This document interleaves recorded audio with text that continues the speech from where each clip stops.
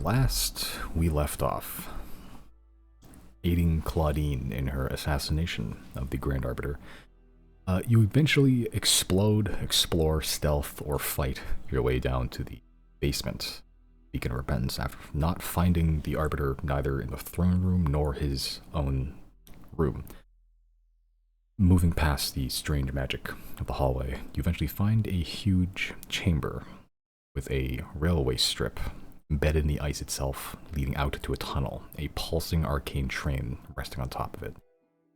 Standing on top of that train is the Burnbrand Igniter, Keldon Jagan, who, after some brief words, begins a confrontation by immediately immolating Claudine, who attempted to sneak up on him.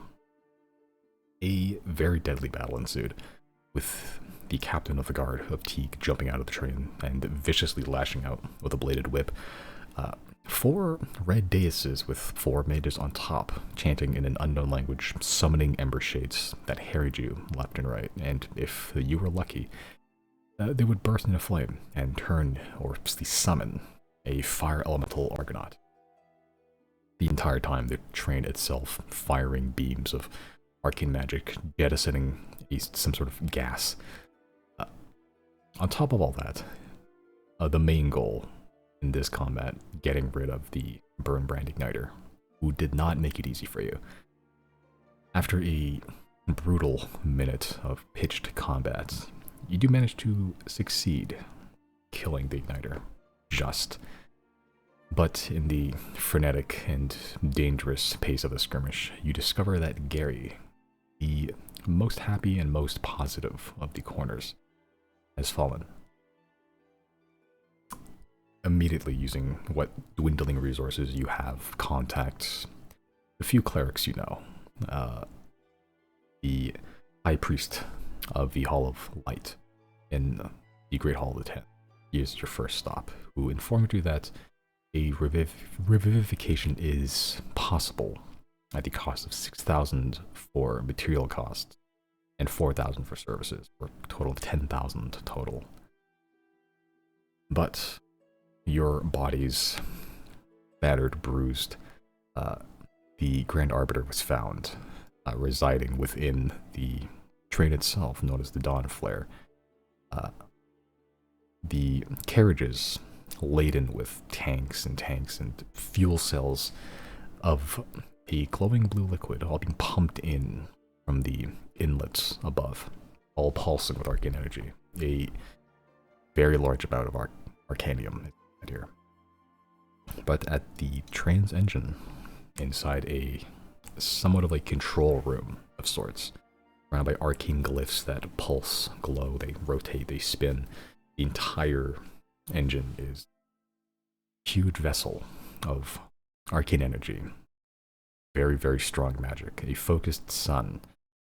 And at the helm, the Grand Arbiter of Teague, Idis Vatan, who Claudine promptly stabbed in the throat without really letting him get many words off, and took his crown as proof of assassination. You all take roughly an hour or so to catch your breath. No threats come from above, the stairway still locked or blocked off by something. And in doing so, you do manage to find a few notable items from the guard captain and the Burnbrand Igniter, Keldon Jagan. A bladed whip called Agony Lash you find on the captain of the guard, and two interesting items on the now charred body of Keldon Jagan.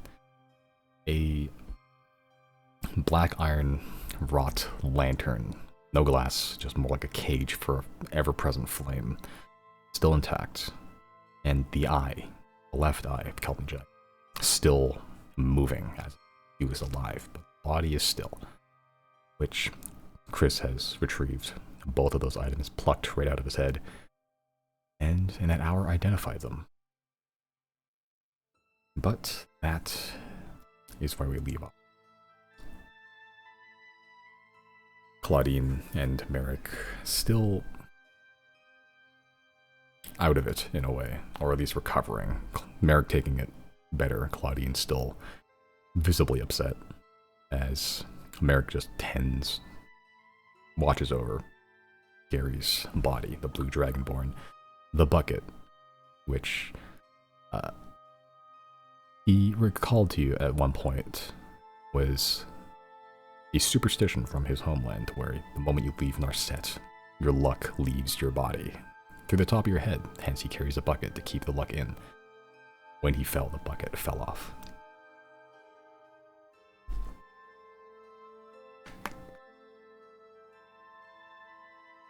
What'd you like to do? Rest. All my resources. Yeah, you have spent at least 1 hour in here so far, and nothing's shown up, at least for now. Can I check around to see if there's any, information about this train? Sure, make an investigation check. More so like operating it. Operating. I guess. Okay.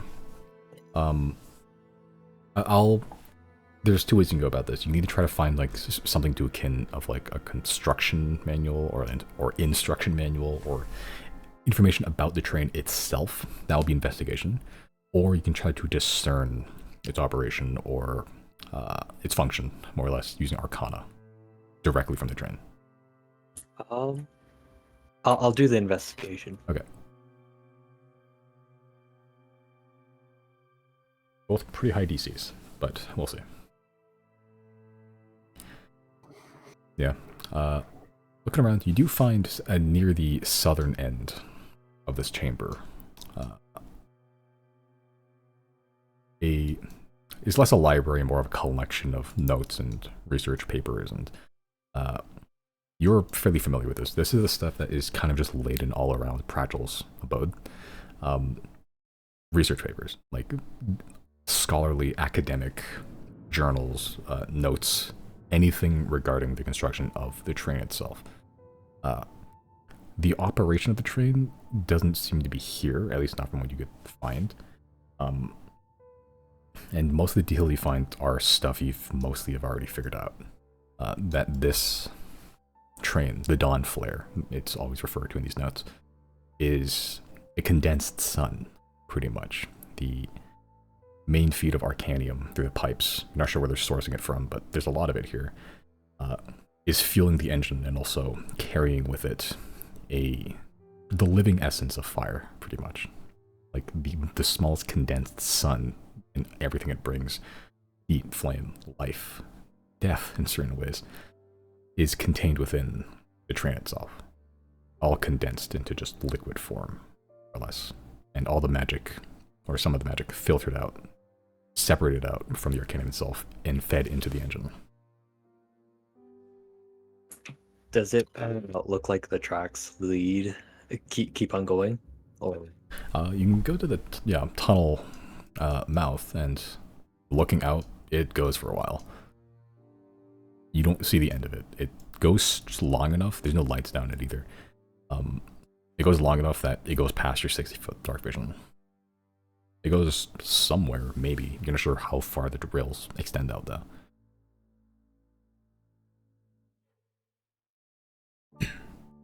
Yeah, this might be something to explore, see where this goes. Can I roll some hit die retroactively for, I guess, like that hour that we would have spent just resting? Yeah, and yeah, the hour you spent resting, like, if you want, anyone that wants to take a short rest in that time, you may roll like hit dice or anything else that would replenish on a short rest. You also get another D12, I think, because I'm Bard. Yeah, you're playing some sweet music. I may as well roll one as well. Plus D12.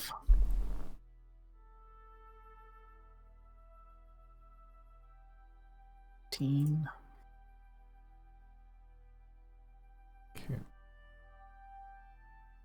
Yeah, why not? Wonder if we'll roll a couple too. The hell was all that? Sorry, those are my. I'm rolling more. Oh. Are we not taking a long rest? I mean, it's 8 hours. Y'all can if y'all want to, but I'm not gonna take mine down here. I don't think. No? Okay. I think Riley and Chris should, because we need teleportation out No, of here. yeah, for sure. You guys can. I think while they're probably resting for the whole 4 hours, at some point I do think I'd want to go up top and just take a peek upstairs once the magic block wore off. Okay. You get to the top of the stairs. Even the hour you're resting here, that block is still there. Didn't people escape through the stairs, or did nobody make it past us? One guy skipped the stairs, yeah. And he's gone. Yeah.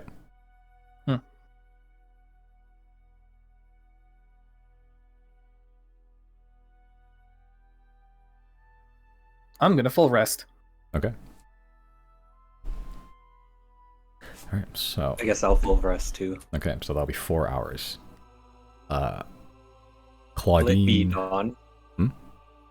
Will it be dawn by then? It's dawn now, actually. It's 10 o'clock, Oh, okay. I think, roughly. In the morning? I believe so. Yeah, we were tasked to go at night to Yeah, revive okay. Gary, so a few hours.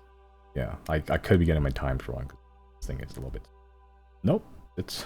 I think it's right.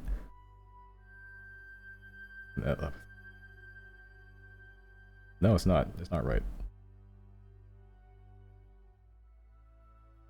When did it come to AM? No, okay, no, it's 10:30 at night. It's 10 at night, I think. At some point, I don't know Okay. when, but like my time thing moved it from PM to AM for some reason. Okay. That makes more sense. But, well, no. 10 PM. Because I remember yeah, you guys did specifically go at night, but lackadaisically. Hey, follow the time that it says on the app. 10 PM. Let's go with that for now. Is that after rest or before? That's before rest. So by the time you Okay. funded full rest, it'll be past midnight, which officially marks the end of the dark days. Actually, Back on the upswing.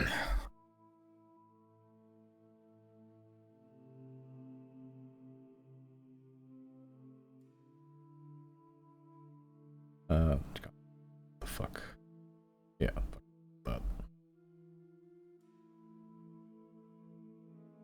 okay. So it'll take 4 hours. Claudine is not going to rest right now. She could, and it would be the same, but she is not in a state to be doing that right now. So where are you guys resting? I should note. Fuck it, wherever. All right, I'm elf. you are. I want to Sit down. rest. I go, and then I have all my shit back. I want to rest on top of the train. Okay. Front part of it. The part that's zapping and okay. Yeah. All right. Yeah, and as you're exploring this, the train itself didn't really sustain that much damage, other than whatever Zero was doing to the crystal up top. It's still sparking, and like while I believe Zero has shut off pretty much the intake, it's still kind of like pinging and sparking and like striking across its own surface with arcane energy, like there's something roiling under the surface almost. Okay, so you can do that. But in that time, Zero, what would you like to do? If anything. Did you say what was the issue with the staircase? It's blocked now? It's still blocked, yeah. And you did see a guy run up the staircase at some point. Then can I go up there and just kind of investigate it and see if like I don't have any magic to see through illusions anymore, but to just investigate it and touch stuff, see if there's like a button or something to open the wall, I don't know, anything. Okay. Make an investigation check.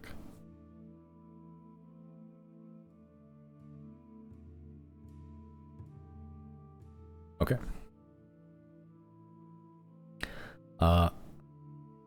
The wall itself, it feels like a solid wall. There's no seam or anything.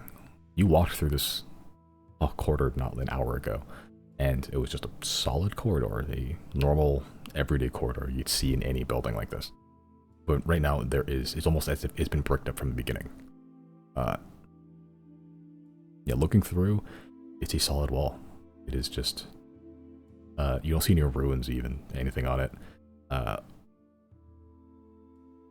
You figure there's something to this wall, or how they open it. It wasn't there before, but as it currently stands, it is a perfectly flush wall.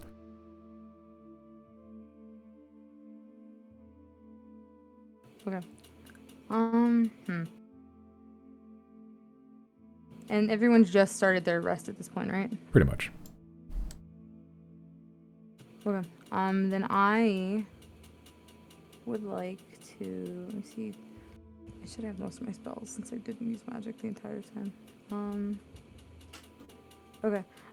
I have one teleportation left on my helm teleportation. Can I guess before I go up, I'll like check with Riley and Chris and be like, hey, I'm not sure how to get back down here, but also I'm not sure how to get out, so I'm gonna teleport to the surface and just kind of get a look, see at what's going on, what the state of things are. I'll be sneaky, and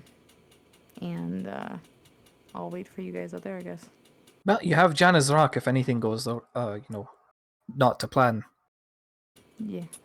Okay. Then I'll use one of my spell slots. 50 spell slots left. I'm gonna use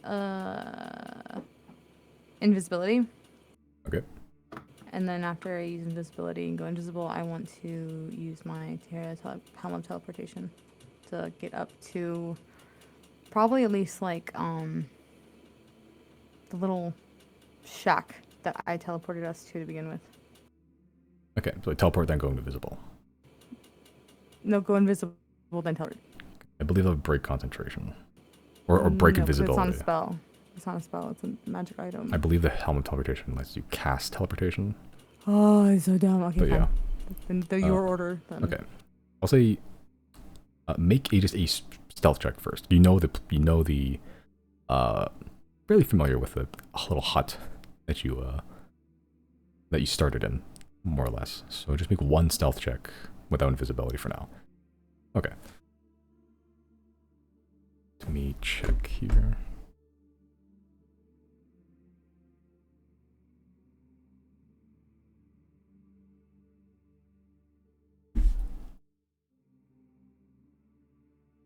Okay. After the hour has passed, Chris dropped the abyssal chicken horde when combat started down here, pretty much. You teleport from the cold below, which it was a little chilly, but at least it was fire. There's something down there. There's shelter, and you immediately teleport back up to the frigid life that is life in Teague.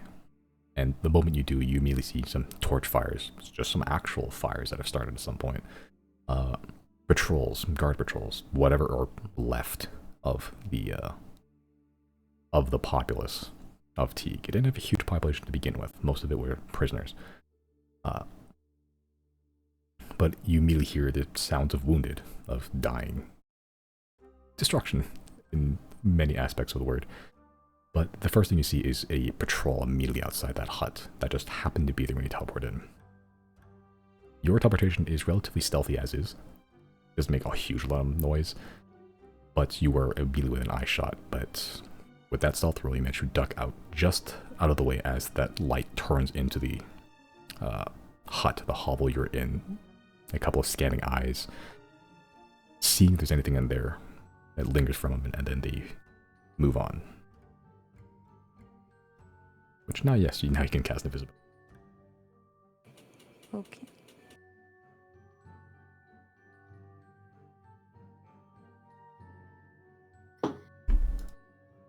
Okay, but you find yourself. Go ahead. Yeah, no, you find yourself in that same hut just below, sort of sheer cliff, a couple feet below it, up to the beacon of her pens.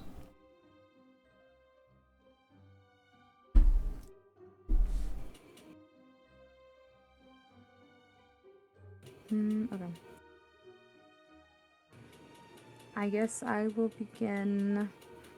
I want to take out. Well, okay. If I use my magic carpet, is it invisible with me? I- You've done this before, right? Do you remember what we did last time?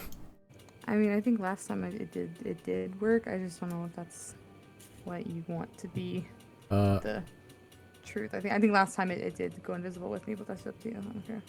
Yeah, sure. Let's go with that. Okay. Then I'll hop aboard my carpet and kind of begin floating at surface level, like just lower to the ground, I guess. And just floating through like the pathways of Teague and just seeing what I can see, because I would imagine it's pretty fucking bad up here now, the carnage. Yeah, it's it's not like the whole city was razed, but looking through it looks like a siege in a way, where you do see some things have set on fire. You're not sure how,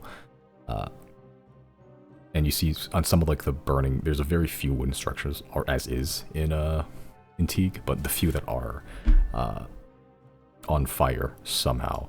You see what remains of the prisoners, and even some of the guards just huddling around it for warmth. You don't see any bodies of demons, but you do see normal bodies. A lot of ripped apart corpses, a lot of them eaten, or half eaten at least, and mostly localized around where the Beacon of Repentance is, around the outer walls. A lot of the sort of blue and white ice and snow, some few bricks are now just stained red. Like the World War's paint job of just crimson around the building itself. You see that while the broken walls of the Beacon of Repentance have stopped burning, there's still very like large craters inside them and rent metal everywhere. It looks pretty bad from just going through the streets, but they didn't get everywhere. They stopped. Yeah, they didn't rend the whole city, but you do follow the pathway of carnage in a way, and at some point they do begin thinning out. Blood become less frequent. You see some people already begin to like dispose of bodies. By the time you get to the frozen planks out here, just following the pathways, you see a couple people have wheeled prisoners, mostly, have wheeled a lot of the bodies by the dock, and they're just throwing them in. And the moment, a lot of them are already kind of frozen as is. The ones that aren't, that are still kind of limp, the ones that get thrown to the very, very cold sea immediately just freeze, and they're just stiff as they're just bobbing away, or being, I'm gonna just get washed back up onto the rocks and have to get pushed back in, and just hope that they get washed away somewhere that's not here. As I'm traveling, I guess, can I listen closely to the conversation around me, like specifically, if there's any surviving guards? I'm also going to keep an eye out for the Frostwalkers if I do happen to come across any of them. Make your perception check. I'm so good at those. It's not bad. Damn, okay. Pretty good. As you're going in, how long are you staying out here, by the way? I mean, probably the entire time. I can't teleport back in, so I'll be out here. Okay. Okay, so as you're sort of moving in and out for 20 minutes or so, there are some most of the casualties you see are prisoners, but there are guards walking around. You saw a couple of patrols as you first teleported in here. A lot of the conversation revolves around chain of command, mostly orders. Hear a couple of just whispered conversations between guards that are still kind of cleaning up, like they're beginning to like pick up bodies, like slowly one by one, just throw them into a cart, just having idle chat with each other, just like, what the fuck was that? I don't know, you just gotta, never seen that before. What do we do? Just wait for orders, I guess. Just they'll give us something to do. Yeah. And a lot of this just idle conversation of uncertainty, of just waiting for someone above their station to tell them what to do, which you know is never coming anymore. You see a lot of riots are not really the right term, but let's call them physical protests of now that a lot of the guard protest has been called, and an even larger portion of the prisoner population has been called by these chickens. You see a couple of prisoners have begun to arm themselves with whatever. They're beginning to sort of form their own cliques or somewhat movements, gangs even. And you see a couple skirmishes with the guards, some of which are deadly, because the guards don't seem to really care very much, but some of them the prisoners win over, taking out some guards with whatever they have on hand, like just bricks they ripped out of the road. I don't want to watch the guards die. Can I step in? Yeah, you're currently invisible. That's fine. Well, rather than break invisibility, can I sleight of hand take the weapons out of the prisoners' hands? Sure, make a sleight of hand check. I'll say with disadvantage because they're currently using them. Not like it matters. Where am I? Yeah. Like I'm almost like when I snatch it and then fucking chuck it across the fucking chuck it completely, Sure. chuck it across the room. A lot of the weapons you find are like broken, like chair legs or like table legs. Some of them that are like more hench are using whole tables, but mostly it's like stuff they ripped out from the road, like chunks of ice or like bricks. Yeah, you sort of just like subtly just grab them, throw them, and they're just like they're all very confused. And in that moment, the guards that are about to attack begin attacking the prisoners, slaughtering them as well. Yeah, it is what it is, dude. Yeah. I don't know.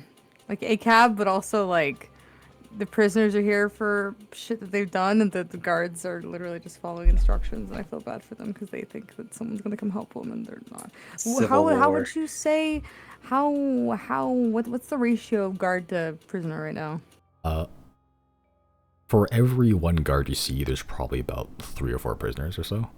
Okay, so they're outnumbered. They're outnumbered. Not all of the prisoners are violent. Okay. Maybe you see about a third of them are, roughly. A lot of the prisoners here you do see are just trying to keep their heads down. The ones that you see are like throwing bodies into the bay are being shepherded by guards mostly. They're like watching over them, and they're just throwing people, maybe they knew, into the bay. Like, not all the prisoners are violent, but there is, the last time you hear, none of the prisoners were violent, or at least not overtly violent. But the dichotomy has changed somewhat. Okay. While I'm out here, can I at some point go off to like, I know there's no stealthy way to do this because it's like the spell requires like this big fire to come out, but I do want to find somewhere that is not super duper out in the open. Kind of like after the first hour my invisibility ends anyway. I want to find a kind of relatively secluded place here. And I know that's not really easy to do, but I want to cast Find Familiar somewhere. Okay. Okay, I believe casting Find Familiar would break invisibility if you're okay with that. Right, I'm saying I want to wait about the hour until the invisibility drops anyway, and then I want to find a place where I can kind of behind a wall or a corner or something cast it. Okay. Yeah, there's plenty of space to do that now that a lot of the houses are more empty than they used to be. Anything I you guess want to do? I'll just keep my cloak up so I kind of am still concealed. Go ahead. Okay, yeah, before invisibility runs out, is there anything you want to do while you're still invisible? You still have about 30 minutes or so at this point. I guess I do want to keep. Well, yeah. Sorry, I got ahead of myself. I do want to do like a whole routine sweep of just the entire layout of this place because I'm more concerned about the Frostwalkers than I am about the regular guards. I'm trying to see if I can keep an eye out for them at all. If any of them are just kind of wandering around the city. Okay. Let's make another perception check because they're relatively stealthy people. God damn. Yeah, hard to tell. You saw the last time you were here, legally, the last time you were here, you did see some Frostwalkers. Most of them were accompanying you, but some you just saw just around. You can tell they're Frostwalkers because, one, they're dressed warmly, but they're not dressed for battle. The guards are dressed for battle. They're warm, but the Frostwalkers were like furs, pretty much, mostly from head to toe, hoods and like bows and arrows. Like they're hunters. You see a couple. The ones you do see aren't alive. It's not a huge concentration. But yeah, guards and prisoners were the only casualties. I mean, Okay. but other than that, no, you don't really see living frostwalkers. Can I be right back for a second and you can cut back to the boys? Okay. I'll be right back.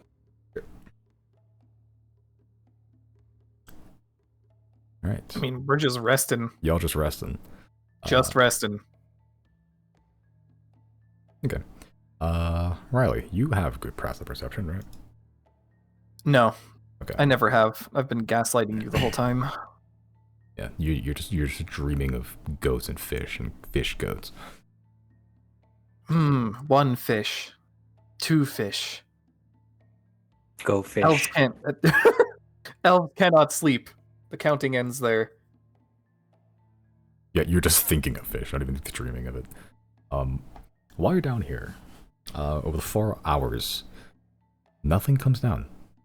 Haven't gone to that yet, but 4 hours, nothing comes down. But during that time frame, you sort of hear conversation between Merrick and Claudine. They sort of huddled a corner away from where y'all are resting, which is like down by the library, more or less. Just one, not to disturb you, and two, they just kind of, they think the conversation is private from you. Most of just hear Claudine sort of getting more choked up, just huddled over with Merrick. They've also brought Gary's body there.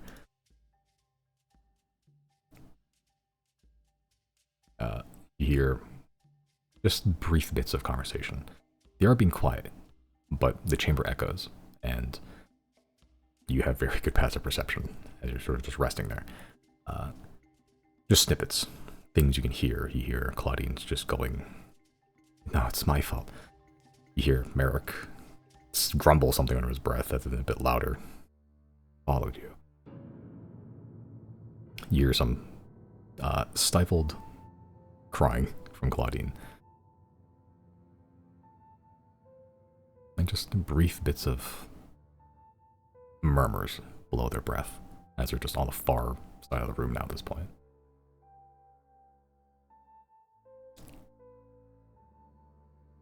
Well, we've already told them we've ironed out the deal, so they just have to wait now. They can have their breakdown, I guess. Riley's not going to bother them. Okay. Yeah, and Chris, you have no idea this is happening at all. Point of order, who has a lantern right now, actually? Chris, right? Yeah, I think I have all three, actually. You have all three. That was wise of us, yeah. Let the fucking maniac have the dangerous things. Good. Okay. Chris, as your... interestingly, two voices in your head. One that's familiar, one that's not. The familiar one, the one that... the being that resides within your face, that you are a pair of pants to. You feel something tickle the back of your brain. You remember that moment where you're floating above the city, a god. Your chickens assailing everything around. The meteors opened up from a gaping chasm in the sky to drop down on your foes.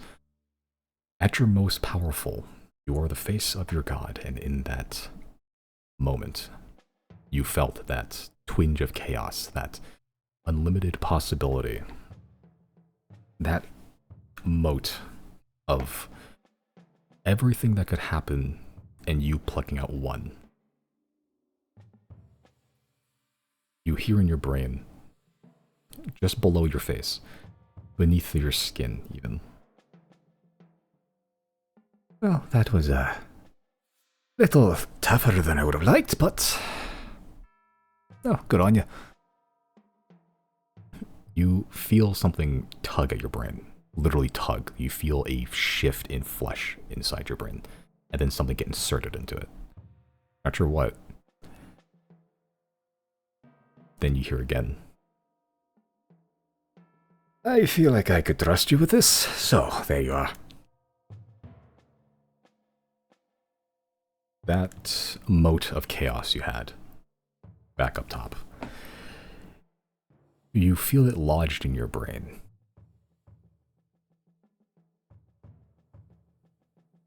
Oh, interesting. Justification I have for your wish spell. You have, you are controller of the chaos. Wish is just the chaos spell. Pretty much, yeah. It's just like that moment where you're like, I want every door unlocked in the city. Like, you pretty much have a little miniature version of that now. Just a spell you can cast that'll just let you do anything you want. And then 2 hours roll by. You have that little nugget in your brain, that twinge of chaos, that arcane, that primordial sense of just everything and nothing at all. Just pick one and be done with it. And then 2 hours pass after that brief conversation, if you can call it a conversation. Where is your lantern? Or the lantern, I should say right now. I guess it's just kind of like, just kind of have it hanging on my person. Yeah. It's a heavy lantern. It's nothing to sneeze at. It's made of full iron. Like, you're not exactly a weak person, but like, it is a heavy weight to be carrying at all times. And you're wondering like how that old fuck managed to do it the entire time. You know, maybe it'll be easier with time, maybe, who knows. But I'm sort of sitting there meditating, not really thinking about anything, maybe ruminating on stuff. Up to you, which the thoughts are currently in your head. The flames lick up. Just briefly. You can hear it burning. It's always been burning the entire time. It's never stopped burning. And even on your belt, it's hot. A little uncomfortable even. But as it's burning, you hear it lick up. The flames sort of kissing at the air. Flame never dies.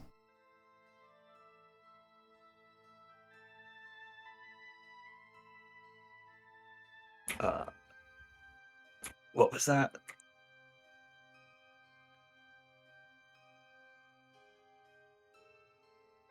Who is that? No response.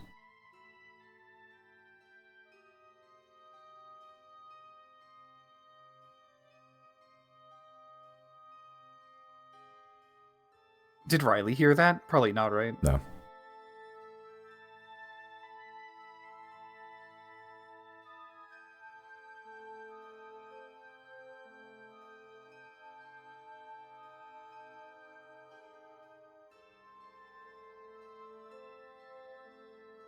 Yeah, the fire doesn't speak anymore.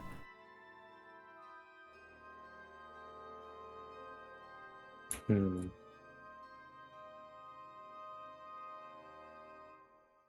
it was just that one time. Yep.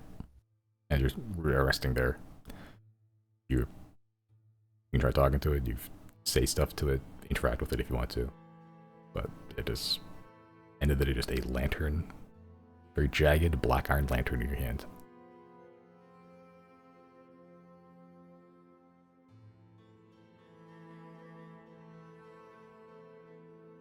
Can Chris recall if it's possible to kind of contain your soul, your own soul into something? Make an Arcana check.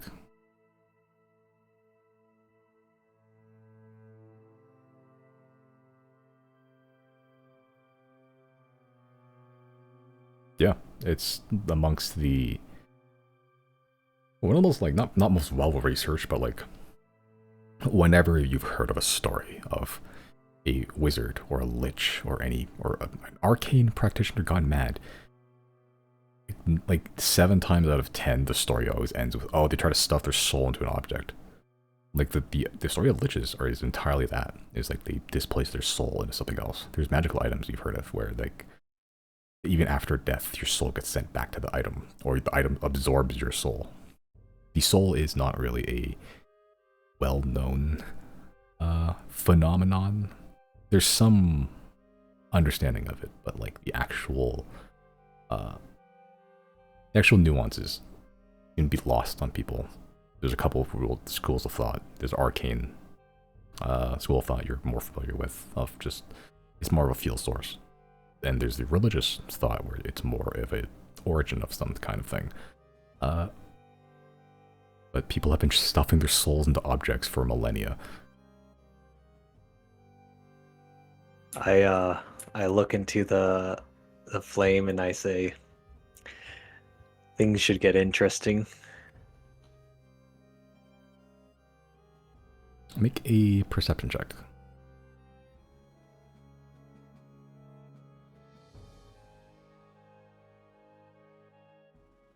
Yeah, you're looking into the flame. It's a flame. It's a good-sized flame, especially for this lantern. Some of the flames lick out of the lantern itself, out of the cage, and like near the handle, and you're holding it, it kind of like too close, and it gets uncomfortable, and you resist the urge to drop it, but it is a flame, as far as you can tell. I should note, are you attuning to it at all, or are you just keeping it on you? You do have that choice. I think I'll keep it on me for now. Okay.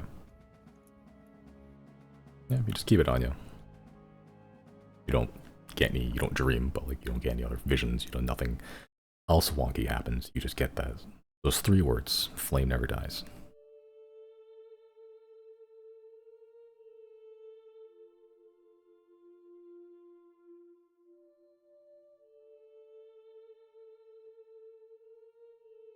Yeah, I'll just go back to meditating then. Okay. Yeah, but your meditation otherwise is uneventful. Misty back?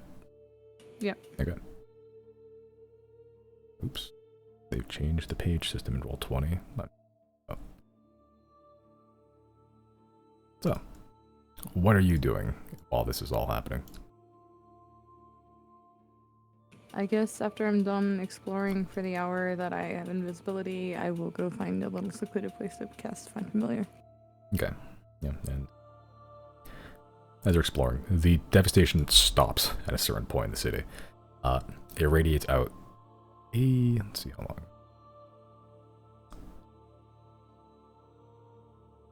Yeah, like where you are currently, that's about the furthest range you see the chicken got. Not that you know they're chickens, but something Chris did up here caused a lot of shit. This is where it begins to like thin out massively to the point where you can't even tell the city's been attacked, more or less.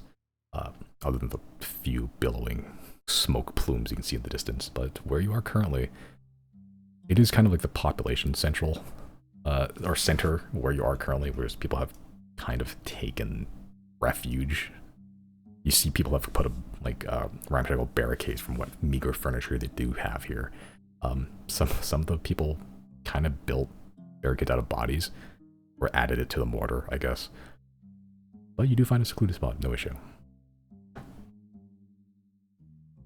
It's like the apocalypse up there. Kinda, yeah. Like there's still life, but it is it's certainly changed. Okay, but you're using Find Familiar to summon Azek into Hellhound. Hellhound, back to his normal form, preferred form now, I guess.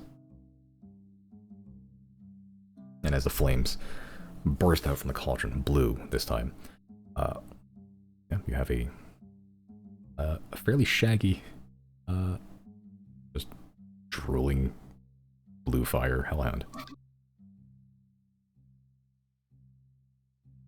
Okay. I want to... When I was traveling around earlier, when I was invisible still, did I catch a glimpse of what the entrance to the... I always forget what it's called, like the castle that the Grand Arbiter is. What's it called? The Beacon of Repentance. Mm-hmm. Yeah, did I get a glimpse at what that area look like? Like, is it still heavily guarded? Is it like abandoned? What does it look like from the outside? Yeah, you more or less started there, or at least close by when you flew off. And then you had a pretty decent perception check for that. It's still guarded. It's not as heavily guarded, but like you can see, like it's guarded in the spots where you think they think matters most. They've pretty much abandoned the outer wall entirely, and now they're more focused around the building itself, like the actual doors. There's an entire section of the building that's just exploded and collapsed in, and you can see there's guards around that area too, mostly around that area, which is the left side of the building. But the actual outer structures, the walls, the ramp leading up to it, pretty free. You wager it's probably, if they are guarding, it's, yeah, the building itself, or they're out upkeeping the rest of the city, or trying to keep order as best they can. It is all hands on deck, and some of the hands were killed by chickens. I'm gonna use the sending stone, the group chat one, to send to Riley, or to the boys, I guess, and just say, there's a good amount of guard presence still up here. The prisoners are trying to fight back, and they outnumber them by a good amount. What do we do about them? Because I don't feel right just letting everyone kill each other and die out here, even the prisoners. I nominate Gonnet Gratz to be the leader. He doesn't know how to lead anything. Well, I would say keep an eye out for the Rexons, too. Yeah, I definitely don't want that. All Claudine was tasked with was killing the Grand Arbiter, so I'm like, her job has been done. Yep. They didn't tell her to kill the guard or kill anyone else. They just said kill the Grand Arbiter. She did that. Now, if they want to try to take Teague, I don't know. I do agree that we should do something to prevent them from doing that, because they can't have it. Well, I mean, you have an option. You can send the dragon down and scare everybody back inside. What do you mean? Well, I can't imagine people will be rushing to fight each other if there's a fucking dragon out. That's an idea, yeah. I wouldn't know how the Ruxons intended to get all the way over here to begin with. For all we know, if they have any mages available, they could just teleport to the city. True enough. So keep an eye out. Okay. As for the immediate prisoner guard dilemma, no advice beyond the dragon strat. But there could also be other, maybe spies from other places too. May have given word to other countries about what's happened here, and may try and impose their rule here as well. Yeah, like I definitely think we should clean house and get everyone on both sides out of here, guards and prisoners included. I just don't think we should kill everybody. Like, I think if there's a chance that we can get the guards loaded up on a ship or something, get the prisoners loaded up, ship them back to Sylnia, and let that be their problem. Do you want just me to try to relocate find them in some form anyway. Yeah. Do you want me to try to find the next in charge? I would imagine it's one of the Frostwalkers. Go for it.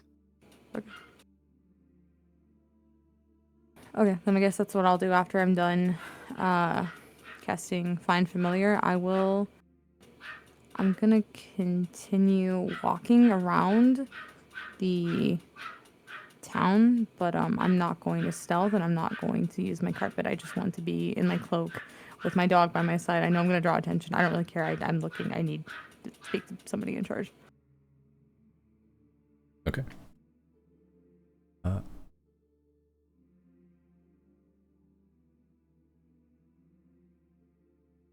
Let's make a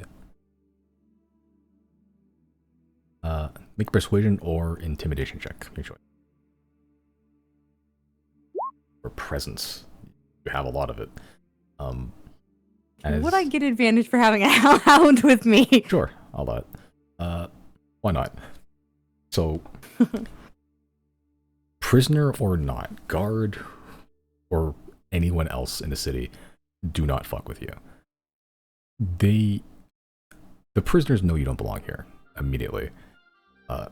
In other times, maybe they would have harassed or said things or acted against you or tried to fuck with you some way. They don't. They give you a wide berth. And you are drawing attention. The guards know you're not supposed to be in here, that you are more or less an intruder. Maybe you're even responsible for all this. Given the circumstances, they do not fuck with you. They have other things to worry about, and figuring what your whole deal is not worth it to them right now. This is very good for trying to suss out who is in charge, because those would be the people that are not afraid of you. And just walking through, eventually you draw enough attention that word gets back to someone. You hear whispers. You're not sure what they say. You can visually see them because they're not trying to make a secret of it. But eventually, after about 10-15 minutes of just walking through, not doing anything otherwise, just walking with a flaming dog at your hand, eventually you see a kind of measly looking woman, gnomish. Looks like she's already on the verge of death, just generally, like not even like looking at injuries. She looks very sickly. Kind of older in her years, which is impressive for a gnome. It just tugs on your like shirt a little bit. Oh, I guess I look down at in surprise at her and take a step back a bit. Yeah, you turn, see no one there. You look down, and there's just this kind of crotchety old-looking woman there. She is not the leader here because she looks very afraid of you, but but coming from her kind of weak lips, there's someone that oh, big dog, I think wants to talk to you. Big dog. All right.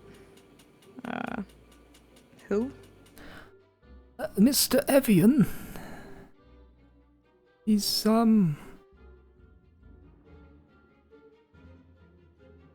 yeah.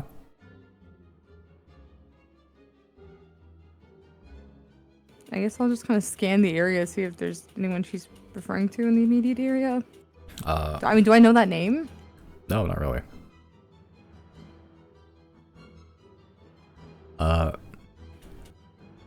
Looking around, at this point, as you're just walking, she kind of guides you a little bit.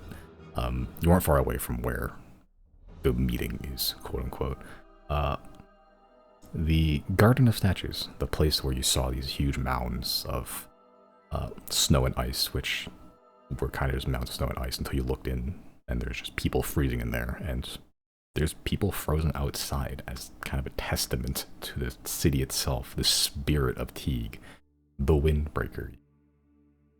It is a place of oppressive cold and oppressive oppression, in a way. But standing only feet away from the ruins of what, like, is Chris. You see bloodstains still here. You see corpses still strewn about, some of them being carted away, some just kind of left there because for later they don't have enough carts. In the what could be the only sheltered place in this entire place is just this kind of almost like a wood awning almost. It catches some of the snow, but it freezes just as much. You're surprised it's still holding up. But just kind of sat there on a stool, surrounded by a lot of people, all prisoners mostly. You see a couple of guards that are just standing by. You're not sure whether they're with him or just making sure nothing happens. A middle-aged human man, very pale looking, almost vampiric in a way, but you're not sure if that's true. Very tattered, thick clothes, more thick and more warm looking than the other prisoners at least. kind of balding head, dark brown hair, and just rough stubble. He kind of looks like anyone else in the city.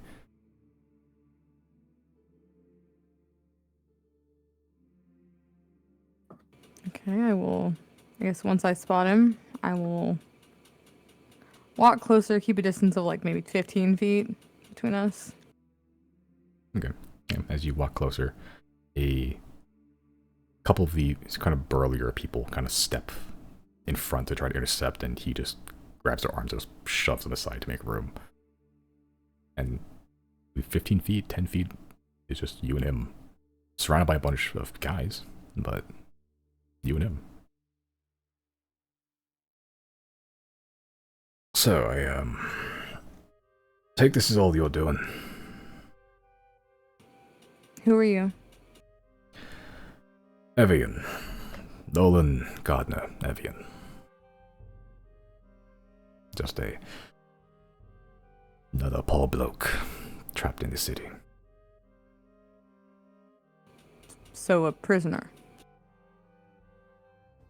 Well, that's a word, yeah.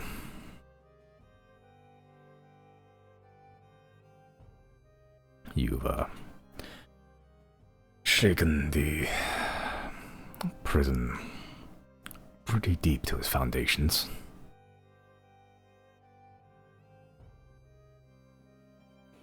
I have a question, Simon. Mm. Are there guards guarding him right now, or are the guards just in the area? Make an insight check.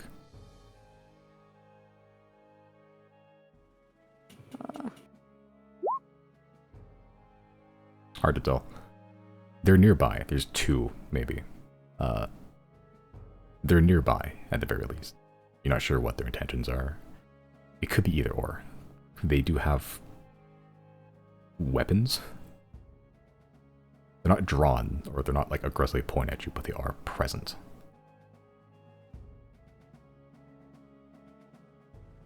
I have another question. Mm. After the magic thing wore off and my armor works again, and my armor class is 20, right? That's the correct one? Yes, so whatever penalty thing I have, you can just disable that now. Like in the AC modifier thing on your character sheet. So everything you have is back to normal. Okay, gotcha. Alright, I guess after he says that, I will just kind of lightly shrug, and I want my facial expression to read, I'm not impressed by him, I'm not intimidated by him, I'm not concerned about him. I'll just lightly shrug and just say, like, what of it? Well, just, well, saw you. Band of merry troops not long ago. Let's start what where your loyalties lied. Probably amongst yourselves, and no shame in that, just... Well... He kind of just leans back on the stool, and just holds the hands out, like outstretched, pointing to nothing particular or everything at once. This visage of just... kind of chaos, destruction, and just general death. My, deepest gratitude. Little Claudine's mission went well, I suppose.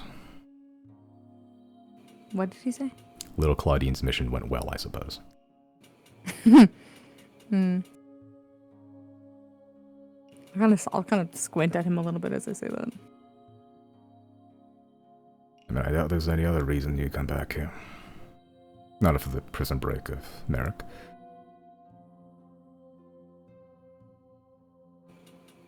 So, what now?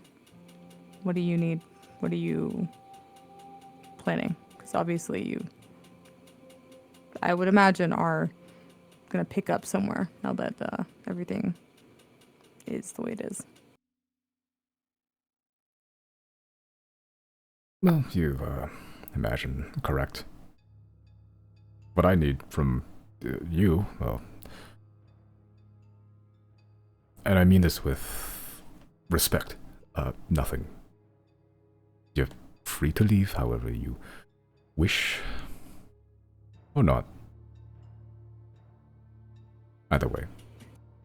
Doesn't bother me. Right, and what will you do?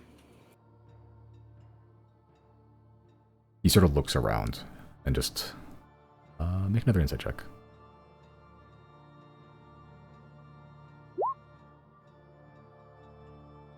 He just generally looks around, but you see his eyes sort of look towards the two guards that are present and lingers for just a little too long and looks back at you. Pick up the pieces that you so graciously broke.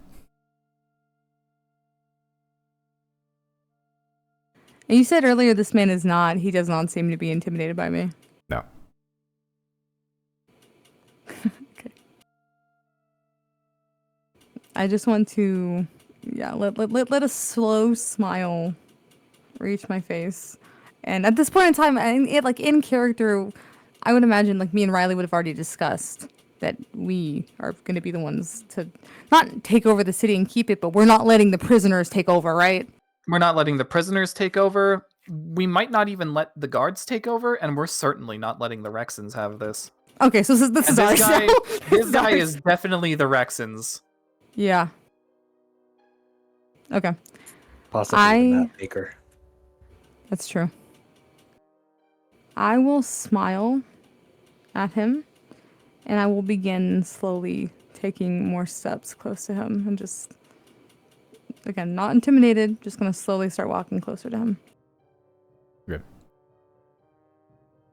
As you walk closer, he kind of burly guys around him, and there's like 12 of these guys, but they were just guys. You could blow through them in like one go. I was gonna say, can I roll intimidation as I'm walking closer to him? I don't need to intimidate him. I'm trying to intimidate everyone around him. Sure, make another intimidation check. I'll say that same roll, doesn't matter. Some of them still get in front of you to try to like intercept in a way, but they clearly don't want to. Again, Mr. Evian Nolan parts them to let you through still. Interestingly, when you get close, the guards also react as you getting close.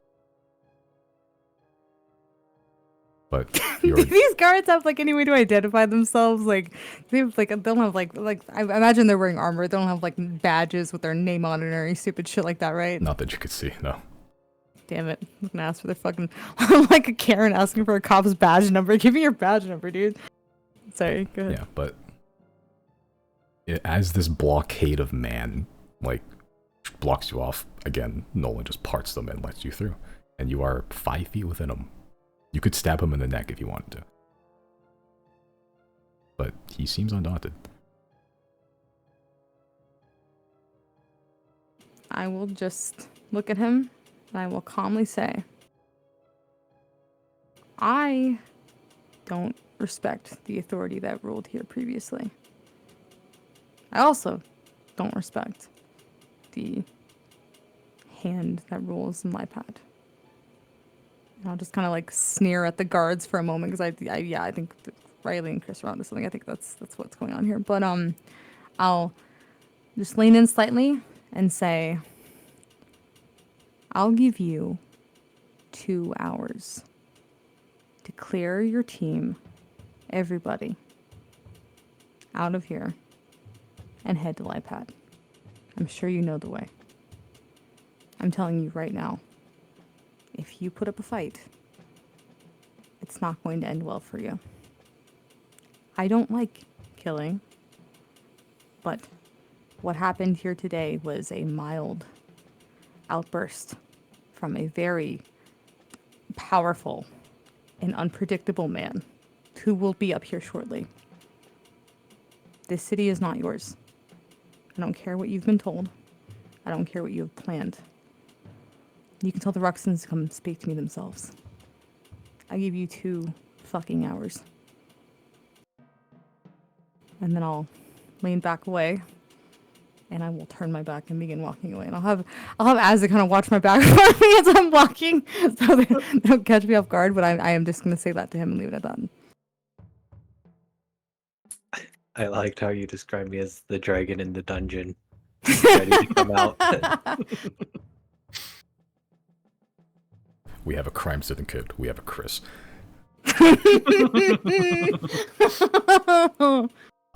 Make a Make an intimidation or persuasion check, your choice.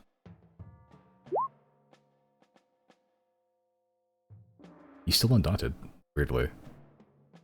But he sort of just stands up, and he is taller than you, not by much. Like he's not a gargantuan man. He is just slightly taller than you. But you can see that everyone else around him, guards included, they just all look at the scenery and make the assumption, very well informed assumption, that what you're saying is not a bluff. But the guy, Nolan, doesn't really... He sort of just smirks a bit, smiles. Oh. He sort of looks around at everyone. Well, you're the man. Back up. We're going to a different home. And he just looks back at you. Well, enjoy the city. Can I insight check that? Make an insight check. Damn it. No idea. Hard to tell. This is way above his pay grade. He's probably just enjoying the moment. But as he sort of looks back at you, as he sort of just walks past you, as he stops a couple steps ahead and just turns back. I should mention to warn you, though. Well, there's more going on in the city than you'd think, and, well, no one's there to regulate it, such as I. Well, you're gonna have more than just Rexons after you. I'll just give a little shrug. Yeah, he sort of just, he tips like an invisible hat that he doesn't have. He sort of gives a bow and just like, you see the dark spot on his head, like the balding part of the head. And just goes, well, it's up for you to discover that yourself. I would like to do something that I think would be very funny. Sure. Because Polaris is up above us, right? Sure. Mm-hmm. As he like comes back to talk more shit to me, I want to cast Sending to Polaris and tell him to just come on down, give us a nice deep dive above the city, and just say hi to everybody. And not to park it, just to come down, and I want him to show himself a little bit as this man's talking to me like this. Okay. Awesome. As you send he's not far off either. And I just want to smile. I just want to smile at the man as he's speaking to me. Yeah, as you send the message to Polaris, you just hear, understood, and then a couple seconds later, you hear wind flapping. Just rhythmic beating as you see people look up at the sky. It's still dark, but they can see the clouds and the snow being whipped around like a vortex as this white speck turns bigger and bigger and eventually swoops in and just crash lands in the middle of the plaza, pretty much, as this huge plume of snow and ice get kicked up as eventually it settles, and you see Polaris just stood in the middle of everything, standing up as regally as he can with a shell-shaped house on him, and you hear in a very deep, booming voice, "Greetings."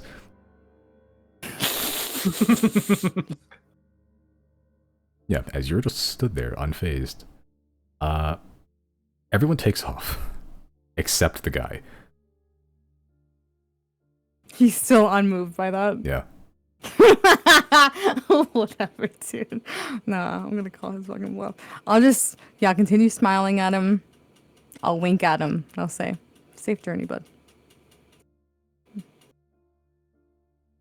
Yeah, as you give a wink, he sort of just does that bow, invisible cap, everything. And good luck to Governance. Turns and begins to just walk right under Polaris, like the neck of Polaris. It just looks, doesn't touch him, but it looks. I bet the Ruxans know by now. I do think that they're probably watching us. They know by now we probably have a dragon.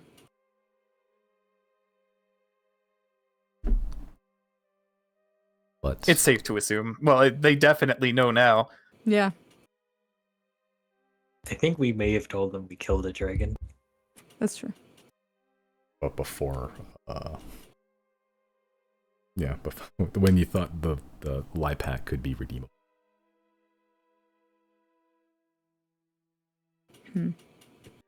Okay, when you said crew, is that all prisoners or just or his crew? Oh no, I'm telling the people that hold loyalty to this man. Okay.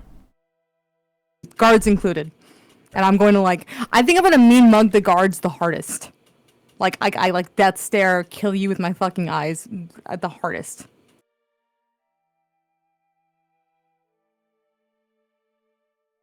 Okay. Yeah, and you mean mug them. They don't see it because they have run very far away from Polaris. You hear in a deep boom voice, shall I do a breath weapon?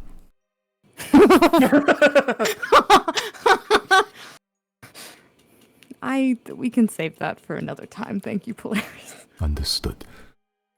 Oh my god. The dragon wants violence. He's bored. He's never done a breath weapon before. Yeah, but over the course of 2 hours or so, suddenly the night gets a little brighter. It was very oppressively dark, and then out of nowhere, like this shift, like a curtain being pulled as more light seeps through. The end of the dark days at midnight. But over the course of 2 hours, do you want to witness this filtration happen or no? I mean, yeah, I'll hang around and just kind of keep an eye out. I think at some point I'll probably tell Polaris to go back up for a bit just so he's not vulnerable down here. But yeah, I'll just keep patrolling the area, and I don't want to just watch the guards and the prisoners kill each other, so I'll try to keep breaking up the fights and intimidating people into just fucking stop. And I'll wait to see if I can find somebody else in charge on the other side. like a Frostwalker or somebody up in the chain of command that actually matters. Okay. Make a perception check.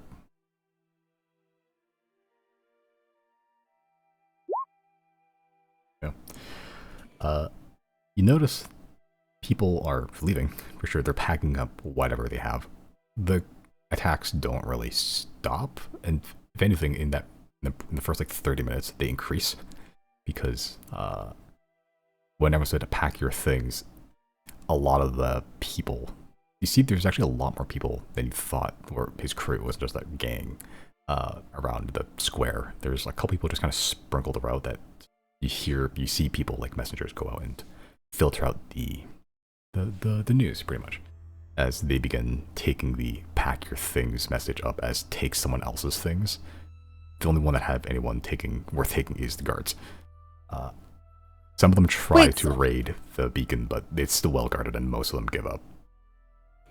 So I mean I do want to spend this time then helping the guards to not get robbed. Yeah, and you do. You do stop some, but it's a big city and you're one person. Yeah, that's fair. So That's fair. a couple people do die. A couple people don't, but a couple people do get robbed. As they're sort of, it's up to you whether you want to witness them leaving. There is only one gate in the city. I wouldn't call it a mass exodus, but it's a lot more people than you thought.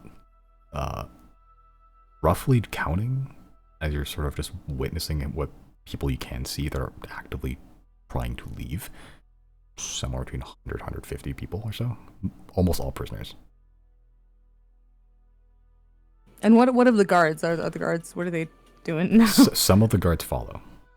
You're not sure whether that's because of past loyalties or because the prospects of the city are so low right now. But there's some guards following. Okay. And some guards are still hanging back and saying. And they're still prisoners, there's still guards in the city, but very rapidly over the course of 2 hours, the life in the city begins to really die down. And there's just sparse movement at this point. Before, it was already kind of low activity, but now it's, in certain moments, you could swear it's basically abandoned. All that's left is just bodies and frozen corpses and what smoldering flames still remain. With no one really left to firefight, or no one that cares enough to firefight.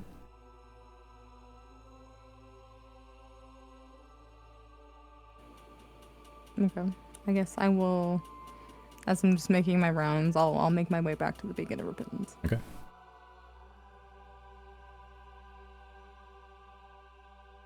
As you make your way back to the Beacon of Repentance, are you trying to enter? I'm going to casually start walking towards it like I'm going to enter, yes, and just see what they do.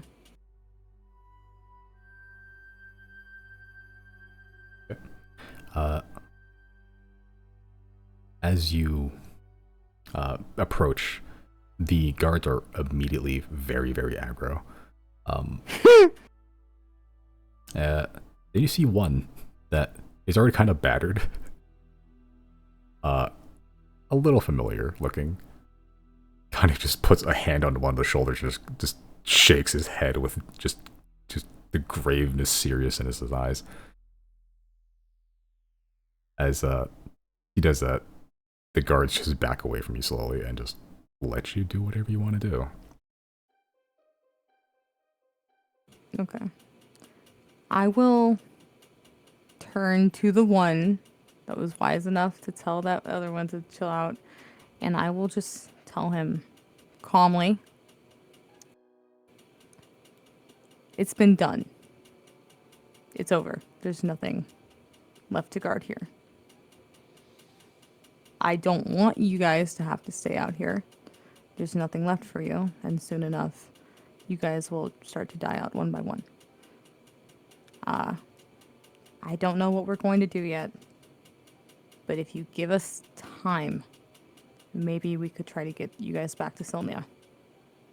And then call it there, because your job here is done. Like, I'm gonna genuinely, like, give him a face of, like, I'm not trying to intimidate him. I'm trying to, genuinely extend a peace offering to him, because these dudes didn't fucking ask for this shit, and they're still so loyal, and I feel bad.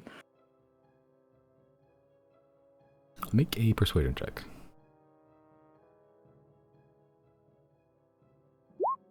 Ugh.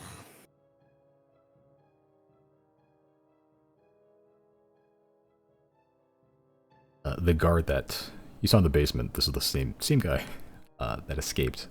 The one that was closest to the door, I believe.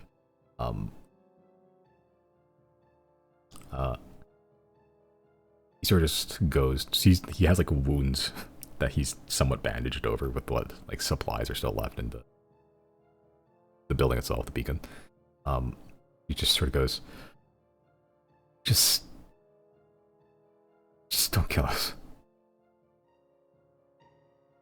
There's a supply ship coming in from Sylnia in a couple of weeks. If there's nothing for us, we'll take that. How many of you were left? Well, we haven't had time or the resources to do a head count, but within maybe 30.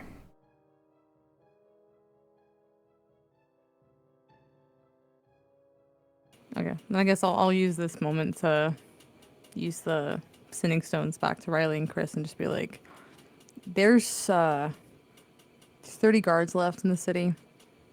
A majority of the prisoners cleared out. I guess there's some stragglers here and there, but it's mostly just guards left. What should we do? Did you find any Rexons? Yeah, confident. Some guy named Evian, human guy. Thought he was hot shit. I think he mentioned them on his own briefly, didn't he, Simon? What? No, he didn't mention them. He mentioned he knew what Claudine was here for. So Yeah. That's why we came to the conclusion. Yeah, I'll just go ahead and tell Riley. I think so. Yeah. This guy knew about Claudine. He knew why we were here, and I would imagine that might have been one of the many sets of eyes and ears the Rexons have here. A handful of guards left with them too, though. So I think it's safe to say at this point the Rexon presence is probably cleared out. For now. Yeah. Any evidence that they might be back trying to take the city? Nothing I've seen yet, but you know me, my eyes are bad. It's like, well, yeah, that's true.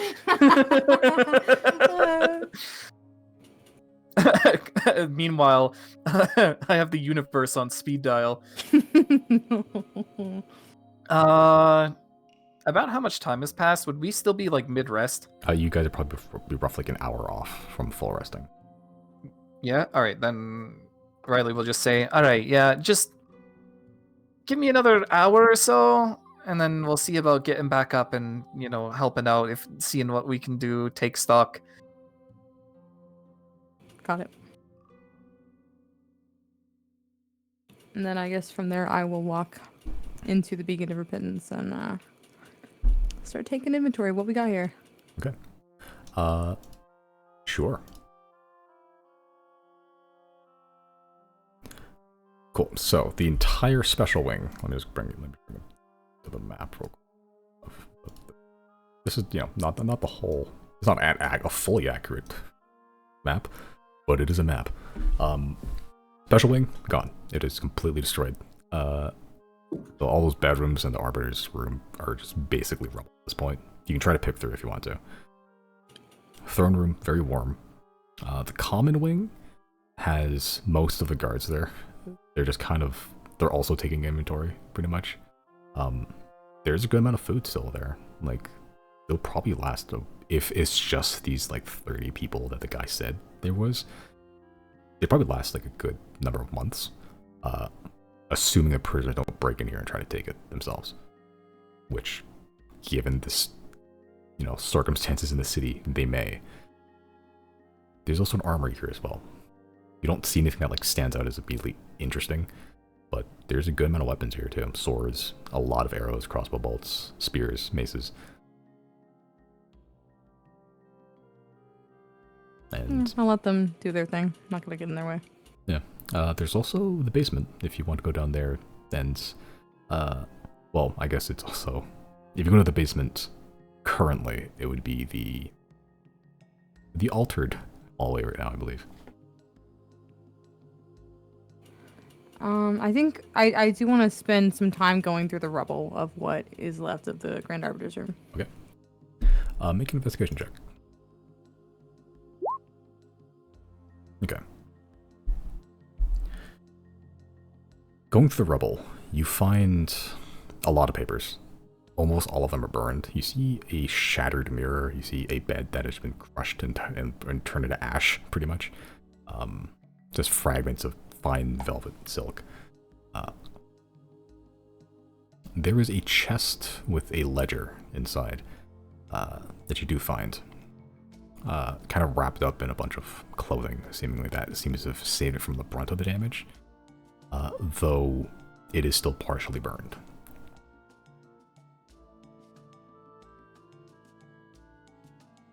Okay, I'm gonna pocket a scrap of the velvet just so I can use that as a teleportation kind of tool, and then I'll pocket the ledger. Okay. Can I take a look at it? Sure. A look at it. Just thumbing through. It appears to be a ledger of payments to the city. It's a lot of money too. It's like in the tens of thousands of gold per month.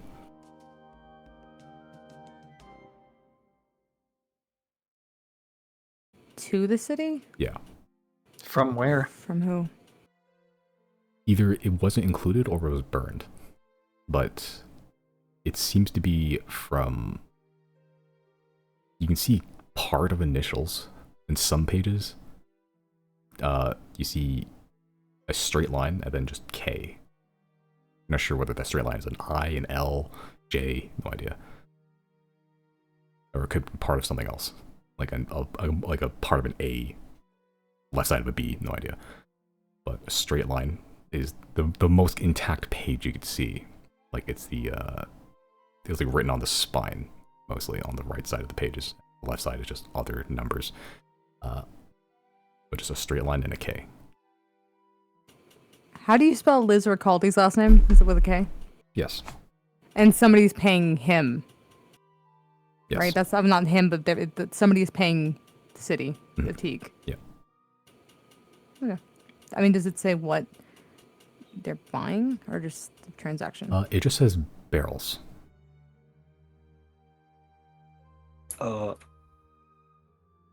Well, that explains where all the fucking arcanium come from.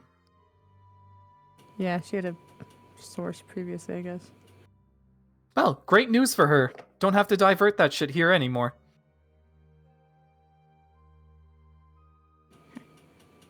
Yeah, I guess I'll keep rummaging through the pieces, I guess. Okay. Just make one more investigation check. Okay. Yeah, rummaging through the pieces. A lot of these like rooms are basically destroyed. Like it's all just rubble. It's taking you time. Not even protected from the elements. It is just like the roof is collapsed, and like most of the time is you uncovering rubble after rubble after rubble to find one thing that might be something, and it's just a burned piece of paper or something else. With investigation 20, you do find a sort of backup fund. You find a pretty sizable pouch, mostly contained, like some of the coins have seemingly scattered, but a pretty large sack of platinum. You find a sack of 150 platinum.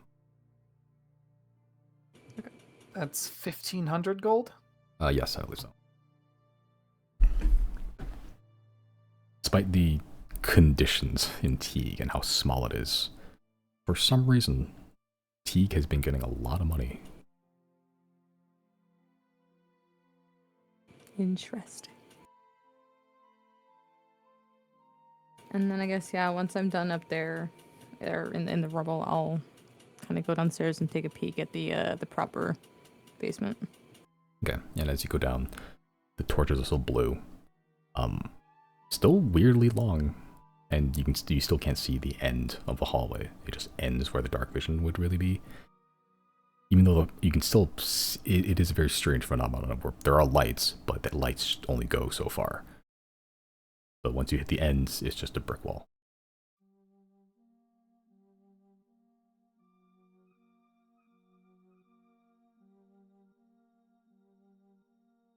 Wait, so how do I get down to the area where all the arcanium was? Because I thought that was the fake area, right? No, it was not fake, but like we stumbled across that at some point, didn't we? The area like with all these big like tubs of arcanium or tanks. Yes, that is the What, like original. this area? Like, was that all in the hidden area? I swear I thought that we went down the hall, and the stuff that we found that was like down there was the arcanium. Yeah, like that area there. Yeah, this area here. And then when we got back out, then we figured out how to actually open it to get to the train. Or was that all in the same area? The arcanium was in the same. Yeah, the big hidden. thing of the big thing of arcanium is like the normal version of it. Oh, okay. I see. Yeah, currently the route has switched, and in the chaos, no one switched it back since. Which the words that to get to the actual the train were "the dawn never dies." You're not sure if that'll work again, but Can I try it? sure. As you head back to the weird hallway, the dawn never dies. The torches turn from blue to orange.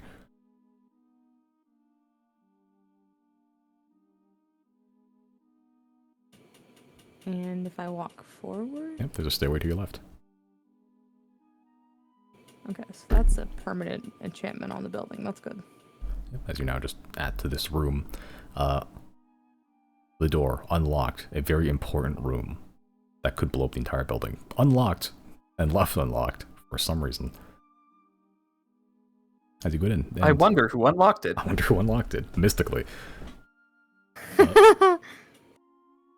Yeah, once you get in, no one down here. A room full of arcanium. A lot of arcanium. Just pumping through these engines. Huge tanks and vats of them. Just make an intelligence check. I'm kind of okay at those. Yeah, you have pretty good intelligence. Yeah. If all of the arcanium here detonated at once, it would level the building and probably a good chunk of the city with it. I believe it. Yeah, don't do that. I know I'm one for unlocking doors. If I leave this area, can I lock the door? You can try. Yeah, can I use my thieves' tools to lock the door? Yeah, as you lock, make a Desperately lock the door. make a thieves tools check. This is a fucking first. Chris, roll a d20 plus 15. Plus 15. Holy shit.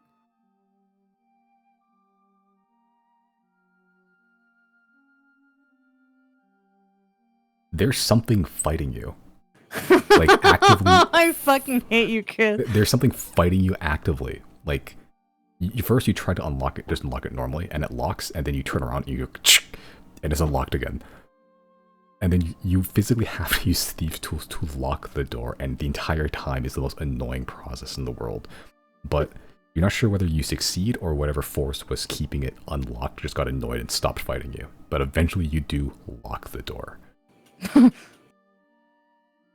Jesus Christ. All doors are unlocked in the city. And they're gonna stay unlocked, goddammit.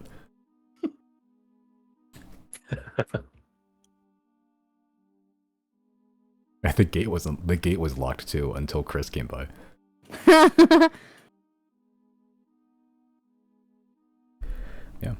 There's still another hour on the elves' rest, which passes by uneventful for now. But any other actions from anyone?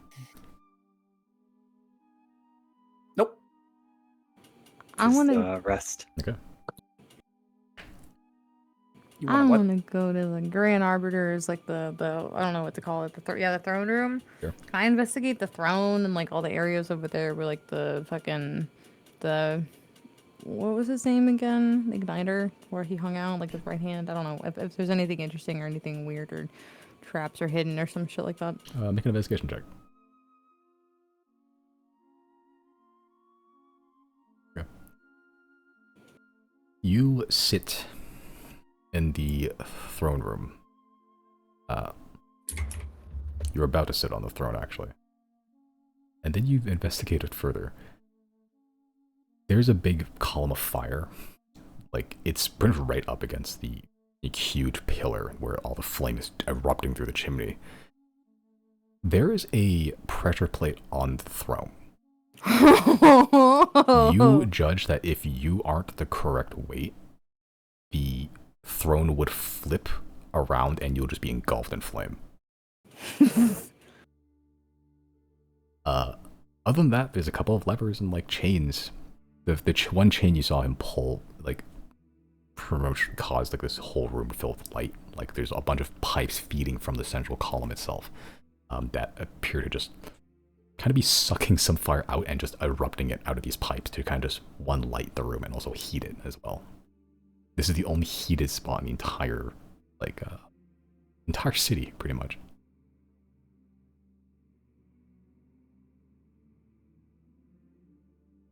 But yeah, the throne is trapped. Throne's haunted. That must have been difficult, like keeping the same weight forever. That's crazy. Yeah, especially because, I mean, his personality. Like it's you're pretty good at traps. There's like a leeway of like 20 pounds ish, but it's like if you're not within his weight range with like all the accoutrement and gear and everything, it'll just flip around and like fucking like burn you pretty much. Like the world like those like rotating like bookshelves, except it will just kill you. Cute. Well, there's a lot of work to be done in here. Hilarious if like Nolan took over the city and it's like, my city now. Wait, who? Evian. Oh, Evian. I like said Nolan. Oh yeah, you said his name was Nolan. Evian. Nolan Godner Evian.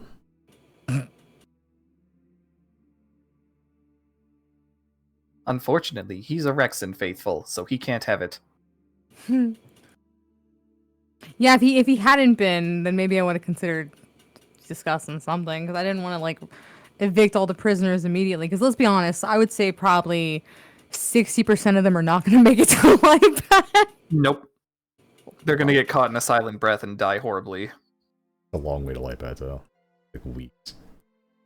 Or one of the other fucking obstacles we ran into. What were those weird monsters we saw? Yeah. I The don't- fucking demons that come out of the portal. Yeah. Yeah, he found some demons that were small, but they're all rolled up in a ball holding hands. They're rolling around. You also saw like a couple of like frost salamanders.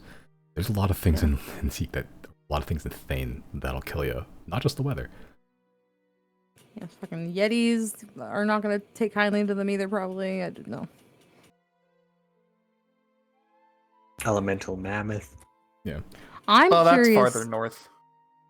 I'm curious how the fuck the Ruxins were gonna get here, other than teleportation. Like, just by, like, horse and buggy? Like, how the fuck did they plan on getting here? I wonder if they have, like, an underground system similar to, the Grand Arbiter, the train by now. And where the fuck does this train go, dude? Yeah, that bears investigation, I think. I'll bet it's... Well, on one hand, the only place I could think of that would be safe enough for them to go would be, like, Sylnia, but that is so fucking far. That would have Also- taken so long to build. I don't know if it's... Was the map properly oriented? Was the train facing north? If you want to check a compass at some point, yes, it is facing north. Yeah, so it's not going to Sylnia. Okay, yeah. Okay, so they have, like, a little hidden spot somewhere. I guess that makes sense that they had the prisoners digging a tunnel at some point, like, in the mountains, right? Yeah, but at some point, I think Chris saw like a bunch of prisoners, like at the, well, at the Spearpoint Mountain. There's some sort of mining or digging operation there. Oh, that's probably still going. Oh, Yeah. there's also that, yeah, when we were flying that airship, we saw, it seemed like they had like, I don't know, some sort of artillery, just like some sort of like weapons and that, like a large guard presence at the, like the bottom of Thane. When we were going to rescue Evandra. Spear Point, where is that again? That is, well, let me South to of the map. Teague? Just bring y'all to the map. Yeah, I'll bet you there's an emergency bunker somewhere in the mountains. Yeah, it was like, yeah, the Spearpoint Mountain. Oh yeah, south of Teague. Okay, if we go directly north of Teague, we end up near Lipad anyway. But they said they were specifically not going there, so where the fuck are they going? What's over at Spectre's Pass? Have we been there? I think Not Jana on, has. Jana has. Yeah, I don't think any of you Oh, have I- been there on foot. Where was the commission located? Up here. Yeah, I think you were told they were near the Howling Boughs.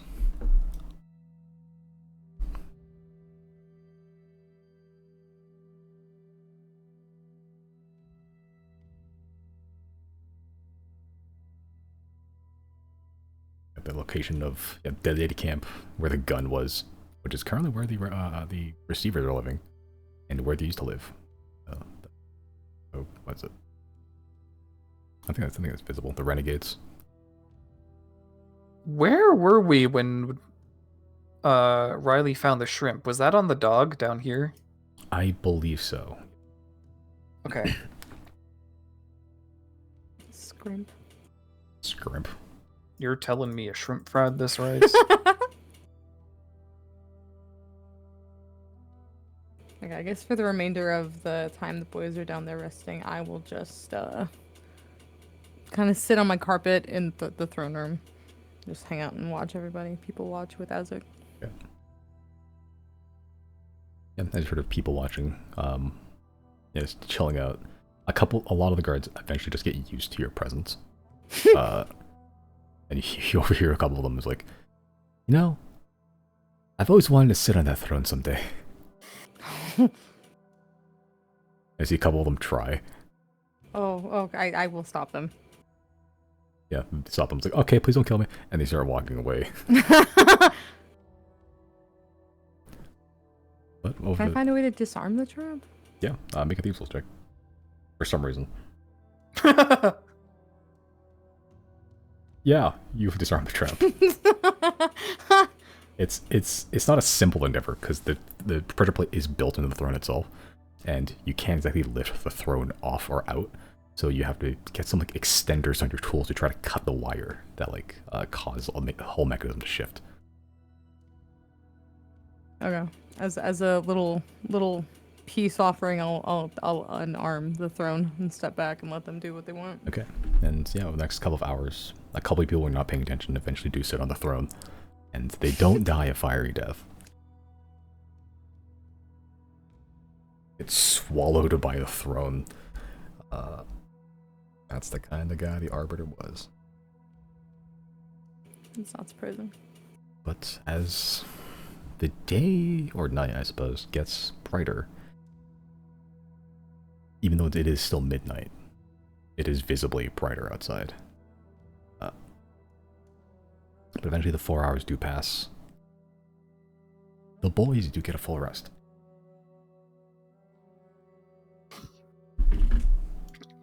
Oh, man. A bit stiff, but it's quite nice that 4 hours is all it takes to not feel in mortal peril any longer.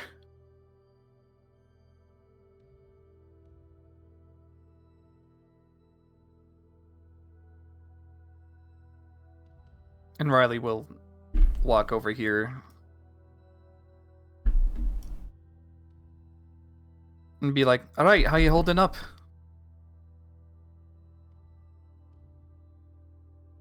You see that Merrick is just taking a power nap. As you sort of walk up, he sort of just like almost like instinctively just like shunts awake. Claudine's sort of just still sitting there, not really staring at anything. She's kind of just cleaning the blood off of her sword. Holding, I suppose. This deal with this cleric, it's gonna work. You have the money.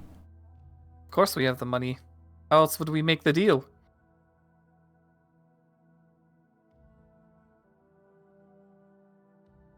Lying and deceit.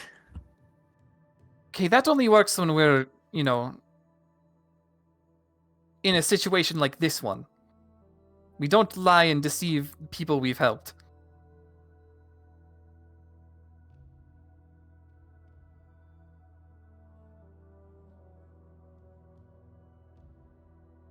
Anyway, it won't be long before Gary's got the bucket back on his head and smiling and, well, actually, we've revived somebody from the dead before, and their first moments awake were confusion, unpleasant, really. So Gary will likely go through the same thing, but he'll be back to normal in time. Wait, who? The gnome in the deep. Deirdre revived. Yeah. I forgot Yeah, we he like did that. scratched That was him. so long Yeah, ago. he scratched himself to death, and he's like, "Whoa, holy shit, that just happened."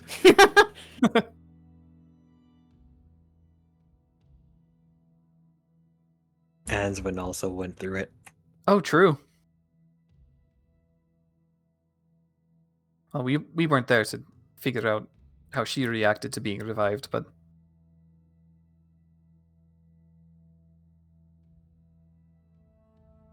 At least you have this sort of experience.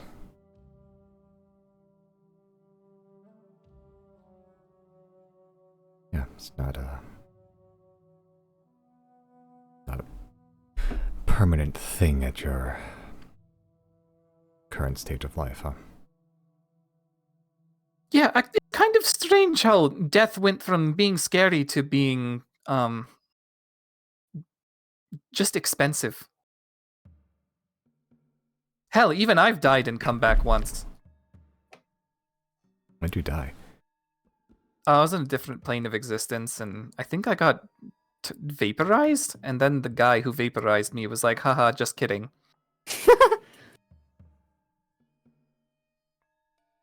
Funny joke. Not a joke. That actually happened. Oh. Well. Okay. I guess you're 3 for 3 now, so let's make it 4, huh? I don't think there's a saying that goes 4th time's the charm, but it'll work anyway. It's fine. At some point, they've put the bucket back on Gary's head. Just, yeah. Dress the wounds as best they could, but him being dead, just, presentable. He was kind of bleeding all over the place. Right. Burning as well. But, yeah. At some point, they closed his eyes as well. So he could be sleeping, for all anyone knows. Yeah, let him rest.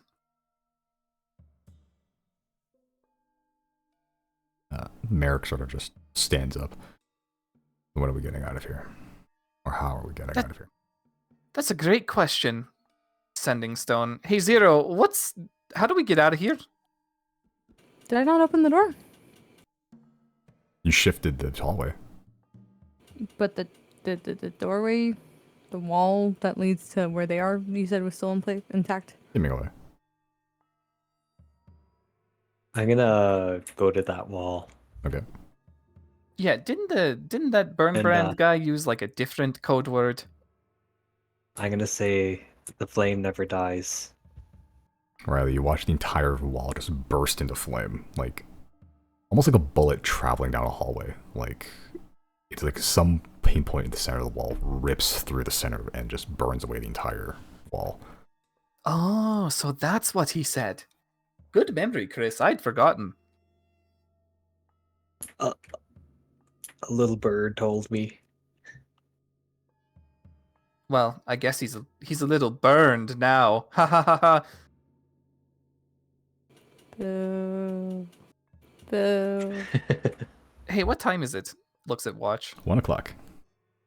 Do you think the High Priest would be awake right now? Can we get this over with?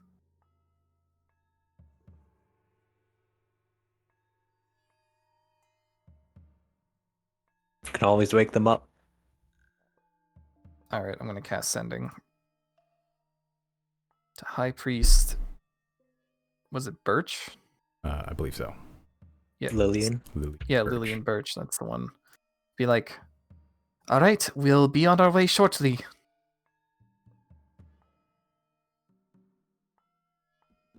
Okay.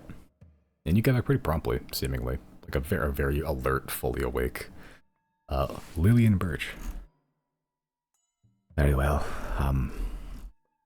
Made some arrangements with High Priest Newell, the High Priest of Arwen.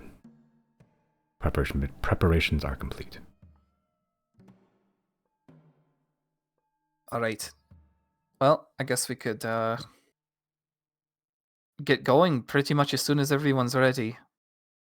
We have a way in and out of this place now, and so long as nobody else really has the knowledge of it, I think we'll be okay. We'll figure out what to do with Teague when Gary is alive and well once more.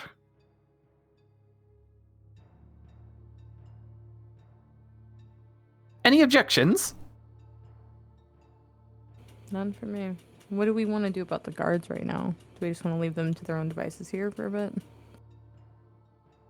Well, I mean, it's not. What did you gain from snooping around up there? What's their deal? They're just trying to survive at this point. They said they have a couple of, or not, excuse me, not a couple. They have a supply ship coming in a few weeks, and they have enough food to last them a bit if we wanted to just let them get home that way. But I figured the sooner we can empty it out, the better. And I was thinking, yeah, we could maybe load them up on the dragon in the house and just tell them to keep their fucking hands to themselves and then drop them off maybe in Obethus on our way to the Hall of Ten. Riley also has a ship. I do have a ship, and it's in need of a crew. The cogs Well, are turning. The cogs are turning. There's a whole crew up there. Yeah, I was about to say so. Are you gentlemen looking for employment? Yes. How does going to Golmud and staking out there sound to you? Golmud is kind of where disparate souls get washed up. It's warmer. It's much warmer.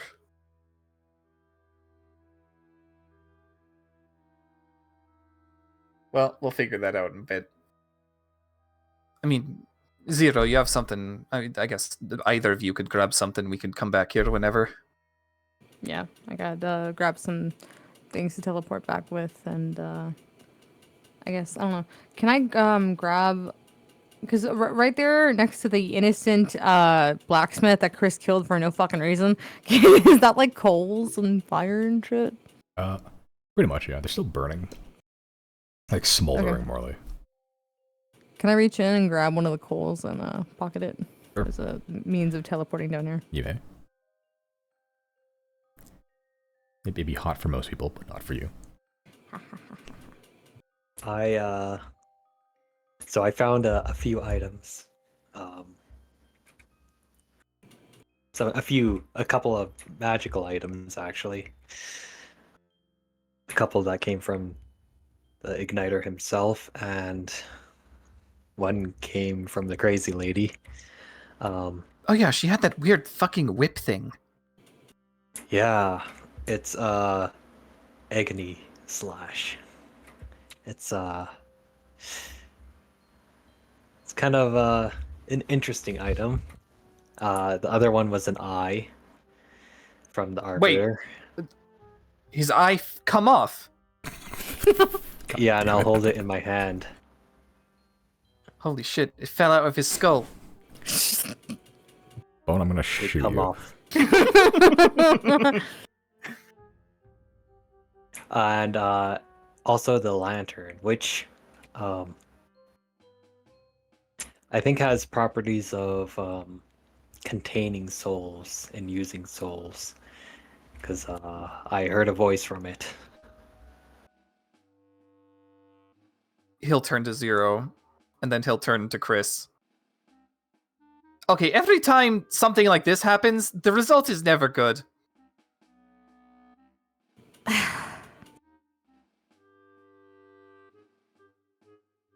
Well, I mean, I'll take the whip. Sure, I'll toss the whip to Zero. Okay. As you catch the whip, you catch it by the. It's a whip. It's hard to throw. It kind of just comes at you loose, and as you just grab it, you barely nick like some of the barbed parts of the chain, and you're already like bleeding profusely from your finger. It's it's a very sharp whip.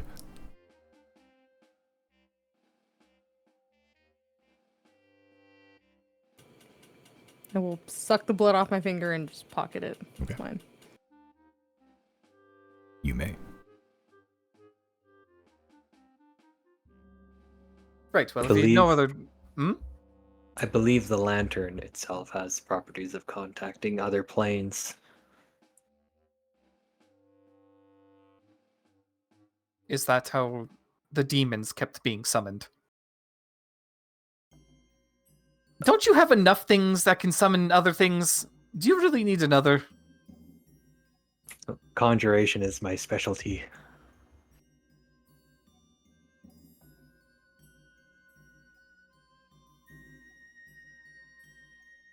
Zero, we just gonna let him have that? I will make eye contact with Riley and cast message and just say the word and I'll take it up off him. I'll take it off him. Yeah, let's not let him go too crazy. Which one? With the eye? No, the lantern. Yeah.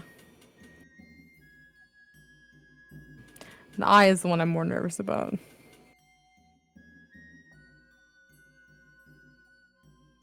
Right. Well, shall we leave this dreary place? Sorry, I got downed a lot in that fight.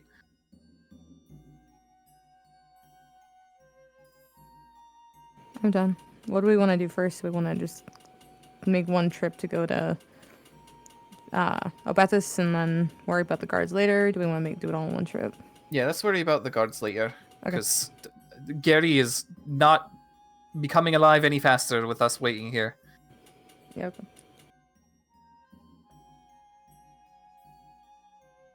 So you're teleporting to Abethus then. Yeah, which one of you is teleporting us? Not I set the cat. I'm out. Ah.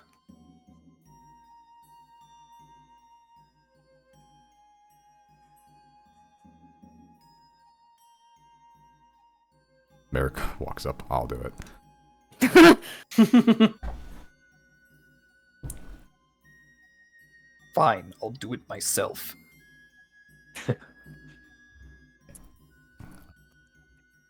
Chris, do you have anything from Abethus? If you're teleporting.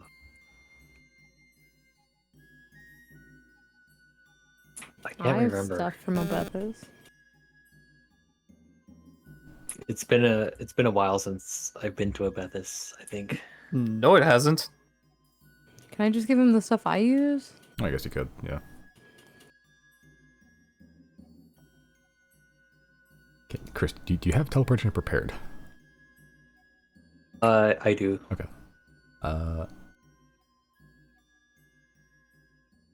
Okay.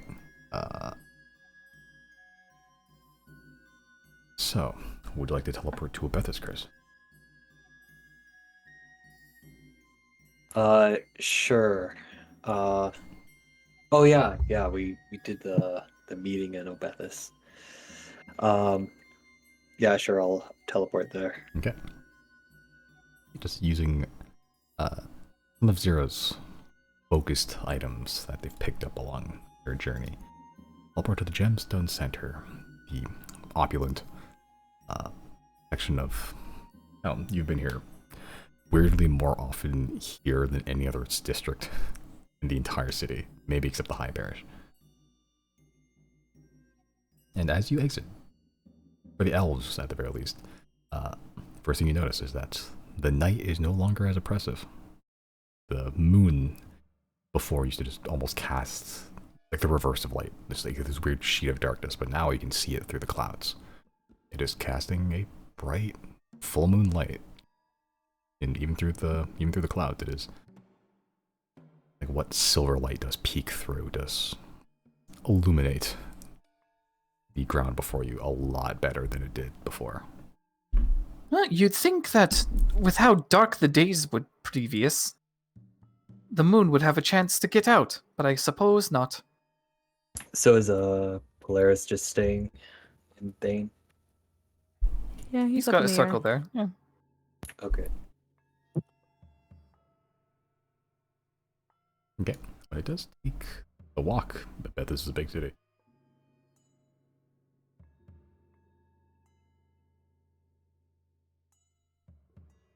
Okay. As you're walking, anyone would like to do on the way there?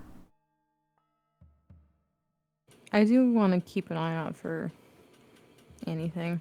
I don't know how successful I'll be at it, but I do want to make an effort to kind of watch and see if anyone reacts any type of way to us. I know we're not really wanted as much as we were like a year ago. And it's still. also 2 a.m. and we're not in the red light district. Yeah. Yeah, you're right. 2 a.m. at church? What are you planning? Nothing good. Yeah, alright. You're keeping the best eye out. Shut the fuck No, nothing gets through you at all. It's okay, Zero. I can make up for this. Just give me a second. Riley will just rely on his passive perception. Okay. I'll make up for this, and you just zone out entirely. And that's still better than Zero's.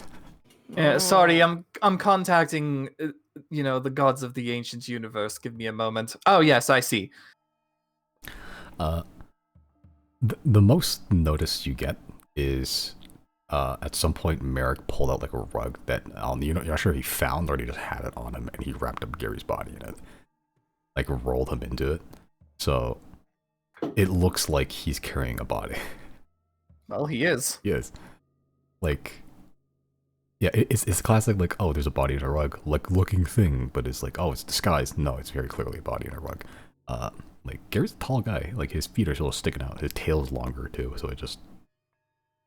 he's either carrying a body or he's hauling back a very large lizard he hunted.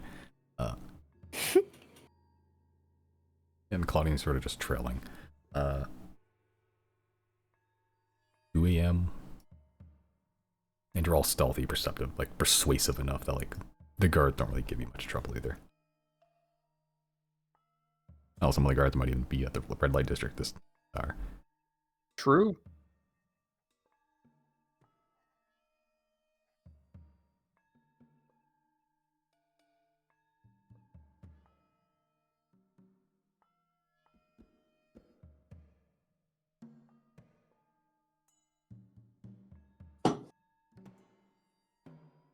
But you do manage to make it to the Hall of 10. Are you trying to be stealthy about it or just walking straight to the Hall of Light? It is technically the closest hall. I mean, I don't care yeah. about being salty. I don't care either. I'll dance. Like it was Maybe Chris should stay outside.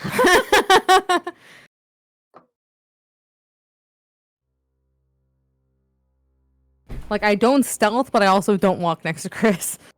Jeez, I don't know him.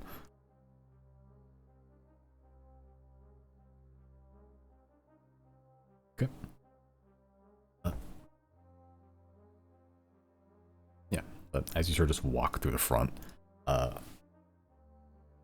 you do see High Priest Lillian Birch there. The older human woman, fire orange hair, and just very ceremonially tied up in braids, dressed in that ceremonial chainmail with like a yellow tabard with a symbol of Len across it, the 9-pointed star. You also see a older woman, much older, another human woman, white, grayed hair, tied up in a bun, and just fairly wrinkly with crow's feet around the eyes, and just pure white robes, no symbology or anything. And she's just there, and she has a very old scroll. Like, it's, the sheet itself, or the parchment itself is made out of, is, like, very yellowed and tattered. The actual scroll, like, rod it's wrapped around is, like, almost made of this, like, almost brass gold metal, and it's, like, bulbed in some places to kind of give, like, a pleasing texture, in a way. As you just walk through the front door, High Priest Lillian Birch sort of just eyes you. I take it you forgot about the stealthy part. It's fine. A little bit unassuming. Quite late. She watches this hulk of a man, carrying a body, clearly a body in a rug, through the streets and just drop it onto the floor as the rug unfurls and just reveals a dead Gary. There is no doors in the halls, by the way. It is just like a square opening. There's no...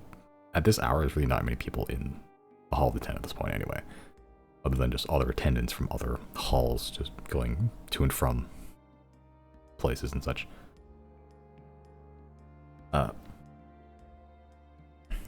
You see the older woman sort of just lean down and just like put a finger on, or a few fingers on Gary's chest, muscled from all the years of very strong archery. I take it this is the person in question. He offered to join us on a dangerous venture, and he paid the price. And so now we're going to pay the price to reverse the price that he paid. Birch sort of responds somewhat dryly. Well, the price is 10,000 gold. Yep. Produces it from the community chest in Hammerspace. Okay. Take it out of the community pot. Someone take it out of the community pot.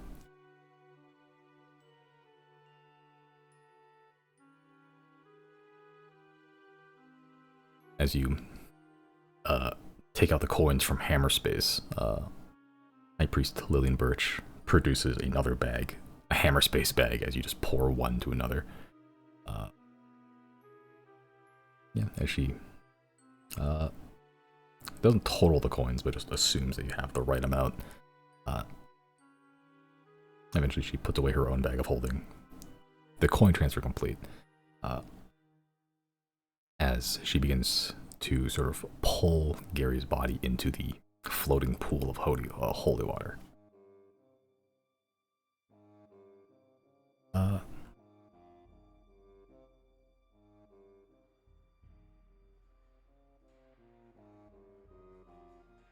As she begins to sort of ascend the steps to her stand, there's almost like half ziggurat that she has, the 9-pointed star in front of it. The fires in here are crazy. It is always bright at all times, even basically past midnight. Someone's always tending to the flame, and there are a couple of assistants here still, just acolytes. As High Priest Birch ascends the steps, the older woman sort of kneels down at the foot of the steps, or just places her hand in the holy water, picks up a couple droplets and just sort of almost like massages it into her hands a bit. And as she does this, you can see almost like this green-yellow energy sort of just to filter off from her hands. Picks up the scroll and just unfurls it. The wetness of her hands, as it touches the scroll, almost immediately flit dry into this, not technicolor, but a very sudden burst of yellow-green sparks. As she begins reading the scroll,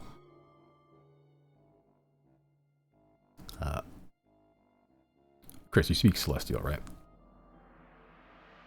Yeah. There's an element in the language of Celestial that is almost two-toned. Like, it's almost choir, like a choir in a way. There's an undertone and an overtone. People that can speak it, it's hard on the vocal cords sometimes. And what these two are doing apparently is speaking the two parts separately, so it's easier on them. The High Priest Birch, the High Priest of Len, is speaking the overtone, where the High Priest of Arwen, whose name I don't think you've gotten yet. You've met a couple times, but I don't think you've gotten the name. Speaking the undertone, as there's almost choral sound emits from the two of them as the scroll's being read. You can see as Priest of Arwen is holding it. She's holding it at an angle so that they can both read it. As this is happening, you can see the golden star of Len, 9-pointed star, at the bottom of the pool also begins to glow, filter with light. The flames begin to rise a bit more. Like a slight almost vortex in the pool of water itself.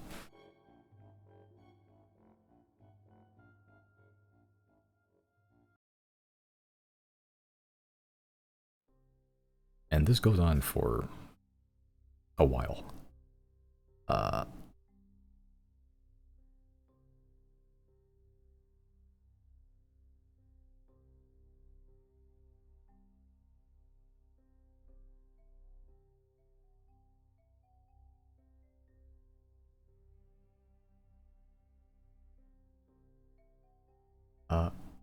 Are you going to stay here the entire time?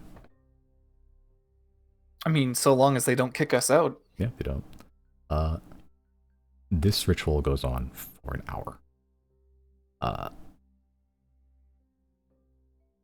The pool swirling, it just gently, not like a sucking vortex like the bottom of a sink, but just a slow swirl. One rotation almost every minute. The star glowing, the lights filtering through, and the two-toned overtone of the celestial being spoken. And Chris, who you can speak it. The words that are being spoken aren't anything in particular. It's not like a sentence, not a paragraph. They're just words. It's just life. Return. Stars. Sun. Moon. Sky. earth, like just general tones, but they're said in like a cadence. There's a specificity to it. And over the next hour, this ritual proceeds.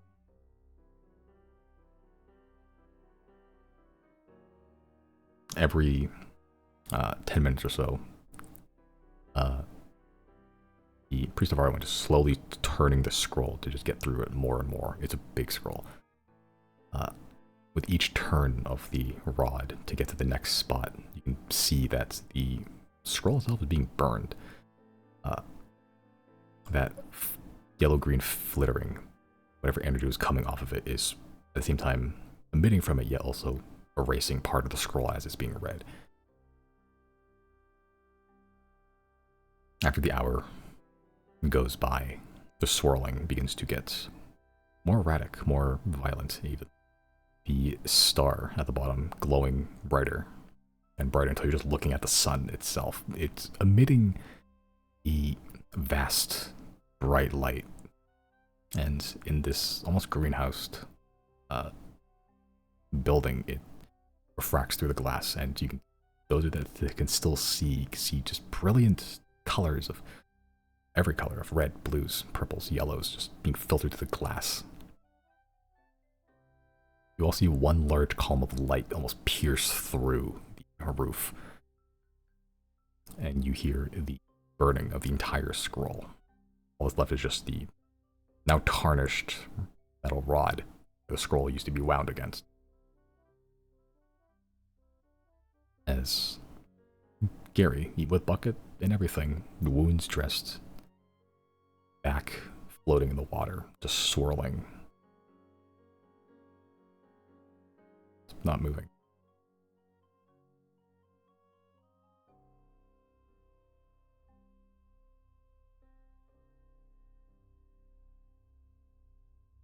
Not yet. The high priest sort of stands up and looks at Gary in the pool. Still floating, still swirling, eyes still closed. Can you hear us?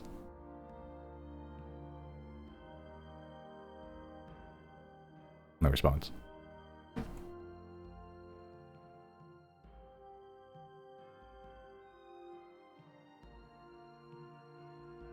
The high priest of light, Leighton Birch, sort of looks at you all, sort of just sweating almost.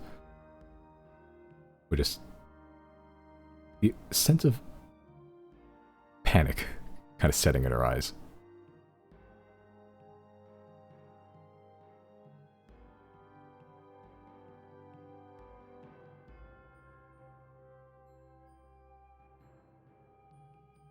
Did something go wrong? I don't think so. I mean, the scroll itself is quite old. I mean, I've usually reserved for the most highest of occasions of wealthiest patrons as well. It is not a scroll easily replaced. Does he have Such his... magics are quite powerful, and those of us not adept at using them frequently have a chance of failure, but he did not seem to fail. Does he have his bucket on his head right now? He does. What if we take the bucket off?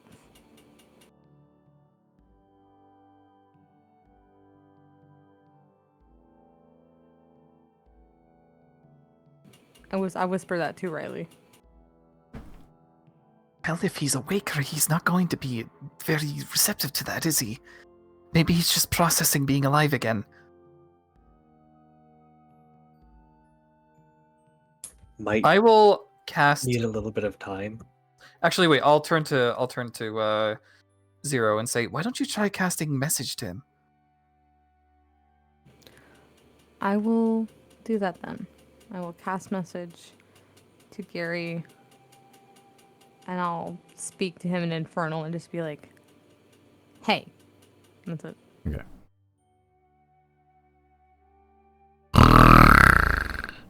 Oh, okay.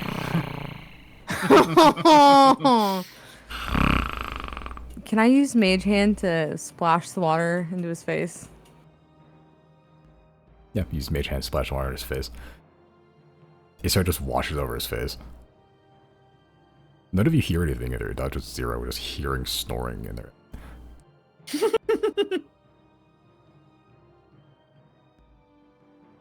The water doesn't do anything? It washes over his face. He's still just floating in like a small vortex. I'm gonna cast message to Riley and just be like, I heard snoring?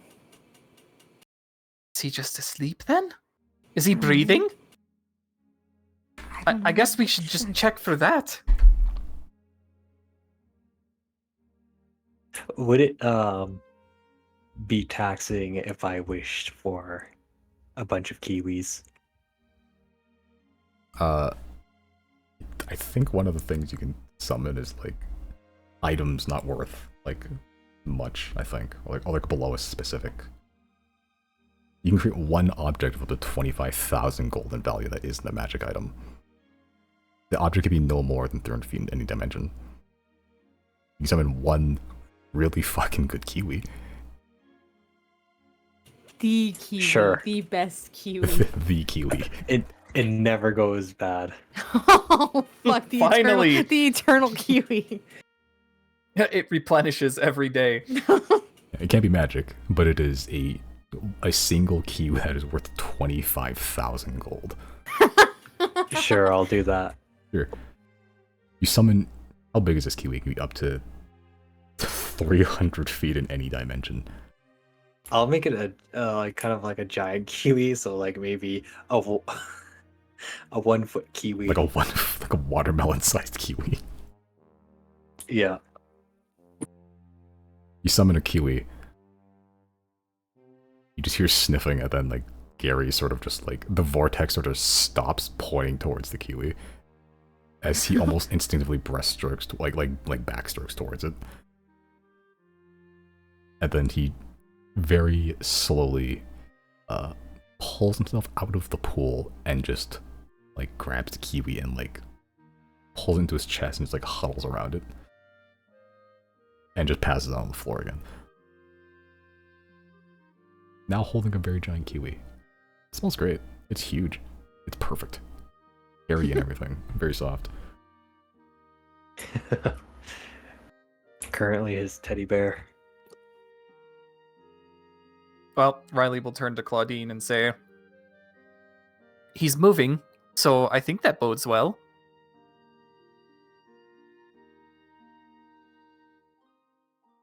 Claudine at this point, like, is in tears. Tears, but she is smiling.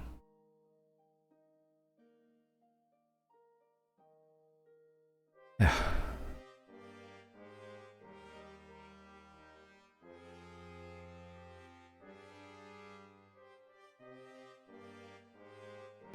guess can I like, I don't know, yeah, sidle up to her and just kind of like put a hand on her back a little bit, just kind of give her a comforting little back pat.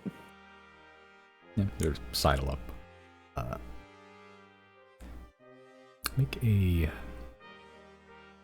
Make a Riz check. Make a general charisma check. Oh God, it's embarrassing. It's just never gonna happen. It's just never gonna happen. God.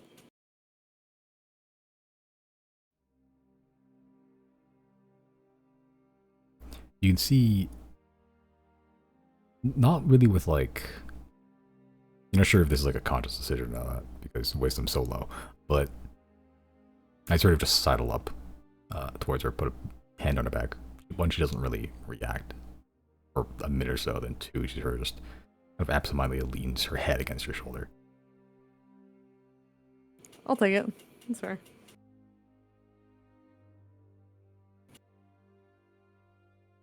Yeah, she's sort of just in a very narrow pose right now, just sort of arms crossed and just like arms are wrapped around the body, just sort of almost curling up to against herself in a way, just leaning against you. Merrick sort of You can't see this because Barry's not being subtle. He's just looking at you. At me? He just, not with, like, hatred or anger. He's just looking. And then as you sort of look back, he just, like, looks elsewhere. What does that mean? Can I insight check that? Make an insight check. I'm not good at that, anything with wisdom. Not hard to tell. You gather that he's just observing. As best you can tell. He sort of looks at Gary's unconscious body carrying, like, holding a kiwi, and he just goes, well, I should probably find a spot for him. He just picks up Gary. Sort of looks towards you all.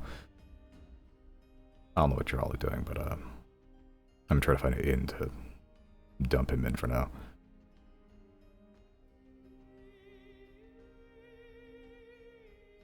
Yeah, I don't know what we're going to do now. Well, first of all, he'll turn towards the high priests. Thank you for your service. You've, contributed great happiness on this day. Yes, thank you.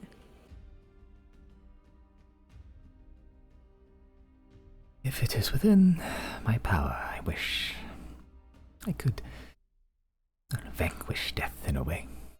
I suppose this is my method of doing so. It is my pleasure. Truly. Plus, I've always wanted to use that scroll. I'm glad our mischief could, well, I mean, I don't know if glad is the right word. I would advise caution in the next. You seem to lead dangerous lives, so some carefulness may be prudent. If only we could. I do wish to inform you that the scroll is quite rare and difficult to replicate. This one was antique in a way, but there are ways of replenishing it, but it would not be some time. So if you wish to ascribe these services again, it would need to be fresher. In a minute. Yeah, that might be hard to do on demand. Unless somebody died right here. Yes, it is a difficult thing to ask, but we do not have access to these magics for some time. This warning. I shall impart upon you a warning as well. Just be wary of the next month or so. Once the eclipse hits, a cataclysm will occur. Be ready for it. High Priest Birch sort of like not scoffs, but sort of just a heavy, just like a very sudden heavy exhale.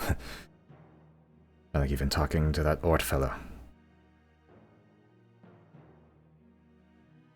It's more like the other way around, honestly. Did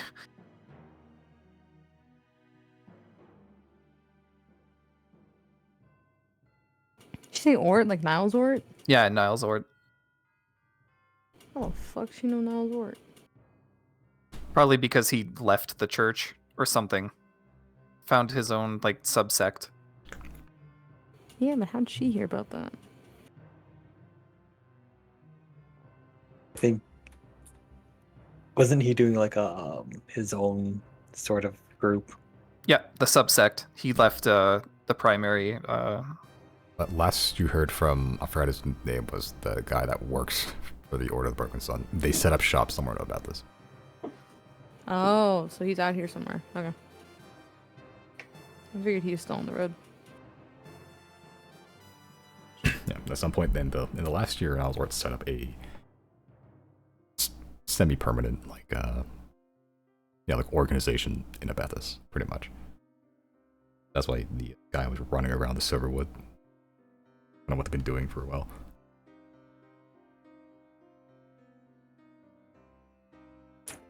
I'll ask Lillian Birch if Jorah Birch and Cassie Birch are doing okay. Last I've heard they're doing well. Cassie has finished training. She is a full-fledged priest. Oh, good on her.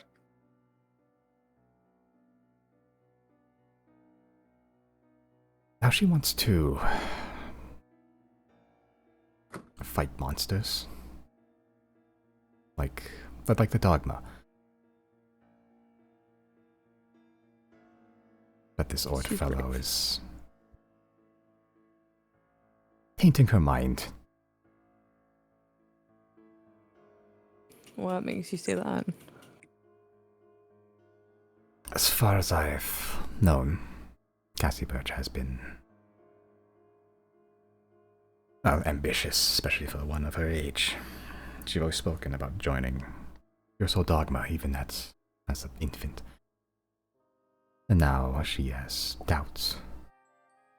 Now that she's completed her training, she wishes to backpedal in a way. Says this Ord fellow is doing real work, and she puts up air quotations. I have experience with monsters. If you know how to handle them, they can be actually quite useful.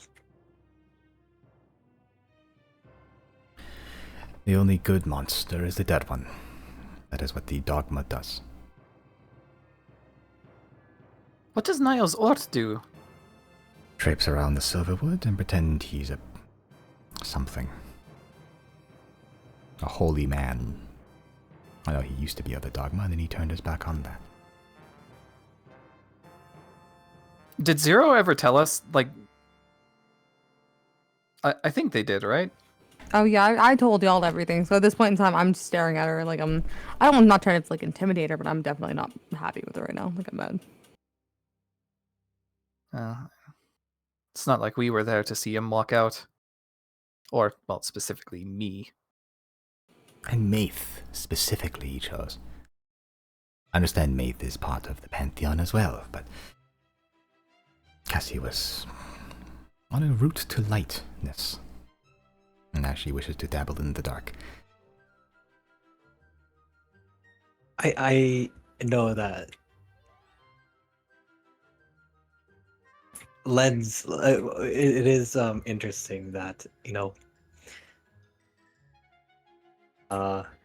was one experience with the Vanderhop ritual that I found where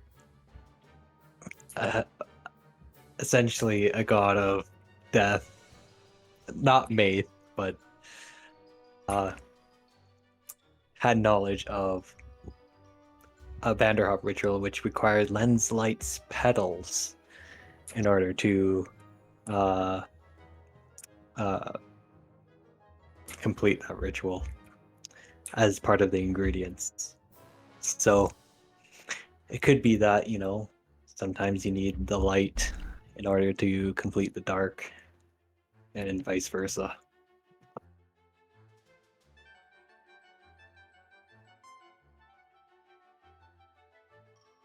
Yeah. Lens Light does have an aesthetic fluid. If this is a dark ritual, I imagine it is a perverse method.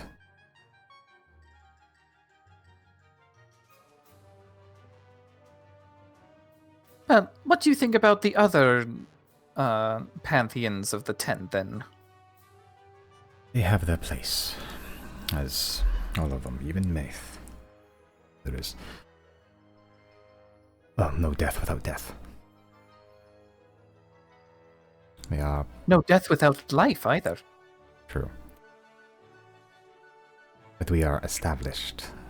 They have their own halls, they have their own services they provide for the city, for anyone. What Niles Ort does is kill things for coin, and calls it a holy service. At this point, I think my hand is off Claudine's back, and I think I'm just doing like that Arthur meme where my little fists are down, my little fists are clenched, and I'm just staring at this woman. I'm so fucking mad. You know, it seems more like he's in line with Ebel, of commerce. Rebels of the waves. Yeah, I was about to say Sorry, not Ebel. Ebel. What was his name? Taslian. Yeah. There we go. Taslian is of the flow of goods and services. But that is all Taslian is. Of chance, of fortune, of luck. Perhaps what would have done better with him. I don't know what magic he wields. But I don't wish for Cassandra to learn it.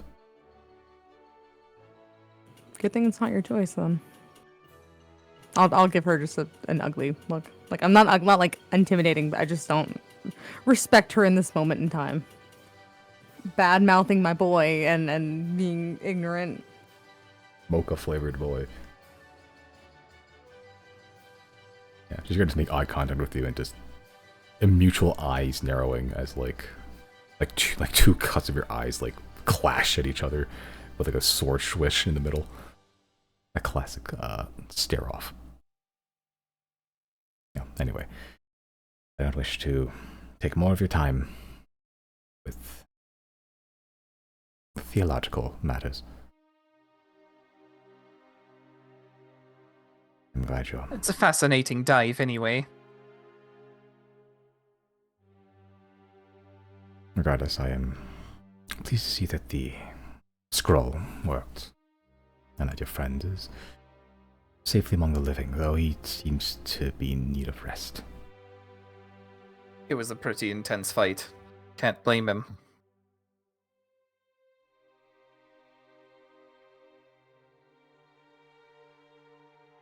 Don't be seen on the way out. You're still wanted by Teague. Riley's just gonna also snicker kind a of, little bit. Yeah. I was just like, yeah, Teague. I'm sure that, wanted by them. Yes. Don't wish to know what the Grand Arbiter can do to people. We have an idea. I have to like turn and walk around like I'm starting to laugh. I have to walk away. He's a powerful man, you know. Capable of a great many things. I am cackling as I exit the hall. He is not to be underestimated. Chris is actually thinking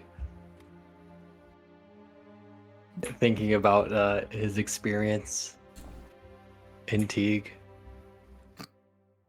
reminiscing. Oh man, remember when we killed the Arbiter? Holy shit, flashbacks to 2 minutes ago. Flashbacks. Yeah, like literally 6 hours ago, where Teague went from a city to a stain, like in one spellcast. Yeah, but you all leave, exit. At this point, yeah, High Priest Birch steps off the high pedestal and walk back to the back rooms as older woman sort of walks out with you for a bit. Oh, and she begins rummaging like through her, like the inside of her robe and like pulls out healing potion. Here you are, just to keep you tip-top shape. I think you should probably give this one to the Dragonborn, but thank you. You know what, I'll give it to him in your regard. Oh, I assumed you'll be traveling together. That much is true for now, but you never know.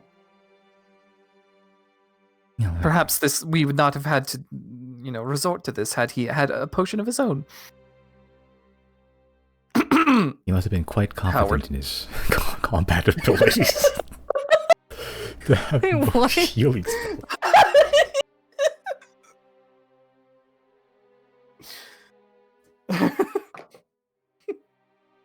Quite the hunter he looks to be. I checked. It's all attack spells. It's all attacks and traps. He has like fucking Steel Wind Strike, like an infinite quiver. It's like, dude, but fucking 1 cure wounds, 1 healing word. It's like, no. Oh, good God. All right. You get 1 free healing potion. Whoever wants it. I'm gonna give it to Carrie. Okay. Yeah, as you sort of palm the healing potion in his big reptilian fingers. He's curled just like a little baby, like an embryo, around this giant kiwi. The stuff of dreams. But as you all exit, I don't know where y'all want to go. Merrick said he might find a location just to drop Gary off to rest for a bit, but unless you're going back to Dragon, in which case you probably just do that there. You could probably teleport circle back to the dragon.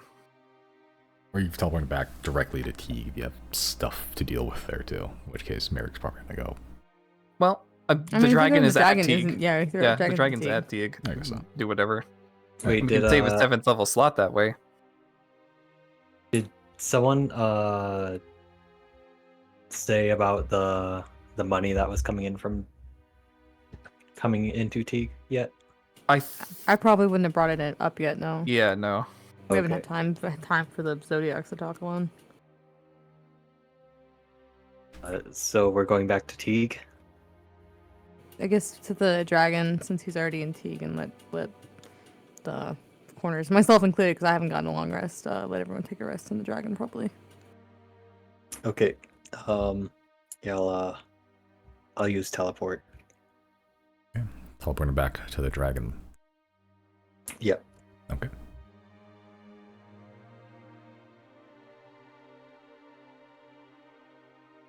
A long ass while since I've used it.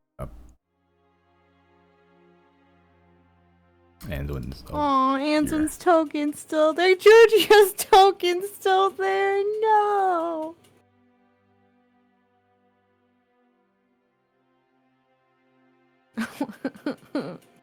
Gone forever now. Pain. I just noticed. This looks like a scythe, but it's probably supposed to be a fishing rod, right? Yeah, I think so. I landed so many statue up and see. Did you just put Jana's token in there? Hmm? Why would you do that? Because she's still here with us. This is where the busts are. Oh. I'm gonna cry. And it looks way better than the actual statue.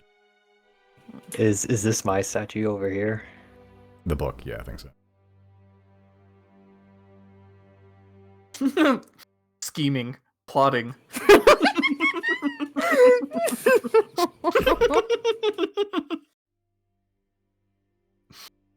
This map was actually kind of a pain in the ass to make, even though how like, simple it is. It is like there's so many little parts.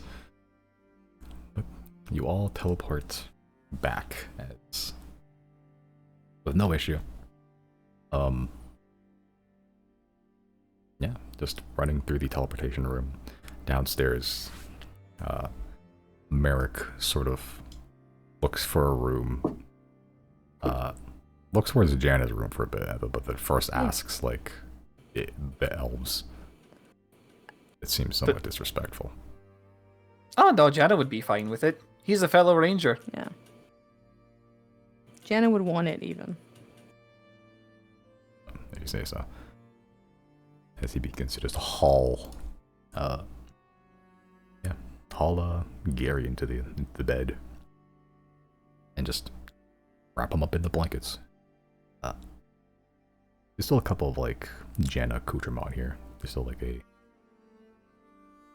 flower bouquet, which at this point is beginning to wilt. But for the time being, Merrick just stays in the room, just sort of sitting on like the chest here, almost like a weird sentry. Oh. He needs to sleep too, but like he's not gonna do that yet. Well, we're, 4,000 feet in the air right now, so I don't think anybody's gonna find us here. An old soul, and old True. habits die hard. There it is. I need to get a long rest, so I'm probably gonna head to my room to do that. Go for it. What's Claudine doing at this moment in time? Make a charisma check. What do you mean? I just see where she is, what she's doing? What do you mean? Just make a charisma check. I didn't initiate anything. I'm just asking what she's doing. Make a charisma check. Okay, what are the boys doing? Basically just relaxing. Oh, that was quite the day. Killed a king. Wasn't expecting to put that on my resume, but life comes at you in unexpected ways. Chris opens up a to-do list and just says, regicide, cross it off. Dragon, regicide, big fish. Claudine, I think your rope is still outside.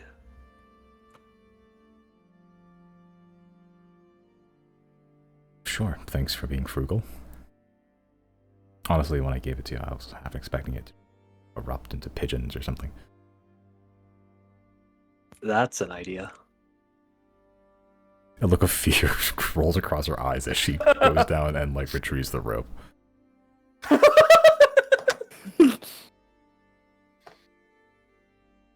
Okay.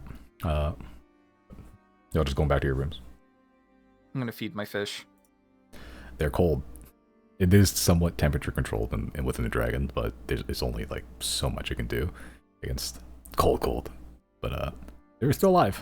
They're still good. Do I have anything that can make heat? Probably not. Nothing that wouldn't instantly kill them anyway. Does that lantern make heat? It does actually. Are you gonna use a legendary artifact to heat a fucking fish tank? Why the fuck not? It technically doesn't go under water either. Boiling water. Would it really be D&D? Gives the fish something to... It would really be D&D campaign if like you didn't use those powerful artifacts for those mundane shit. Legendary sword, bug zapper. Yeah. I used the falchion to cut an apple slice.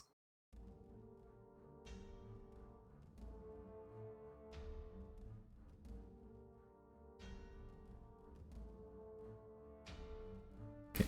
Chris, you going back to your room? Sure, yeah. I'll and while I'm in the room, I'm just gonna contemplate and think about who would be the best leader for Teague. Okay. He's like, I have the power to install anybody I want. Of course I know the best Genuinely leader, though, Teague. who would we put there? Riley. The other Riley. I was thinking Tannen Lorig, or it would be funny, but Gonic Gratz. That would be funny, but I don't think he'd last 10 seconds there. Oh, it's cold! Do you guys have a blankie? Oh. He gets stabbed on the train over here. Shit. He's from the literal opposite continent of Thane, but I don't know. My vote of leadership for any like corner of the Zodiacs rule is Niles Lord. I like him. He's cool. I don't think he'd be much use in a continent up there, but I'm like, I don't know. If there's a job we can offer him, I'd love to offer him a job. You want to I think from the Tannen- Rexons? I think Tannen, mostly because he has experience in a leadership role, but also he has ties to where Teague was getting their money, supposedly. That's true. If we just let him in on it and then was recalled, they could just be honest with him and we could just get him in on the whole job. We'll talk about it. They'll talk about it. And as everyone filters in everyone's respective rooms, Zero, as you're about to go into yours, you open the door and Claudine sort of walks up towards you. Oh? Hi, can we speak? Sure. And I will open my door and just kind of wait for, yeah. Yeah, she walks in.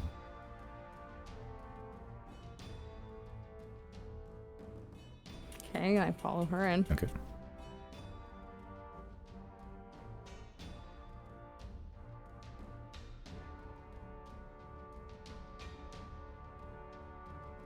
As you sort of walk in, she sort of is leaning up against your cupboard, pretty much.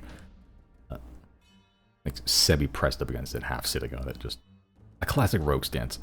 Arms crossed, leaned up. So,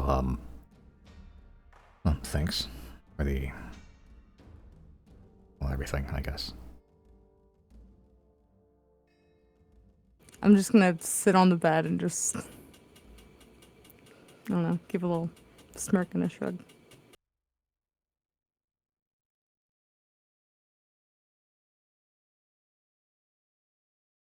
You know, there's part of me that, like, I don't know if I could have done that myself. At the same time, I may have done it more effectively by myself sometimes.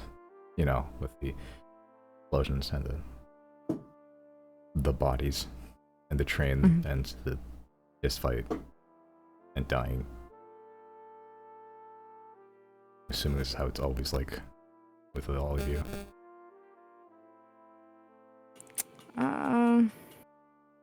Depends on the day.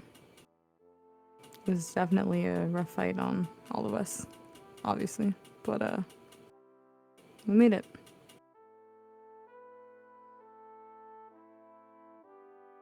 Respectfully, I don't know that you would have been able to have done it on your own. Not because I doubt you, but because that man was prepared for anything.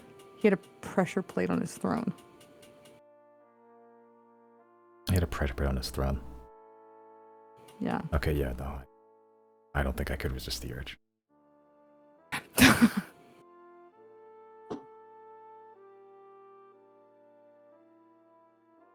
Another Nope, question. I'm glad. Yeah. What is this? What? You and me. I think my smile's gonna get just like a little bit bigger, and I'm just gonna be like, "What do you mean?"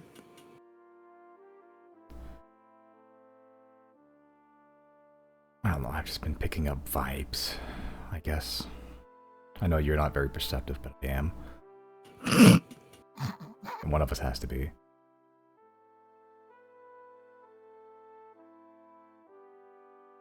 I'll just keep smiling and shrug and just be like, "I don't think I know what you're talking about." I'll get up and I'll walk over to her and kind of just stand in front of her, looming over her. Oh, looming is a good word. Yeah, as you're just like through sheer riz pushing up against the wall in a way. With just pure vibes alone. She sort of like backs up a little bit, like into the cupboard and just sort of like away as you're moving in. I don't want to lean in too close. I don't want her I don't want to chase her away. I don't want to be creepy and pushy about it. Just talk to her. Uh-huh. So what? Again, what is...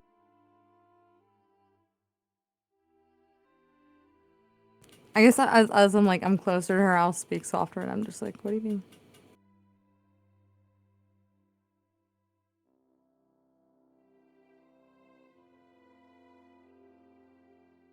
Make a persuasion check. This roll's gonna be fucking ass.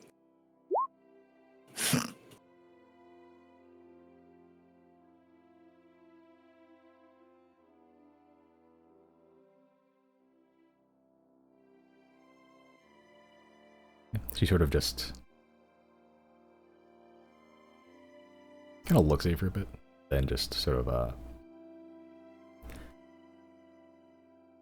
kind of like slides her way towards the door as you're oppressing in a way. I'm not trying to. I know. That is the word I'm choosing. I know your intention. With sheer vibes. As she sort of opens the door. Well, suppose I'm not finding any answers here. As she takes like one step out the door and just pauses for a bit.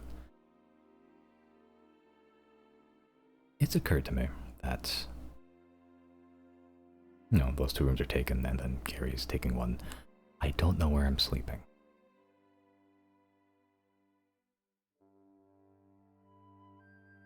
I'll keep smiling and I'll just walk over to my bed and just sit down on it.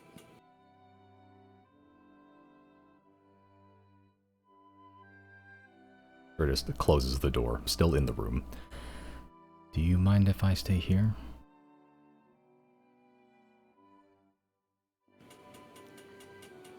Yeah, that'd be fine.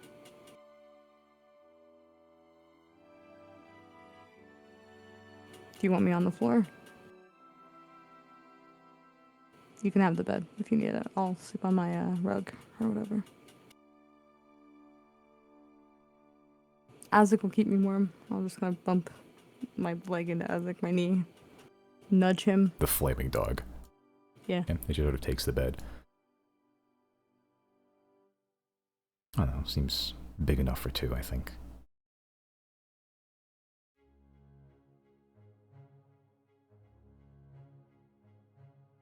Okay.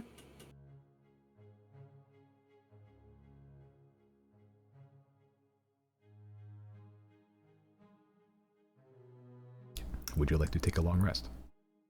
Yeah. Okay.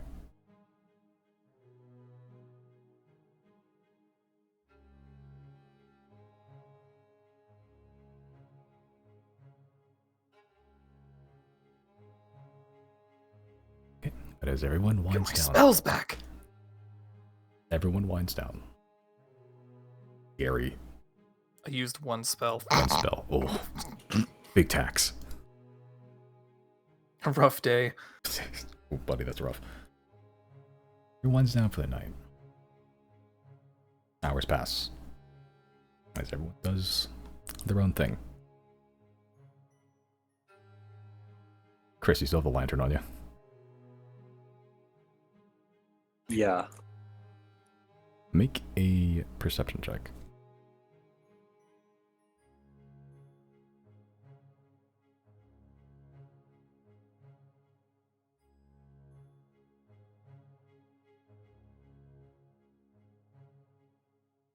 As it's... If it's not on you, it's nearby, literally. As you sort of...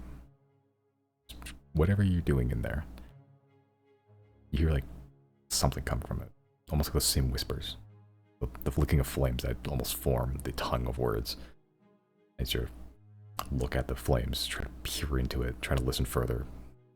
Just crackling flame.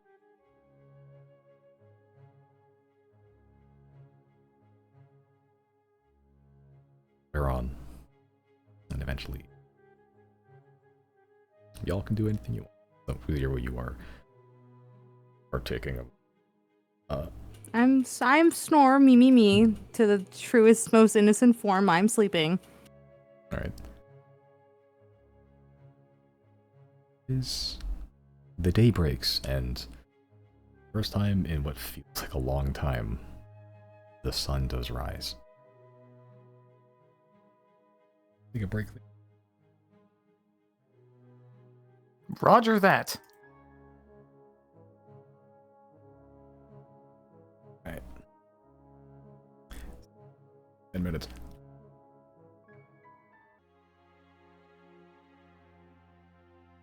So, after a long night's rest for some of you, some of y'all just piss about for 8 hours. You fucking elves. I think I take another rest. Okay. So the rest, right after the other one. Just to regain those spell slots. Okay. Need a couple after this one. Oh yeah. Oh, you mean just like the 4 hours again? Okay, yeah. I thought you meant you're gonna take, you were gonna like snap out of your meditation and then be like, no, I'll do it again.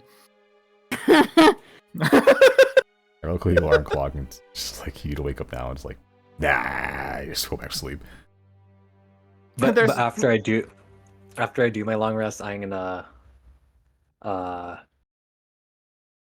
go outside and clean the windows. From the outside. Yeah, inside or outside? That's an important distinction. Outside. Okay, are you just casting fly or what?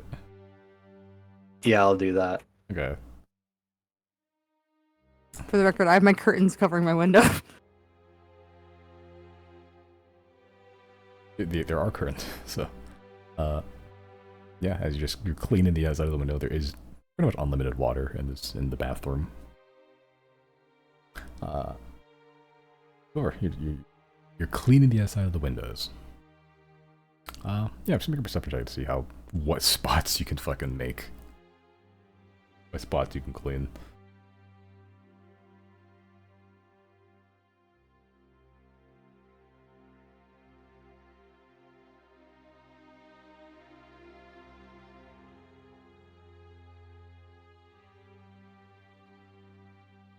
Okay.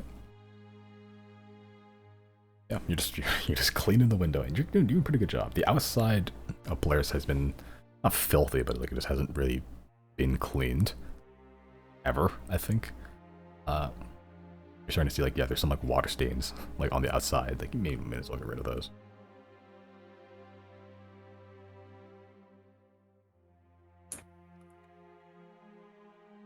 How is a Polaris looking? Like, is he looking kind of dirty or roughed up? Like not any more than a normal dragon would be. And flying through weather for like a year. Like he's like a zombified white dragon. Like even if it was covered in grime and stuff, like kind of just shiny as is.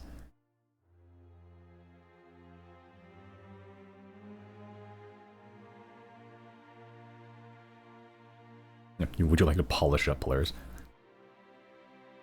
Yeah, I'll do it to the best of my ability. Yeah, it takes you some time because he's a big boy, but you can spend the next half of your hours that Zero still has to go through.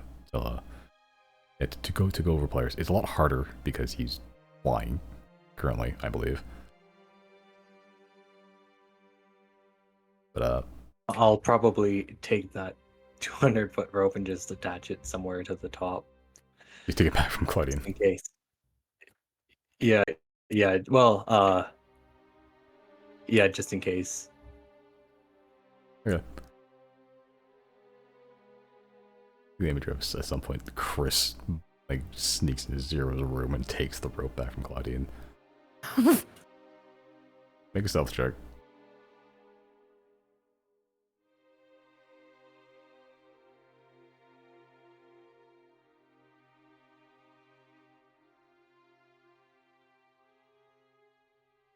Is passive perception nerfed when an elf is meditating?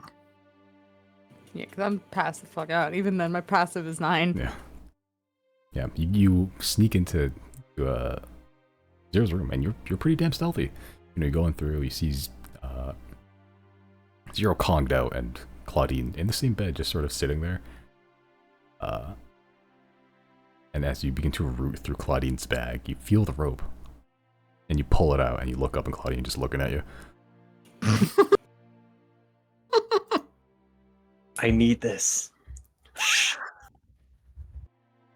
Claudine just nods and like just closes the eyes and puts a finger over the lips. Just shh. Yeah, okay, I got it. Just let it happen. So Okay. you used to do it if you were to start cleaning the rest of the players. Tie yourself up, just like a flag in the breeze. If he wasn't weighed down by the house, like he'd be way faster than you. But because he is weighed down by the house, I'm pretty sure like you can keep up with Fly. And while I'm up there cleaning, I'm gonna think about what Claudine said about turning the rope into pigeons as the beginning of a new spell. But ropes into pigeons? Yeah, They're related to sticks to snakes. perhaps like something like turning like any sort of rope into it's just like a thing of pigeons. Okay. Yeah, and like it's not impossible. You could absolutely make a spell like that.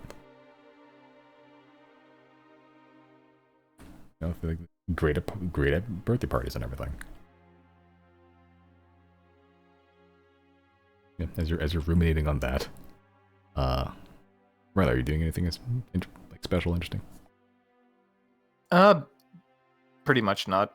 Yeah. He's just gonna do this as usual cooking shtick, make himself a fish.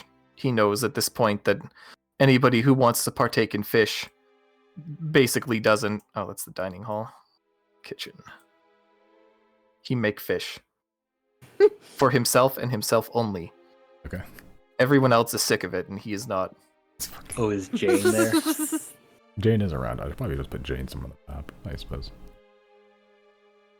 Jane's always around. That's right. Jane is always round.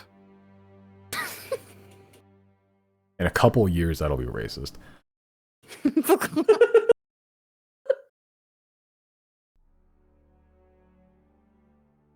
Yeah, Jane will just stand sentry. What is the worst joke? The receivers get invited to a party. Be there or be square. Them having formed new bodies, one of them is perfectly cuboid, turns at you slowly. How dare you? OG Slime Man. He'll be there. Oh, just Wasn't he just a gelatinous cube? Oh, true.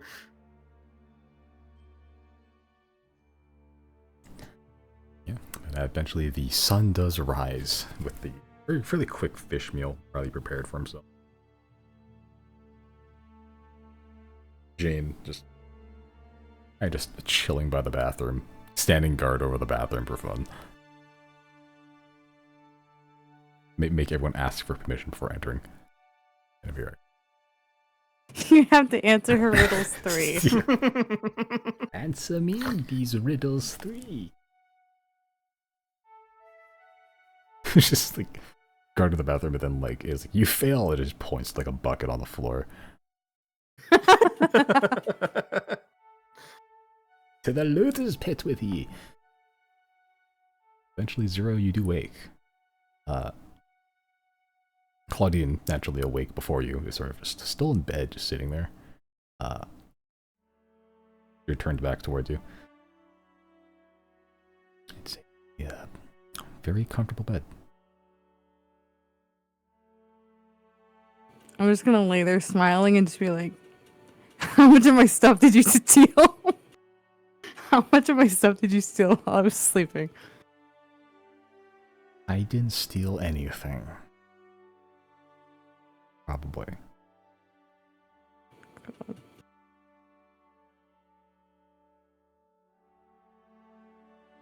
And meanwhile, everyone's hearing noises on the roof.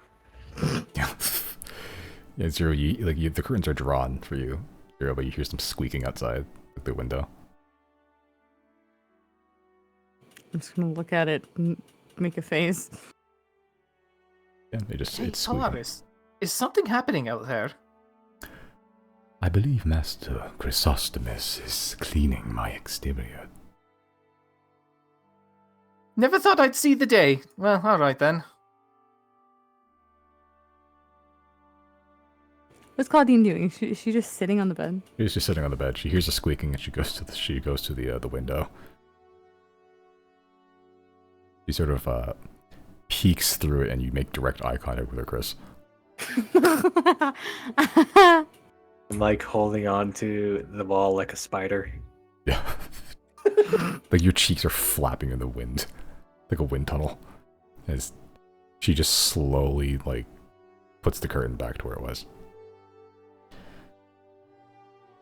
Breakfast and a show.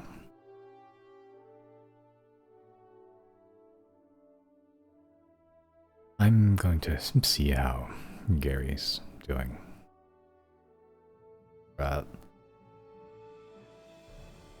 Lending the bed, I guess. And, everything else. Yeah. Anytime. I'm sure you can manage to get back in my room if you ever need something with your sticky fingers you got. Even if you locked it, I don't think. I'm gonna give her a little wink.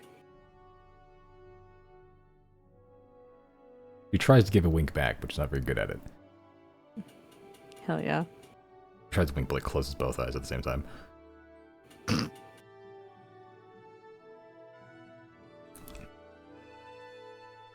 Exits.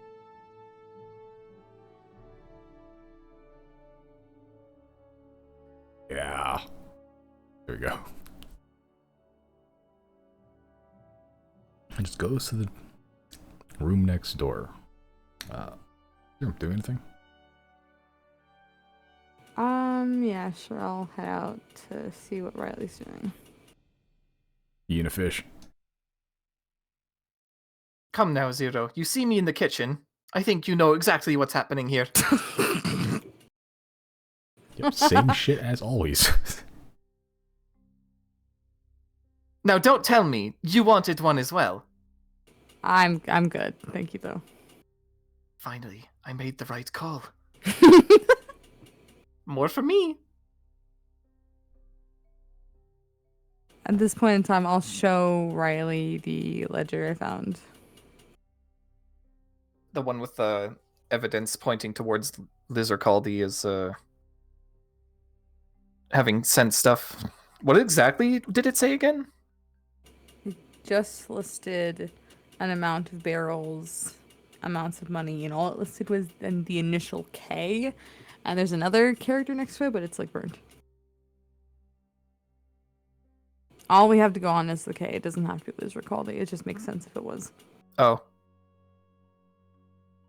Well, she does work with barrels, but, well, it also explains why there's so much arcanium there, but at the same time, you'd think she'd want to hang on to that for herself. No, I think she's buying it from the Grand Arbiter. Oh, that ledger is a reverse transaction, then. Seems that way, yeah. The money's being paid to the city. Oh. Oh, she's not going to be happy. Or she'll be thrilled. I mean, we've been providing her with arcanium for a bit, haven't we? We have. I guess, yeah, she doesn't know that the Arbiter, was not... We could maybe continue the operation as such, and none the wiser. Yeah.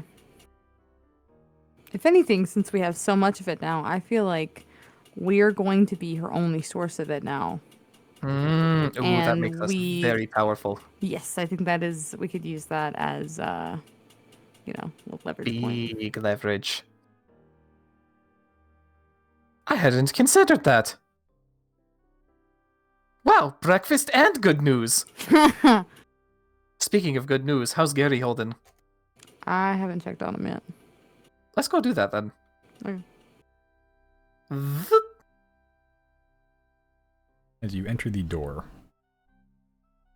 Merrick, who is now unconscious, actually, as Claudine is there, he looks tired. Rather make an insight check.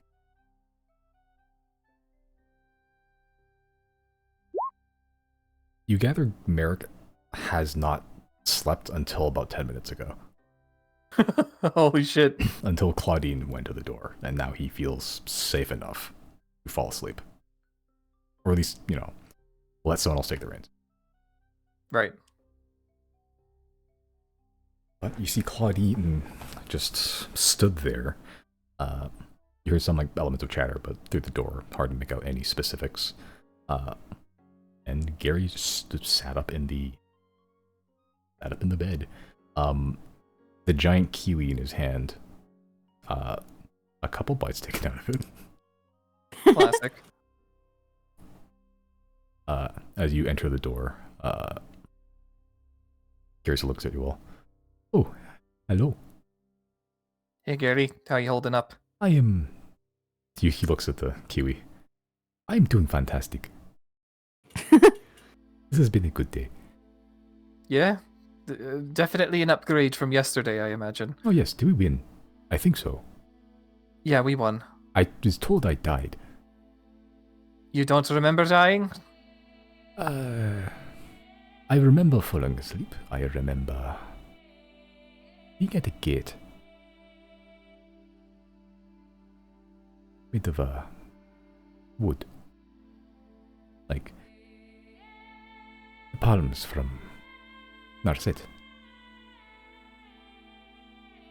He remembers what? Gates made of wood, made from the palms from Narset. Oh. That's interesting. I didn't see anything like that when I died.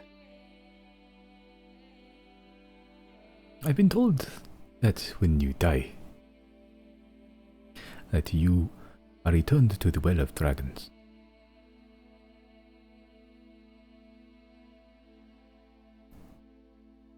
Maybe that's just for Dragonborn then.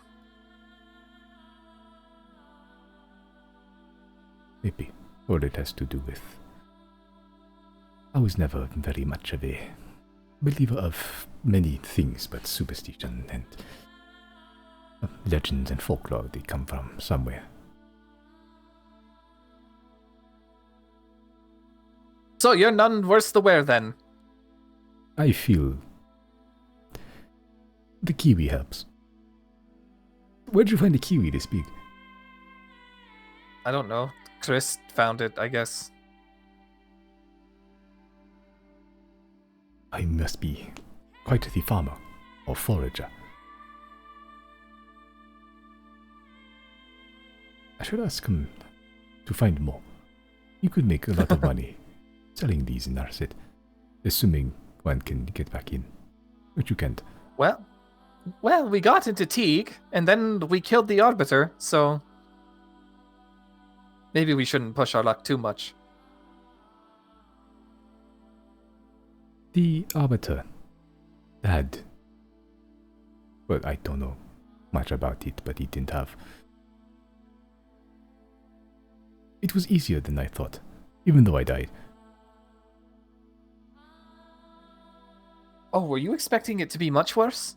Oh, yes. I was expecting big monsters and portals to different planes. And undead. Or demons. Wait, didn't we experience all that, though? All I saw was some screaming lady. Some fire. A train. Oh, you didn't see the monsters. Oh, okay. I saw the monsters. I shot at some, but I was expecting it to be worse. I'm glad to see death hasn't changed you at all, my friend. I think I met my father.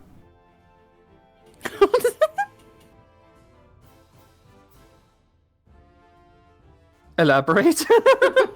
I'm sorry, that following Riley saying, glad to see you're back to normal, bud. I'm thinking about my dead dad. I mentioned these gates in the wood. They said beyond these gates is the Well of Dragons. I stood at the well and I was contemplating jumping in, and then I think I saw my father. He told me that I shouldn't be hasty. By my time, experience and ruminate on life. I didn't know what he meant at the time. And then, as I was looking into the well, it was deep and filled with many colors, and well, then I felt something pulling at me. Yeah, that was probably the priest bringing you back. Yes, I was very tired then. It was a long time thinking. Just as wise as the day I remembered him being gone.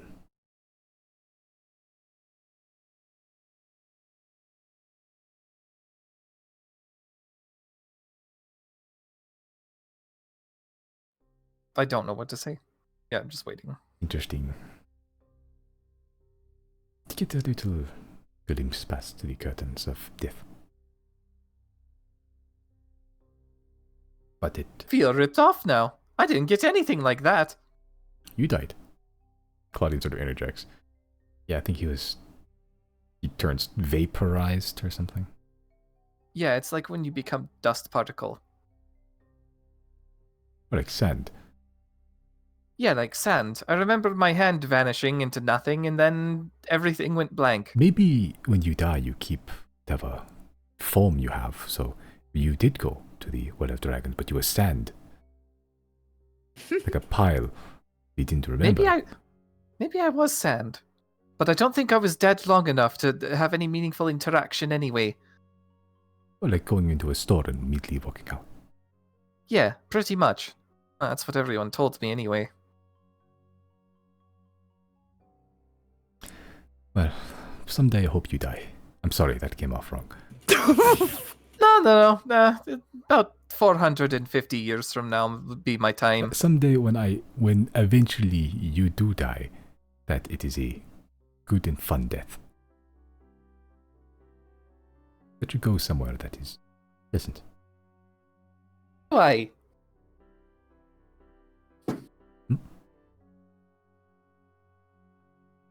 Alright, Riley will leave him to his recovery. Yeah. As you leave, you hear a squelch of some kind as you leave. He took a big chunk of kiwi. Yep. Okay, but the day is yours. You have literally the day back. The sun, thank God, is normal again, and it's still snowy. But how cloudy it is here, you can still see the sun somewhat rise, the light following through past the horizon.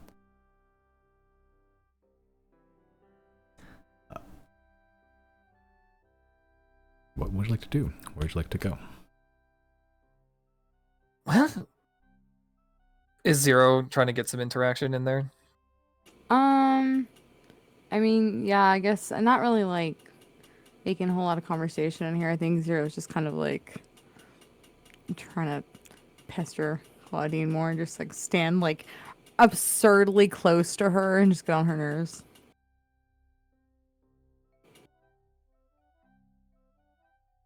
Yeah, you're standing super. Just normal shit. Just far too close. Basically shoulder to shoulder. He pulls out the coin purse you got from the Arbiter. So how much did you get from this? 100. 20? 50? Yeah, 50's not bad.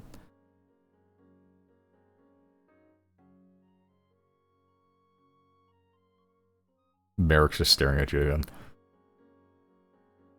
Go back to sleep, old man. He woke up to stare at you. I'll look him in the eye and say that go back to sleep, old man.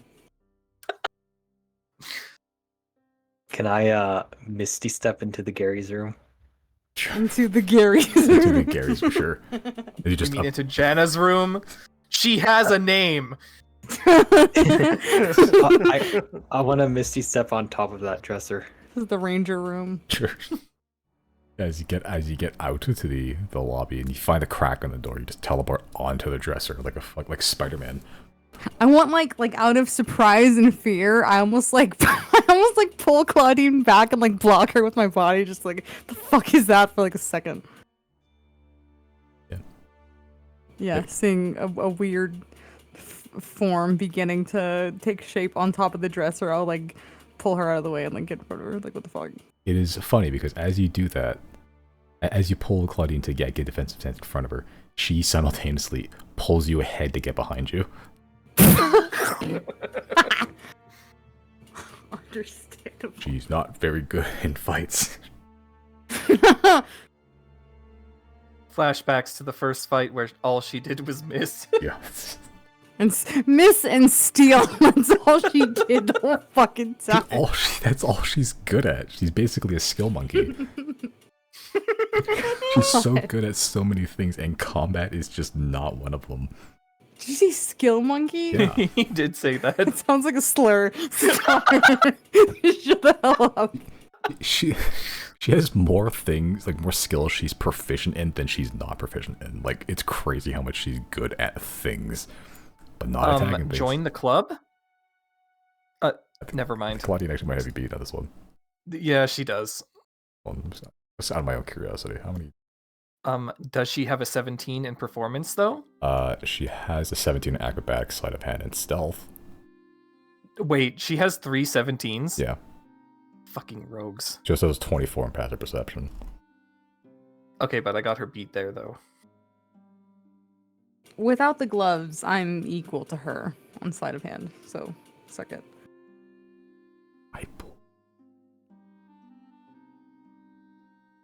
Oh, without the gloves, you're equal to her? Yeah, so I'm 22 right now, dog. Shut up. Oh. She has not got me beat on that. I believe she Just fucking try, bitch boy. She used to have Gloves of Thievery, but then Mondo's no longer in the party. So 17 is just her natural sleight of hand. Wait, did she used to steal from him all the time? No, like Mondo could basically make magic items. But the thing is, artificers need to upkeep them. But he's no longer here to upkeep them, so like they kind of just fell apart. But she used to have Glove of Thievery, which would have brought her up to a 22 in sleight of hand. Yeah, whatever. She's good at stealing. That's it. That's all. That's all she's good at. Oh, monkey. Yeah, Chris, I don't know, appears on the dresser like a sleep paralysis demon. Like slowly, I don't even walk. Just kind of like glide from the shadows. Not a whole lot of shadows, but you try. As you just slink off the dresser in the most creepy way you can. I think, like, even though I know it's Chris, I still, like, make a disgusted face and, like, back up. Like, still guard Claudine. Because what the fuck is Chris doing here? I'll tell Gary. So Gary, it's time to make plans. Okay. I had the idea of a kiwi orchard, or you could kind of farm and upkeep your own kiwi. Oh, that would be... Well, I'm not much of a farmer, but I can try. I would love more kiwis. I used to eat them whole. Skin and all. This one's too big, but... it is still tasty. Best kiwi I've ever had. That's good. I think even if you don't know the skills necessary to farm kiwis, you can always employ someone who does. I suppose so, but I'm not well versed in commerce outside either.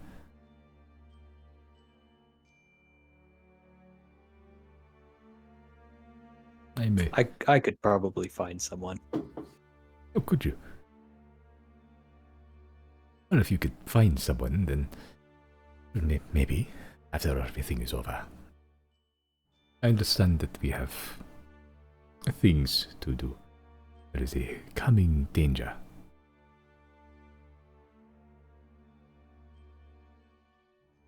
But Chris kind of slowly points towards himself as he says that. oh, do you want to work on the orchard? Oh, I mean, like, no. In terms of danger, are you referring to me? You did stack up a lot of bodies in the city. I'm not afraid of many things. You are getting close on that list.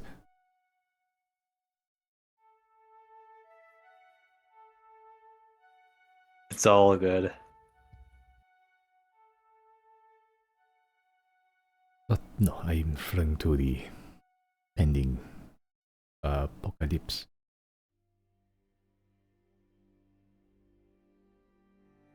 Yeah, there's still some things that we have to plan for, but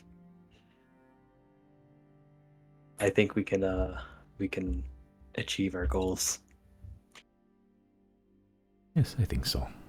And besides having a dream or a plan afterwards puts more into perspective what is at stake, what is can be lost. So yes, if you have the means of creating or buying this kiwi orchard, I would like to retire there.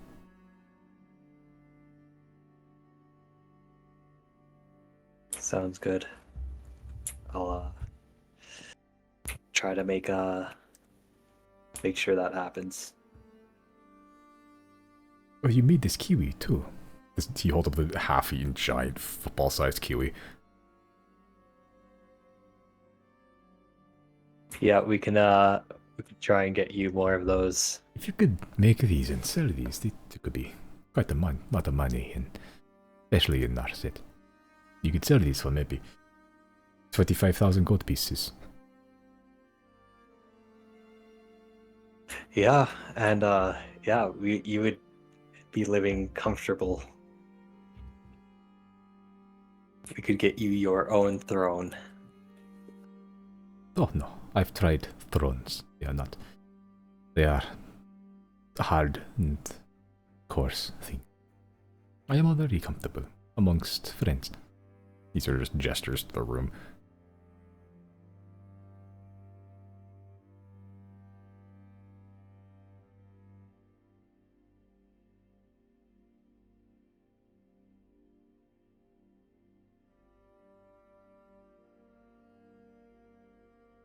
I don't wish to impose, but I may need to stay in this room for a few more hours at least.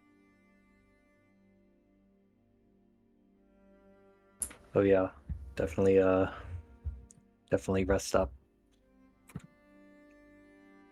Thank you for the breakfast. Hopefully it filled you up. Oh, it did. I have quite the appetite after dying.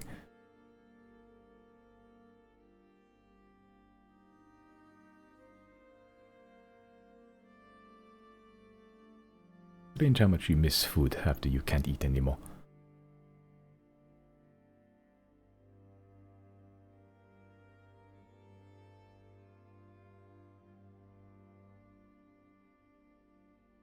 Well, help yourself to the fish stock. I'm gonna throw some in the storeroom real quick.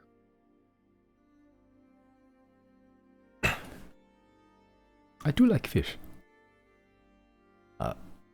Claudine eventually leaves the room. I'll go grab a couple. I don't know how much were in there previous, but there's 5 more now. Boy, someday, next campaign, I'm gonna make someone take note of food stocks. Please, not me. Not it. Not it. You. It's gonna be me in Who the end, fishes. isn't it? Hey man, I'm not He playing who Riley fishes. next campaign. He who hates fish.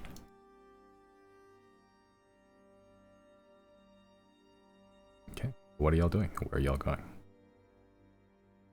Waiting to see what the gang wants to do in Teague or elsewhere. What's next on the docket? The commission thing? When was that supposed to get done? Well, you could always send them a ye old text message. Well, if we leave Teague in its current position, it's likely going to well, there's going to be no control. Yeah, do we want to let that power vacuum manifest or do something about it?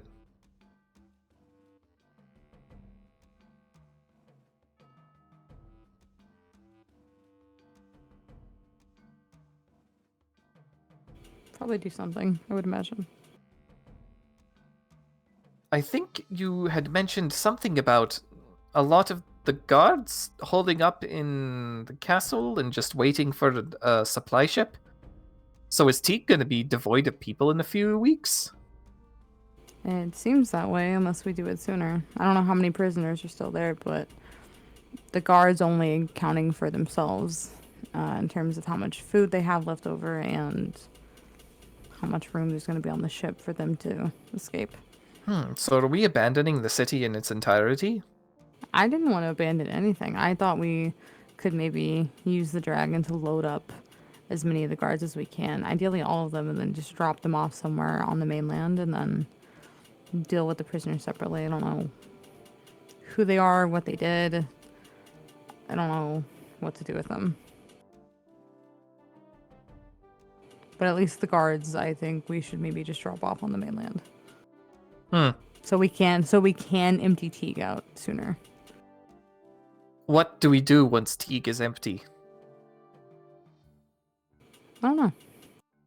Fill it up again? I wouldn't know with what. It's definitely set up shop somehow, because I think, we being the ones that are responsible for everything in there now. The train, the arcanium, all of it. We can't let anyone get hold of that. Even if the Ruxins rolled in like tomorrow, I'm not that worried about it.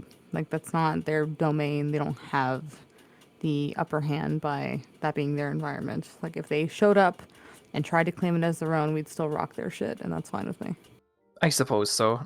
Even if they had access to the train, we could still just show up, ruin their day.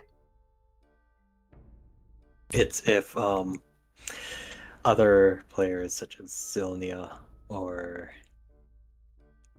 who knows, other crime syndicates I'm ready want to to move fuck in up. there. I'm ready to fuck up Sylnia too. I'm getting tired of them.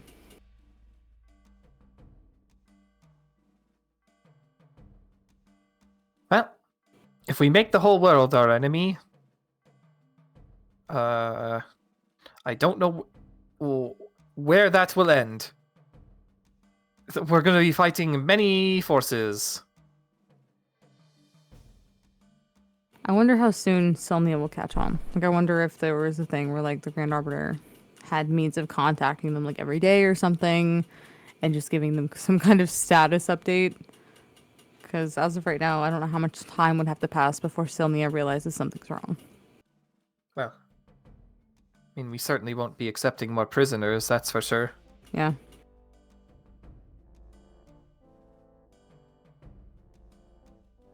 Should we tell them that now before they start dropping prisoners off? Or not tell them, but at least drop off. See, that's another thing. I wanted to drop off the guards with hopes that the guards could be the ones to pass on the message that Teague is no longer in operation. Yeah, let's leave it to the guards. The less likelihood that this is traced back to us, the better. At present, the only people who know it was us were the Rexins. And what they do with that information, well, who knows? They might even play nice if it's us in charge. Because at least we're not the Arbiter. Yeah, that's true. I'll cast message to just Riley, and I'll say, I am concerned about Claudine's dad. If the Ruxins have been watching us or anything and know that Claudine's working with us, I get nervous that maybe that jeopardizes her chances of getting him back. I worry that they might tell her to kill us or something like that, so I'm trying to stay mentally prepared for if and when they try to take a hit out on Claudine or force her hand to doing something. We already talked to the courtesan queen who might have means of helping us get to him anyway. It's just, I don't know, that's just something that we might have to end up doing, is going in to just get the dad ourselves. Yeah, alright. It's not like we're any stranger to infiltration.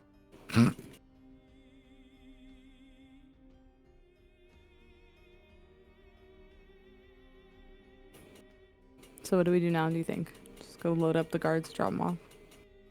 Sure.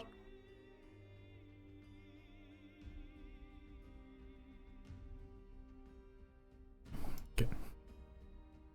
Yeah, so just dropping them off where? About this? Should we do Bethis or Selnia? Well, certainly. Well, you say load up on the dragon, right?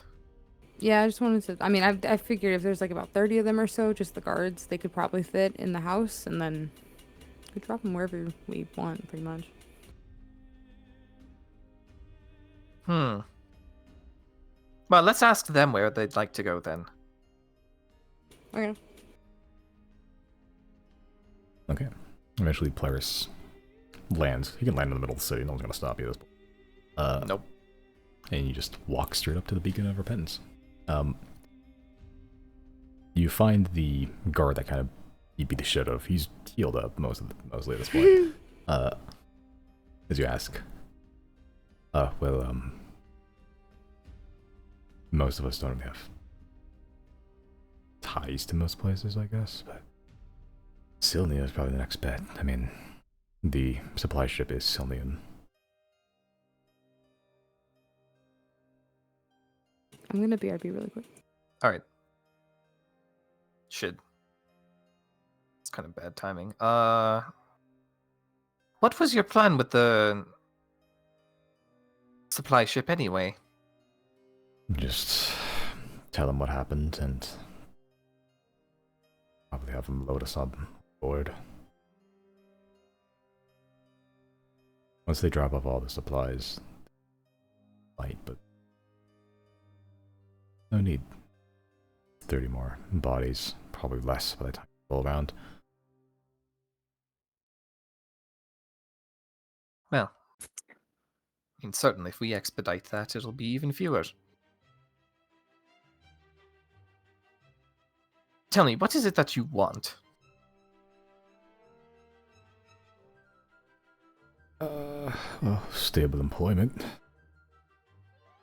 Is that the reason why you were under the Arbiter's foot for so long? Wearing the boot than under it.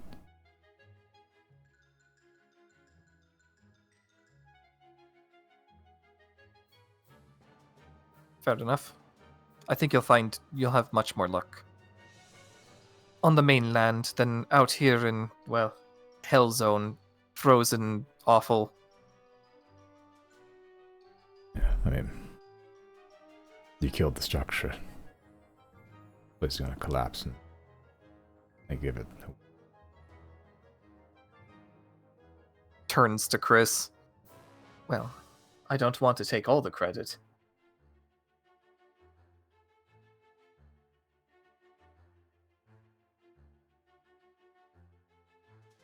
Actually, no, my body count for this entire operation was 1. And honestly, I feel kind of bad about it.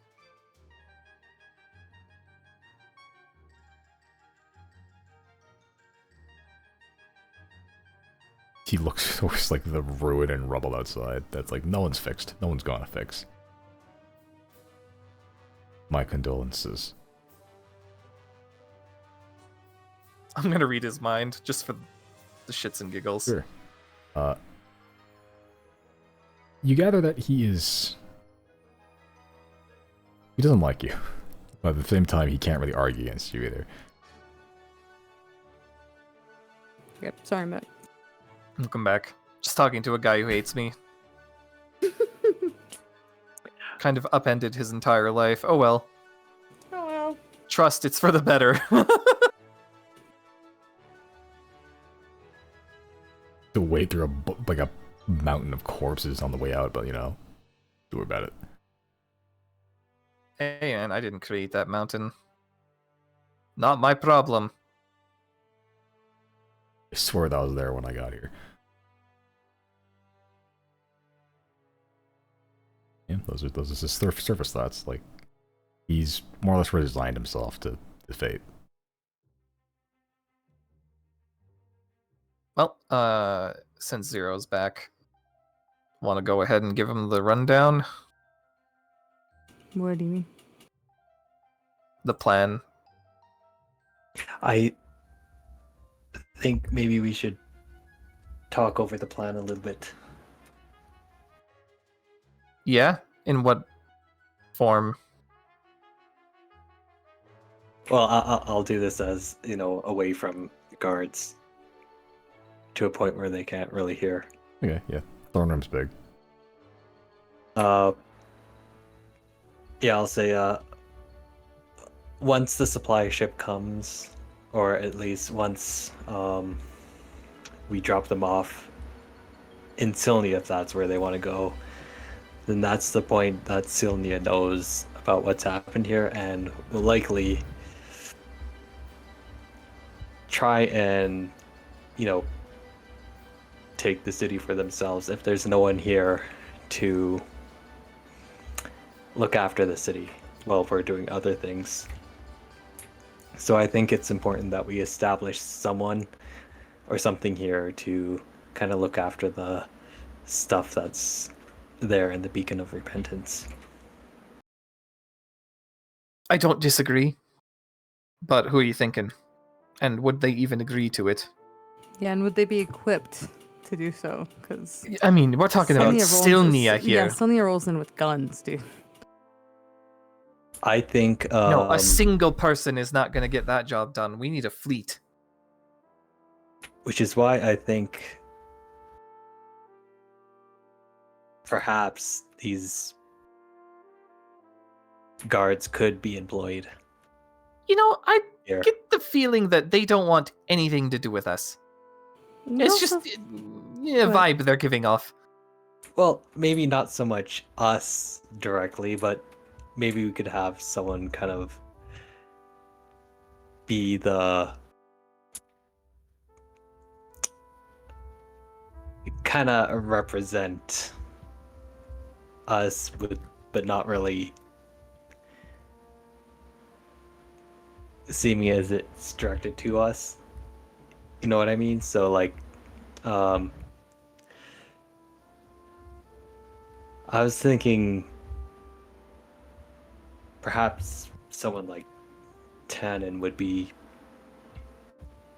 someone who could, maybe be trusted to look after some place like this. But Certainly he could be trusted, but is he capable? Yeah, he's not built to withstand any of this.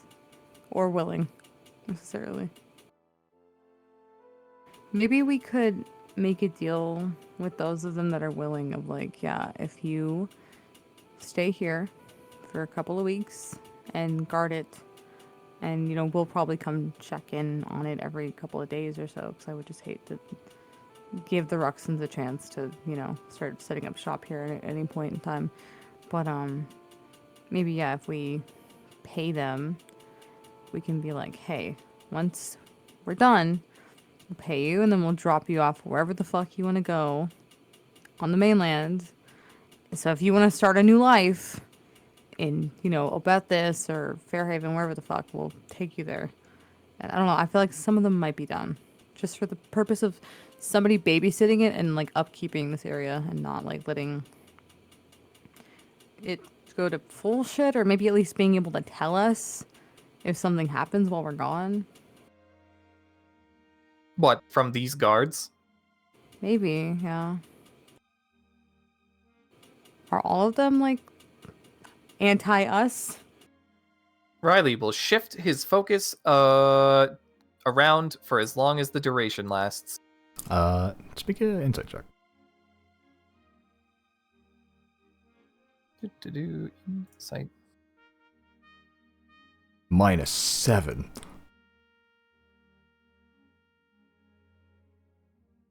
Which is 16.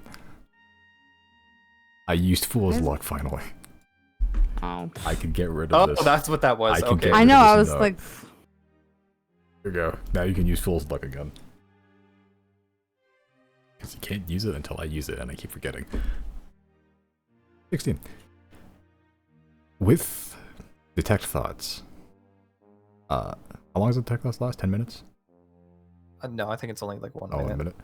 Yeah, in that time, it's hard to get a beat on all of them. You're just literally just ping-ponging between them, trying to get the barest amount of surface thoughts. Yeah. Just from general vibes, you gather it's less hatred and more from that one guy. He doesn't like you.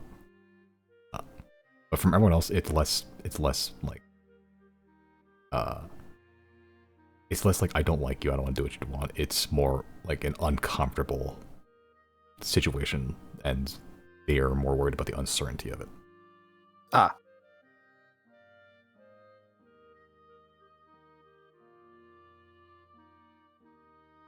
Well, it may surprise you lot to find this out, but we too are fearful of the unknown.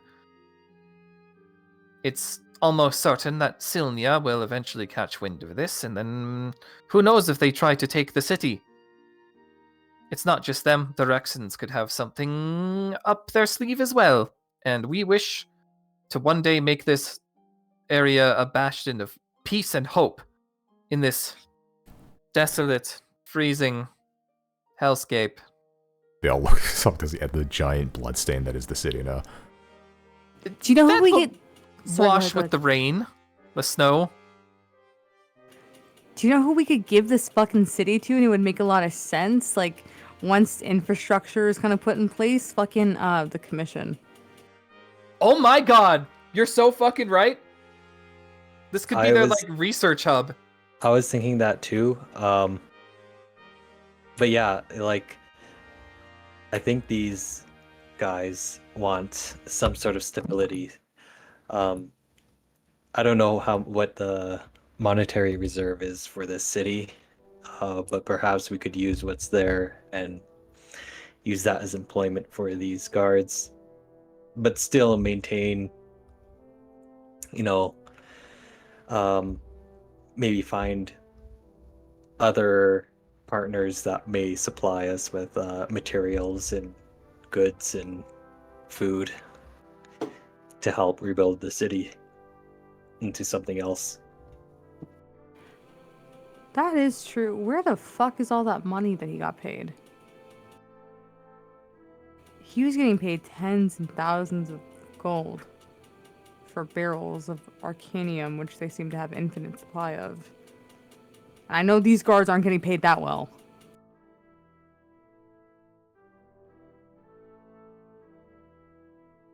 Like, Simon, if I pull out the ledger and I count how much, like, money I'm seeing documented over a span of time, like, how much does it look like? That ledger goes back beginning of this year, actually. That's like the first page. You're not sure if there's any other ledgers that go back further, but this one is roughly the beginning of the year or to it. You can thumb through some of the numbers. Some of them are burned, some of them are harder to read. Thumbing through all of the pages from beginning to now, it would equal somewhere in the 100,000s, like more than that. That's including payments and like expenses and everything. So, like upwards of 100, 200,000. That's the profit or just everything? The profit. Oh my god. Where the fuck is that money at?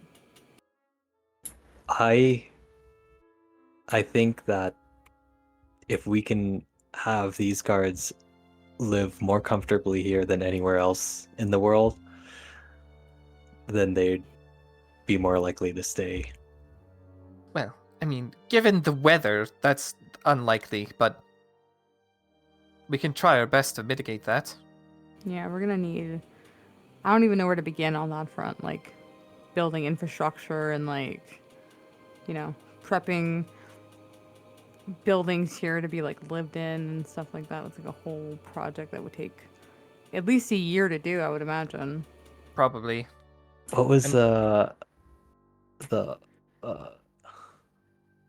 Growlup? What was the company that he worked for?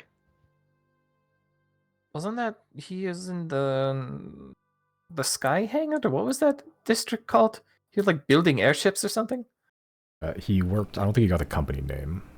He worked for like an independent, like company that helped with the construction of skyships, pretty much. Like one part of it. He hauled like lumber back and forth.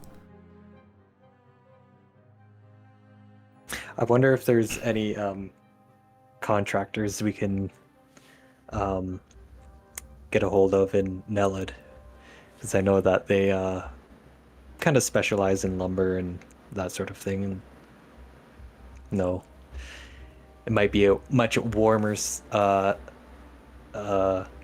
substance to have here in Thane than just brick and ice. This much is true. However, wood is flammable.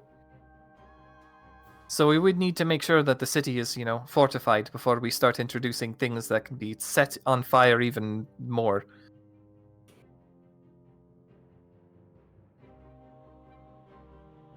Oh my god, the Xodiacs really are turning into the overlords. We're You- setting up for the new You're doing one. too early. Damn it, stop. Yeah, whatever we want to do, it's going to be a large project that's going to take longer than we have time for right now. So I think, Significantly longer. yeah. So I think just setting up a plan for now. I don't know.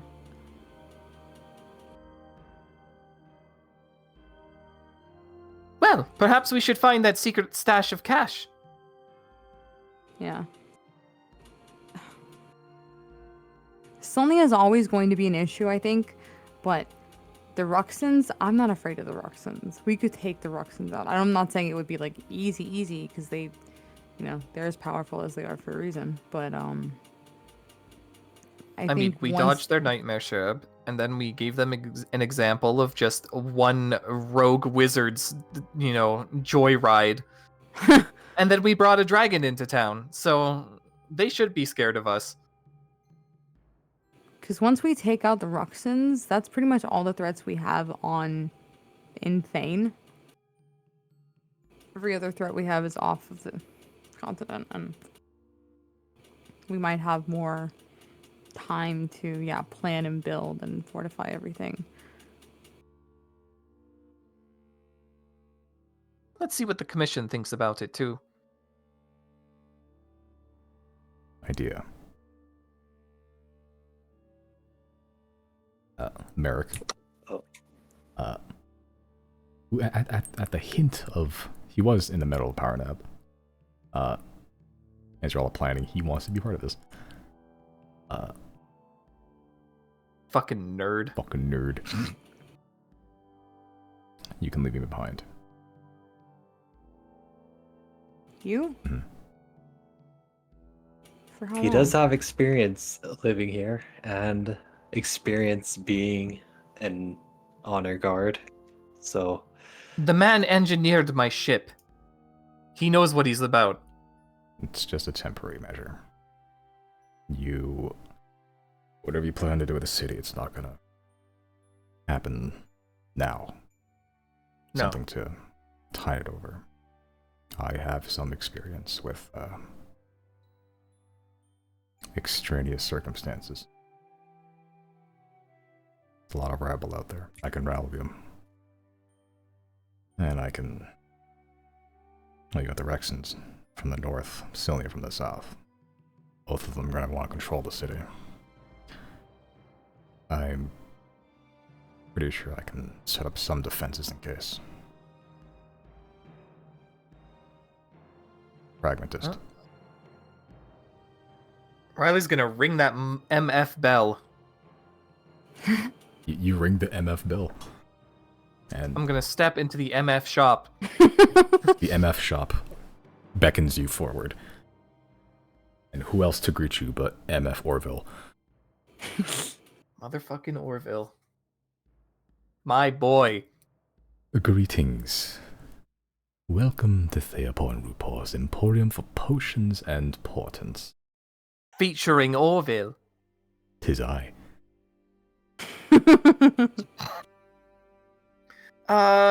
We would like to add a rock to our plan. A rock. You know, the group call. Yes, I am familiar. There's been some interest in these items as of late, so there are a few in stock. You wish for, if I have to the hell is, there's a word for these. Relaying rock. Relaying rocks, that's what they are. God damn, what the hell are they? Relaying rock. Oh, they're here. I can smell you. There you are. Control F. Got it. We have a few in stock. That'll be 400 gold pieces per. One should do for now. Very well. As I hand over 400 gold. Yep. Out of your pocket, or do you want me to pull it from the community? Either or. Okay, let me pull up the community again. All right, community. If we're doing from the community, let's get more than one. Maybe one for Merrick, one for Claudine.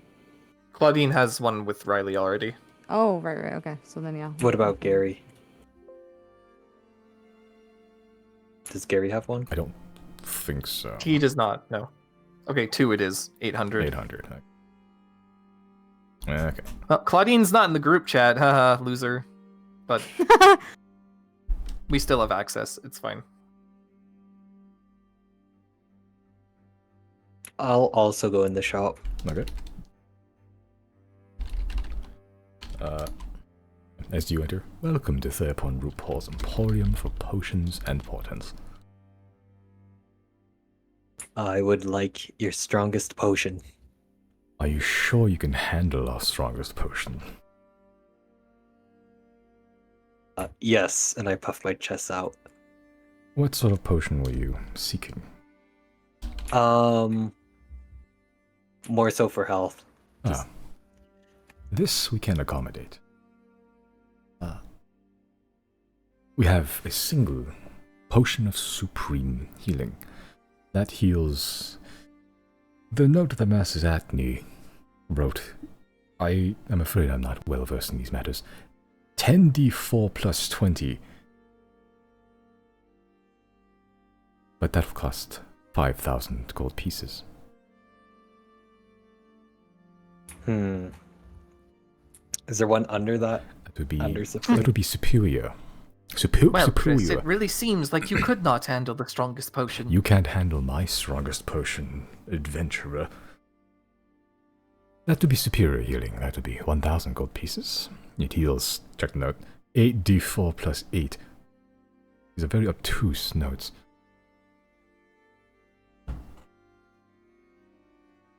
Sure, I'll get the superior one. Superior, 1,000 gold pieces. We have 2 in stock at the moment.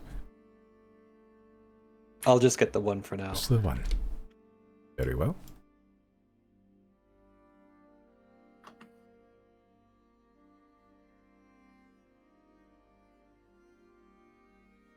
As he goes to the back and hands you potion of superior healing. It's a bigger, more fancy bottle, but it looks the same as any other liquid. As for the relaying rocks, you wished for 2. 2.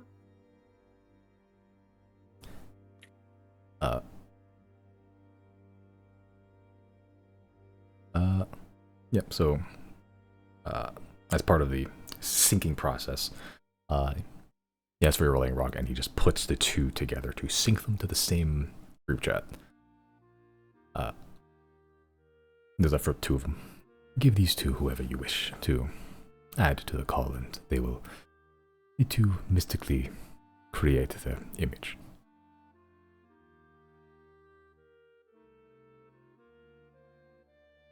Cool. 800 gold for the relaying rocks and 1,000 for the healing potion. Okay. How much healing did it do again? 8d4 plus 8.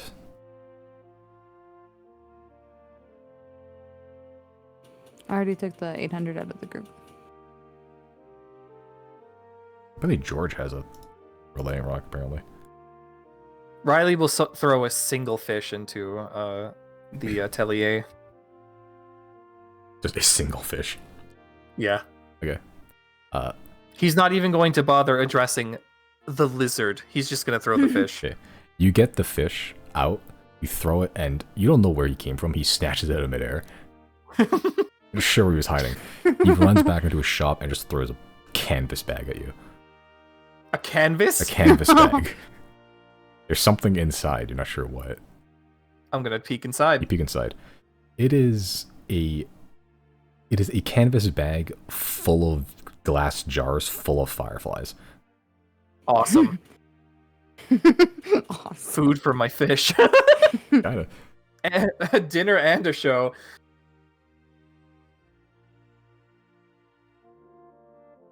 Is there anything else I can assist you with today? Not for me. Thank you much, Orville. It was my pleasure.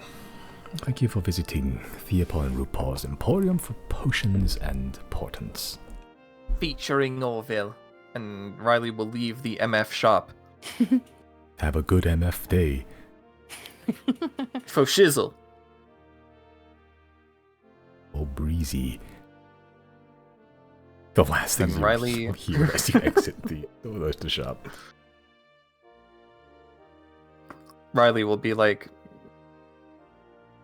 I don't know what he will be like. He'll simply hand the rocks to the two gentlemen in the room. Okay. What's Claudine doing this entire Yeah, time? I Is she guess, with us right now? yeah, at this point, yeah, Claudine's at this point, I guess you're all, yeah, I forget, y'all are in fucking, the Beacon of Repentance right now. Talking with these guards.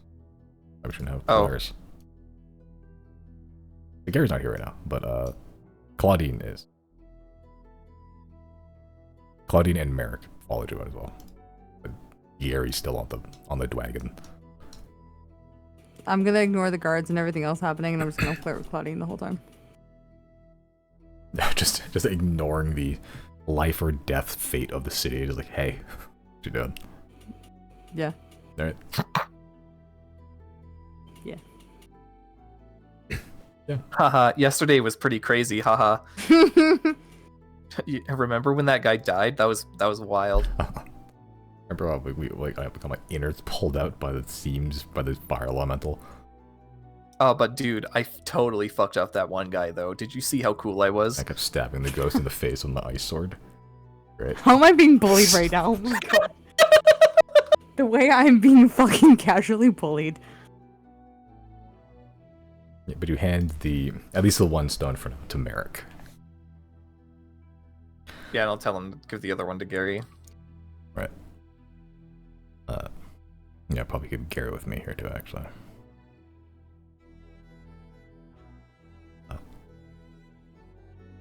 Yeah, as he sort of focuses on the stone. He's seen you use these before as he sort of looks at it. You can see the image of of his token, a red anchor, appear on it.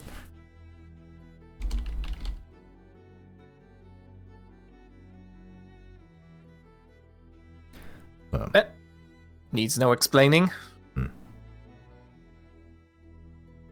So, leaving me here then. That's what you wanted, right? At least for now, it's probably the least intrusive on your plans. I think if we can afford to do so and we have the resources and time, we should probably end each of our days back here. Yeah, just to check. Make sure that the entire thing is not falling apart again. Yeah. It won't. 'Cause, I mean, as of right now, as far as I'm aware, all the business we have is here in Thane. Like, we're dealing with the Roxons and Lipad, and then we have the commission to go speak to. We could even check in and see how the receivers are doing. Yeah. Calbay's got their shit together. They know what's coming. I mean, even Sylvia knows what's coming, so who even knows how much they'll be prepping for taking Teague? Honestly, I think the biggest threat to stability here, at least until after the eclipse, is the Rexons. I'm almost tempted to see maybe if... I forgot what his name already. I forgot his name and his position. The guy in charge in Calbay. What's his name again? The Imperator, Gemmet Corchard. Yeah. I'm almost tempted to see about, like, collaborating with the Imperator and maybe bringing some of his men here. So we can have, with Merrick in charge. That's not gonna work. No. Why? He points to his back that was flayed. Yep. It's dumb. I'm not officially a captain. Their anymore. society, their society works how it works. Can't really do much about that. Brother. And where else do we find a group of strong, obedient men? anyone in Sant? Not really. None of them are built for fighting, especially not out here. I can't imagine any of the sea spears would enjoy diving in this water.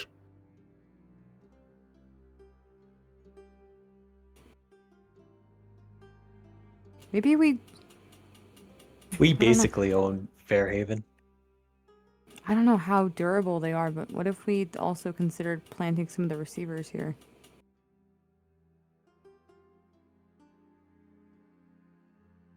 I don't know about that. Not right now. Yeah. I think the receivers will make their way south eventually. But maybe a preemptive, it would be too much, because who knows?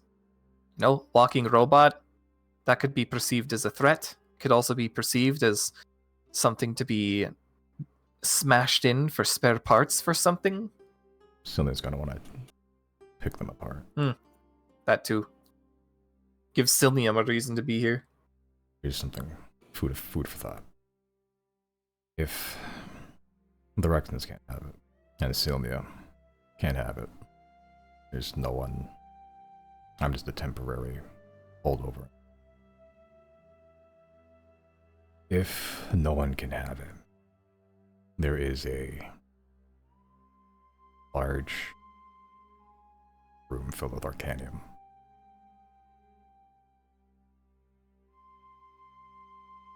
Yes. If no one can have it, just blow it all up. That is true. That is true. I'm really Let's curious. Where they're getting consider it that from. the last resort. Yeah, that's is- definite. That's a failsafe. Excellent. Wonderful idea.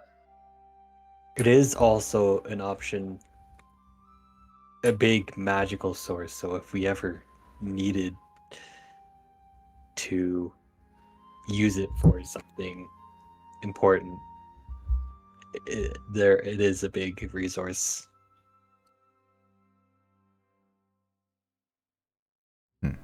That is true.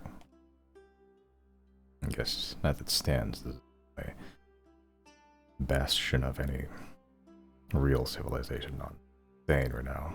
Blow it up, it's gonna take a decade, maybe more, to rebuild it.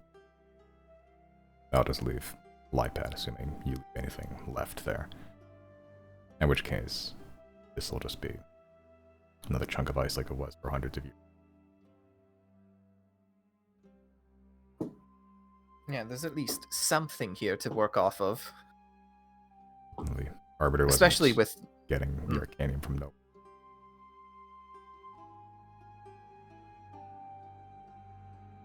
And if the ledger is true and it was being shipped out, they had so much excess it could be spared, then yes, what are his sources?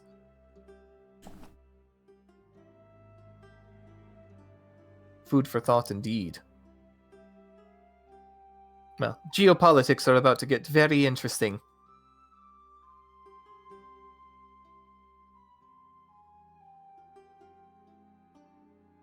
I thought I was finally out of that. Oh, you don't have to be part of this. Kinda do. These are unfortunate skills lie. I mean, certainly it would be a waste if you weren't, but I'm sure there are things that I can do quite well that I'm currently not doing, like fishing. I haven't been fishing in a while, and the nearest body of water is currently littered with corpses. Not the best conditions. I'll try to keep some sanity. Back and check. Big city, but I'll need to care about all of it. Yeah, this is, again, like you said, temporary anyway. And even this temporary measure is temporary. We don't know how much damage this place is going to take on the day of the eclipse. We don't even know how long that siege will last. It could be over in a day, or it could take years. It could be the last one. Either way, I'll try to get Gary down at the nearest convenience, start setting up siege works, get some of the Whoever's left back into guards or otherwise. Sounds good to us. As he begins to walk out and try to get Gary out into a safe spot first, but on the way out there, you see all the guards are kind of just milling about, and he's immediately just eyeing all of them and just saying something under his breath that immediately caused them all to just form up. Fuck. The authority this man commands. Squat man, but he has been a sea captain.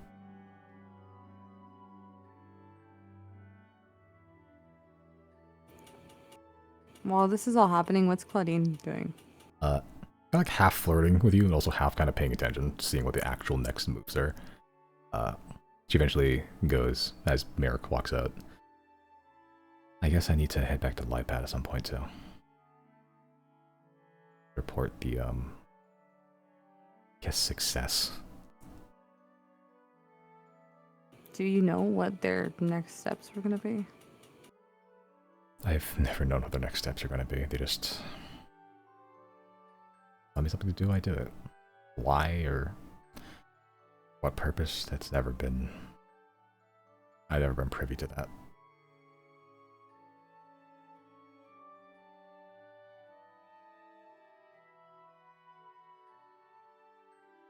I'll step closer to her and just kind of just like speak low, and just I'm not trying to flirt here necessarily. I'm being serious, but I'll just be like, I don't like the idea of you going back there alone, just walking in there like that.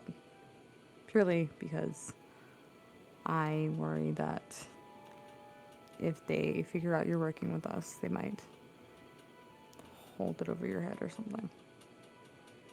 Or they might not hold up on their end of the bargain. Do you mind if I go with you? Your last meeting not best of terms.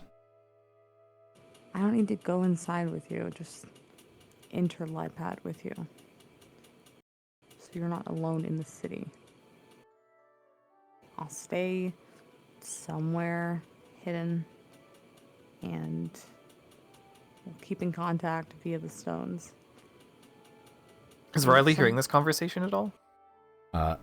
This would be probably on the tail end of your conversation. And if something happens and I don't hear back from you, we're gonna go in there.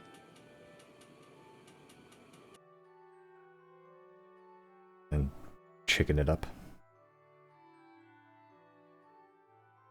I do Chris something. is nodding yes. Chris is not here. I would have pulled Claudine aside a little bit just to talk to her in private.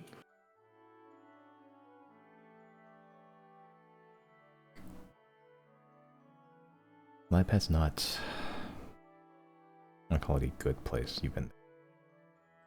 It's not all bad. I grew up there. There are people just trying to live their lives. Not the best place to do it. Also, just kind of for people that don't have a place to go.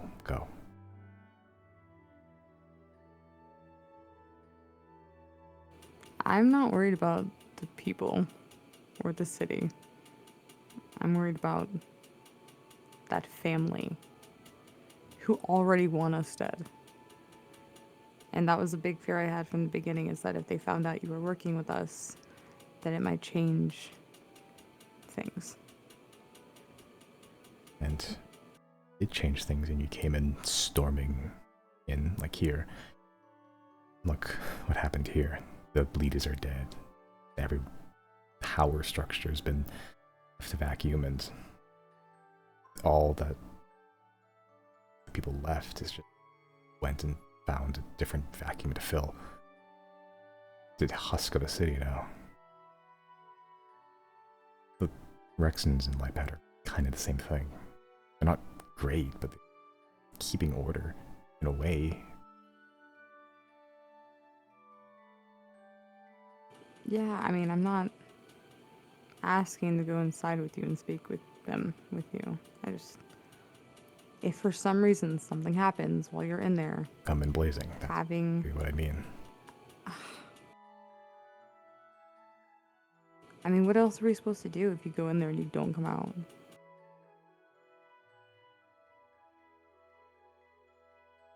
I don't know, continue fighting the moon.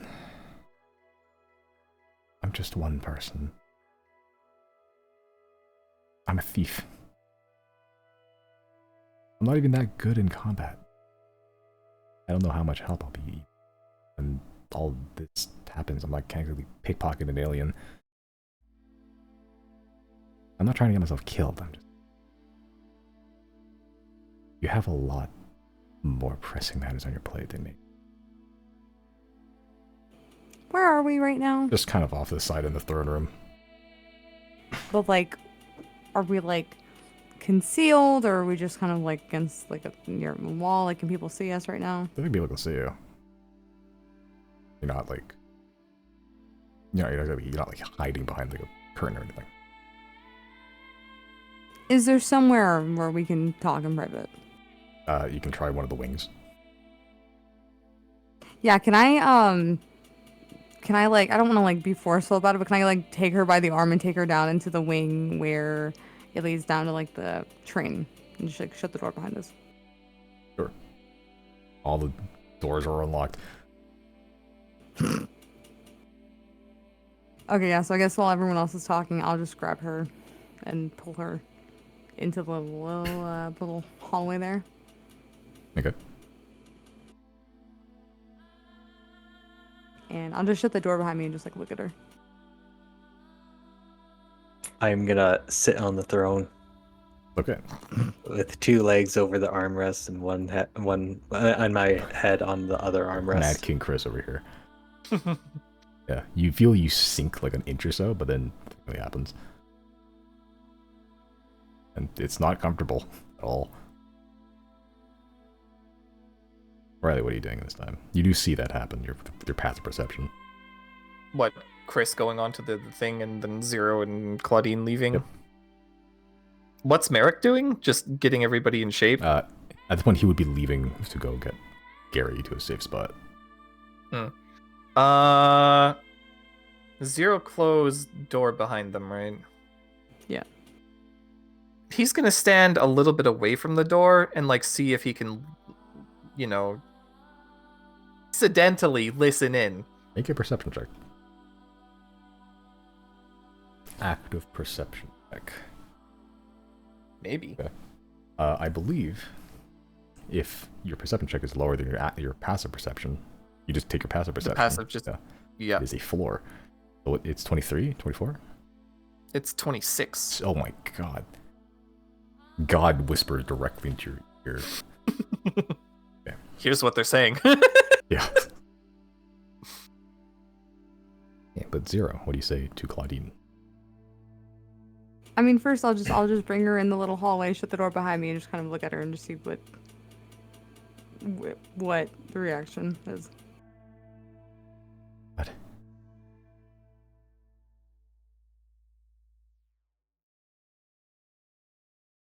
I feel like you're about to say something, or like lecture me, or rant.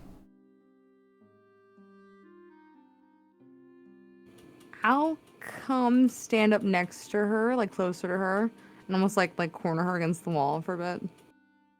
Okay, as you the oppressive vibes once more. Yeah, that's fine. Not like in a threatening way, just like gradually getting closer. I'm aware. No, because you keep saying oppressive, and I'm just like, I don't want to sound fucking creepy. Oppressive vibes. What?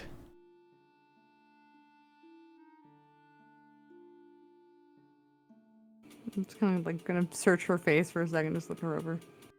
Make an insight check.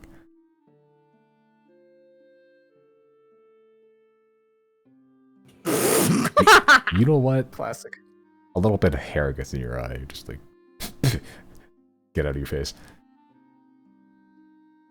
No idea. You don't even know if it's positive or negative. That's Claudine. Okay. That's a grill. I guess I'll speak very low and quietly to her. And I will just say, are you seriously not going to let me help you? Make persuasion check.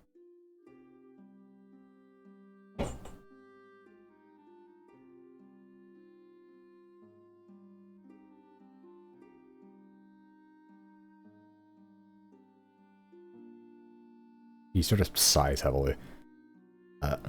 With how close you are, you feel that directly on your face. To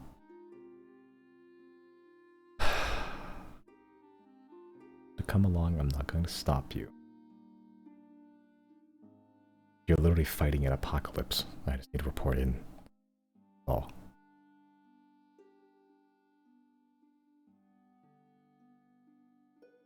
I mean, they haven't killed me yet. I don't know why they would know.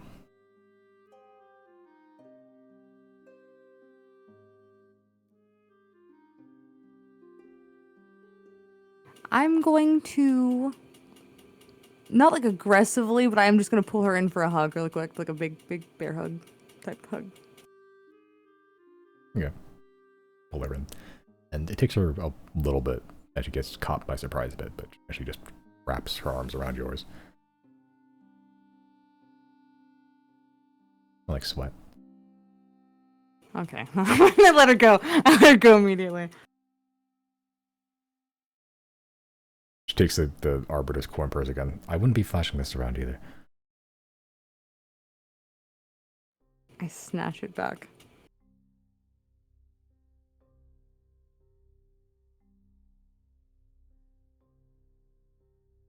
If you have some time, just drop me off by iPad, you know, probably.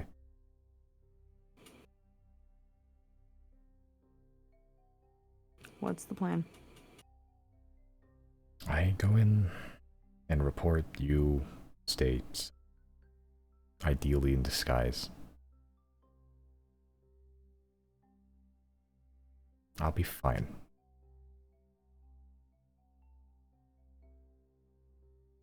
Okay. Bit of trouble. Brush your teeth. Wash.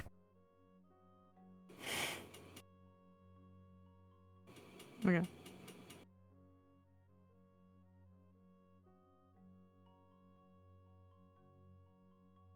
you exit the corridor? Yeah. Yeah, Riley, you heard all that. Yep. You even heard them make contact with their bodies after they hugged. Why'd you say it like that? Ew. Just you know.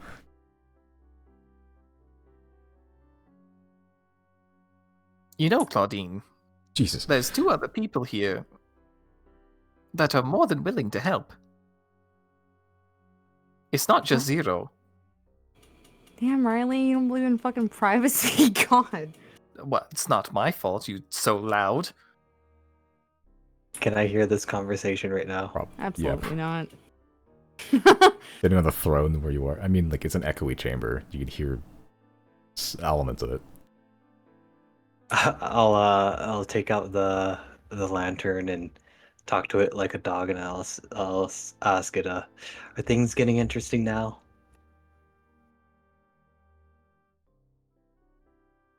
You're not attuned to it, right? Not attuned to it yet, no. Just make it a persuasion check.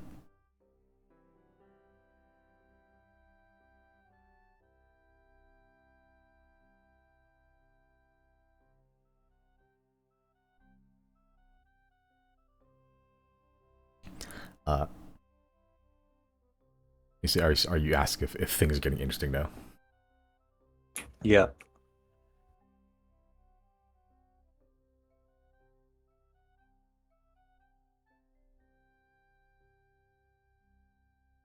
You hear like a smattering of voices. Very briefly, very faint. Kind of. Usurper, liberate, villain.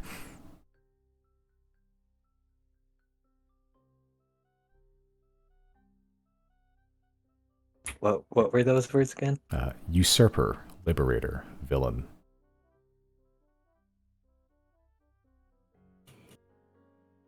I don't. Interesting. If that is actually like the soul of the burn brand in there, damn, that sucks.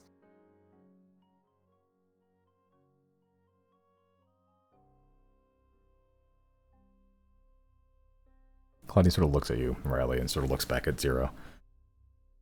Why can't you get ears like his?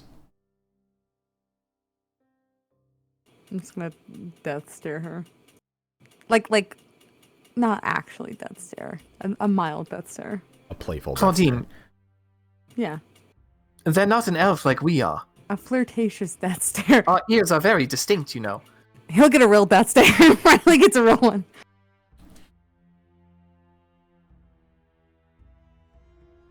Well, Riley, I didn't take you for a racist.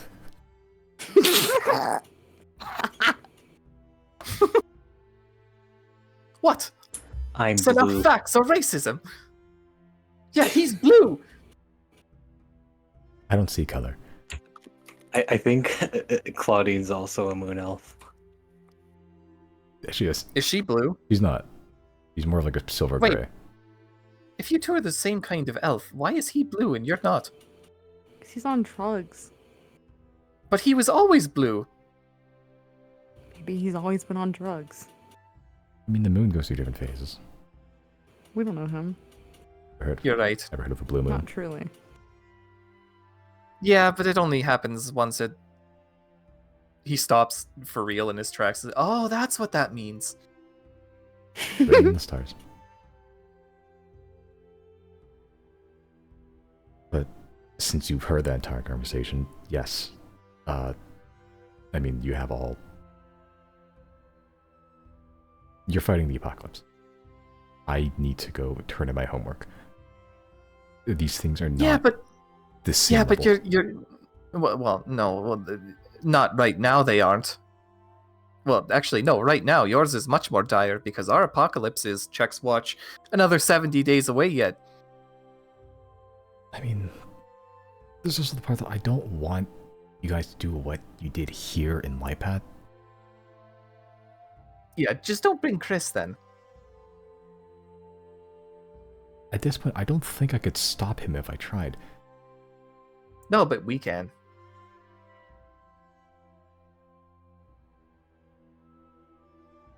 Lipat's safe for now. It's probably you're gonna be the demons that you're gonna be most worried about there. Claudine looks at you, Chris, on the throne, Mad King Chris. She shouts like loudly enough for you to hear you. You may be some crazy, powerful wizard. I will still stab your kidneys if you do that. I don't mean my demons. I mean the Rexon's demons. I'm gonna, when she says that, I'm gonna reach over and just give her like a dumb little, like mocking her just a little bit, give her a little cheek pinch and just be like, that's cute. Takes the coin purse again. Okay. Like, do you admire Chris or do you hate him? Or is it both? Yes. Yeah. That's about right, isn't it? He's entertaining, but he also caused I mean... Looks around. Yeah. Yeah, I think we know. It has its uses, just... Let's try to aim the juju away from places where I want them to be intact.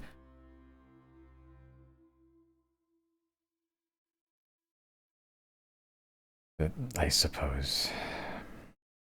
Mr. Mayor. For now. So I guess that's the next move, for at least for now. It's not very long. No. But you know how things go. If the Rexons do know you're working with us, that could be a bit problematic. They might reprimand you, or worse. And then we'll actually have to get involved. I would prefer you that's last resort.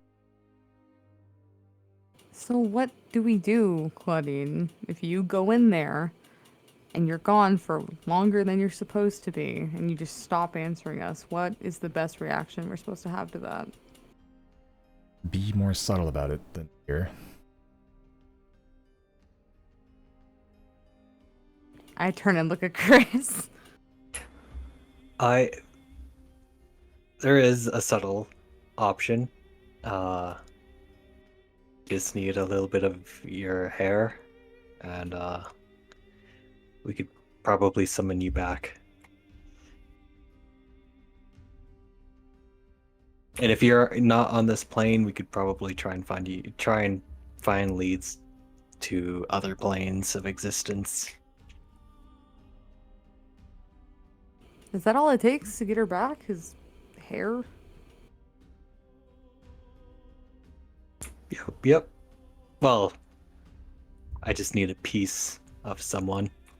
As soon as he says that, I'm gonna like take my dagger out and start like like grabbing at her hair, trying to get a little piece. Yeah, it doesn't take long. Like, even she does resist, but like it does not take long for you, just because of, you know, truth here is sharp. It takes a tiny little like morsel of hair. That's it. One swish. Well, you guys could simply not be normal about this, huh? Currently have Tannen's hair, and also Zero's hair I'm gonna write down in my when Zero inventory. went away. Chunk of Claudine's hair. And I steal my coin purse back. Make a sleight of hand check, because her passive stuff is actually really good.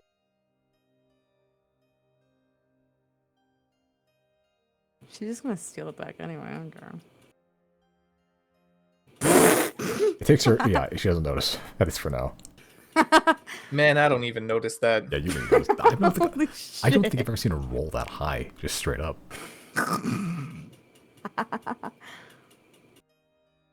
And that's still not even Dude, Max, Zero's final form yet. you're missing Y1.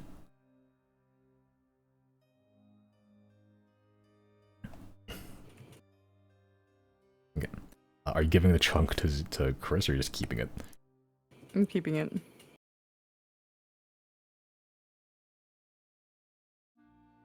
Well, I guess you have your emergency hair. I was growing that out, but okay.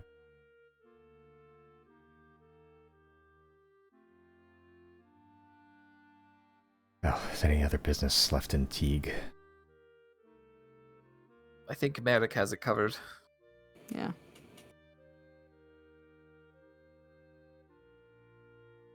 Should anything go wrong with him, he's got us on speed dial.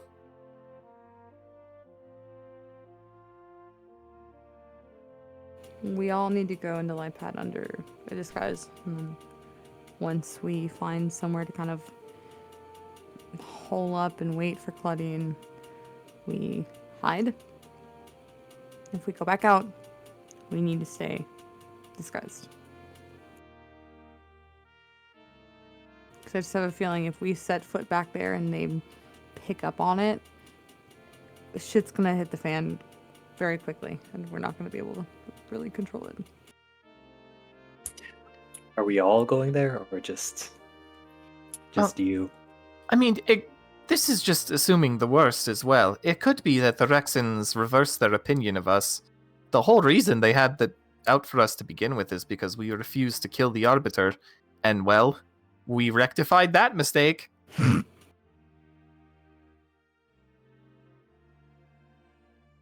Yeah, who knows? Maybe we become allies. Well, let's not go that far.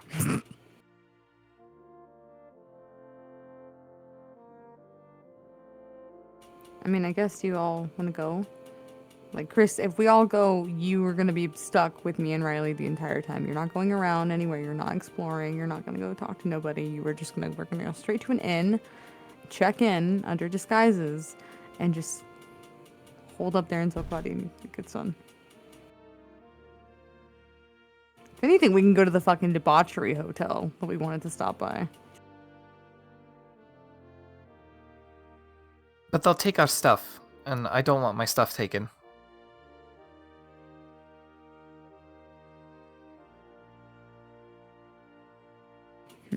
Also, Could that I- hotel might not exist anymore. Could I stay here? Well, not exactly here, but follow the tracks. What tracks? We're taking the dragon. I mean, can I follow the tracks? Oh, What tra- Like what down in the tracks? face. train tracks. Oh, Oh. those tracks. You want to take that on solo? Well, I could just see where it goes. Honestly, what's the worst that could happen under that scenario? Well, Chris, if shit hits the fan, we cannot come help you. We're not going to be able to find you. So that means you need to have a spell slot available to get the fuck out of there. Just get to the dragon. I should if we be able let to you do it. this and you die, that's that. You're out. Gonzo. None the wiser.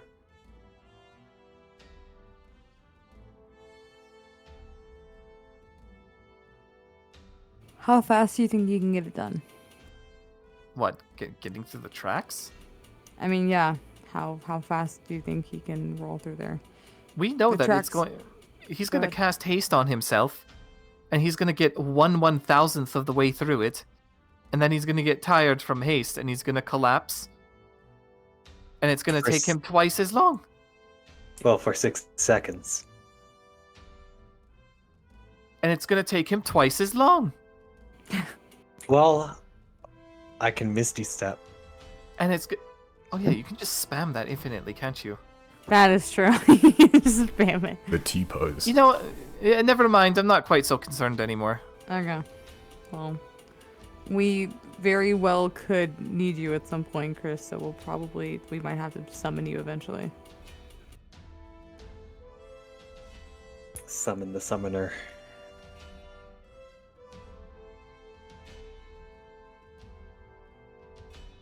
Well, guess have we'll fun do on that. your little excursion, I suppose. Yeah, don't talk to strangers. Eat your vegetables. Brush your teeth. Protection.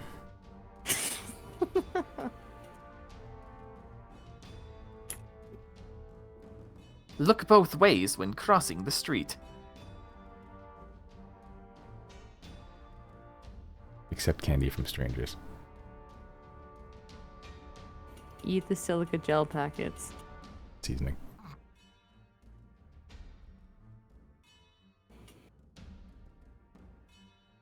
I'll probably be making lots of discoveries.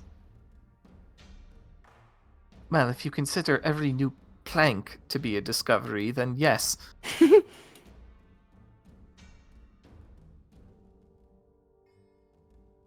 As curious as I am to find out where those go, I feel like they extend for far too long. I'm definitely better on the Claudine backup team.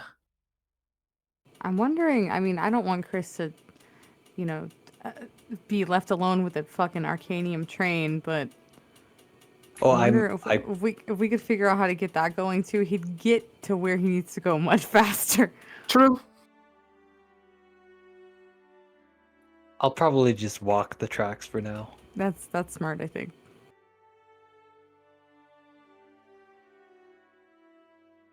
I guess that's it then. I'm not sure how close we'll get to Lipat.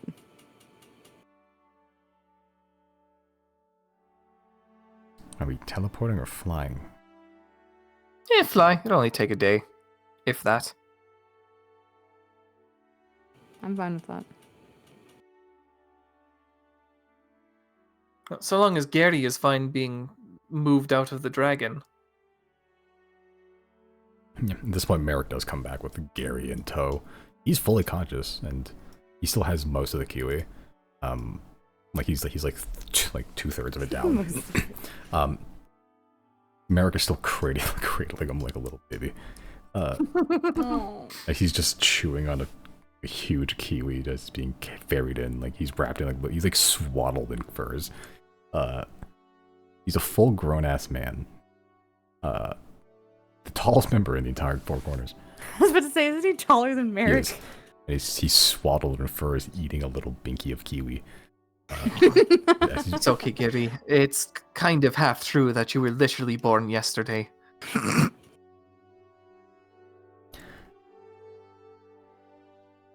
I don't like this place. Well, kind of. I'm not used to its cold. But I'm not exactly in good condition to be moving about. And maybe I can explore it a bit. Learn. Well, if you ever get too cold, there's a nice furnace downstairs. Or maybe just sit on the throne for a bit. Oh yes, inside's much better. The walk here was not pleasant. But it is... I'll be here if you need me. I'll keep an eye out. I've good eyes. Make sure you attune to that rock. Oh, yes. As he holds it up, you can see the image of a blue bucket going up. I will keep... He holds up to his face. Testing! The blue bucket shows up on all of your devices.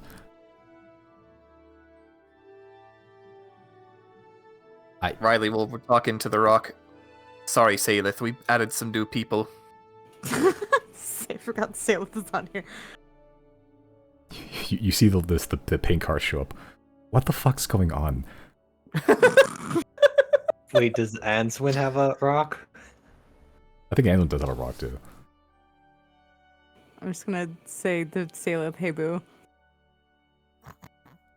It's been a while just peeking into this conversation. It's time. Miss you. Yeah, fucking. Oh god, I have to keep looking at like people's symbols. I have a list. A fanged hound is what's Sailor. Yeah, the fanged hound shows up. You have fun there. Every time you've used the rocks to talk to each other, it's just also gone to Anduin, Salif, and George. Wait, who's the third one? George. Apparently George has one. I'll rate that one. Oh, I didn't know we gave one to Yeah, him. that might be the one Claudian. I don't know if Claudian has one. She does not. Yeah. She has Can a we sending stone with Riley. Can we reprogram hers to just be like ours? And she has a completely different magic item, I'm pretty sure. Lame. Yeah. Lame. She wants to get on the group call, then she's gonna have to buy a Yeah, she's phone. gonna upgrade to 5G. I'll pay for it. 400 gold. I'll pay for it. I don't care. we ring the bell. You ring the bell, and you walk in. I think that's the last one they actually have in stock currently. Yeah, they only have 3. These are quite popular There. amongst you. You keep buying them for other people. It's totally some of mine that every time you've ever had a conversation about anything important, it's gone to everyone in the group call. And they're just listening, like, what the fuck's going on? It's not like they shouldn't know. I guess.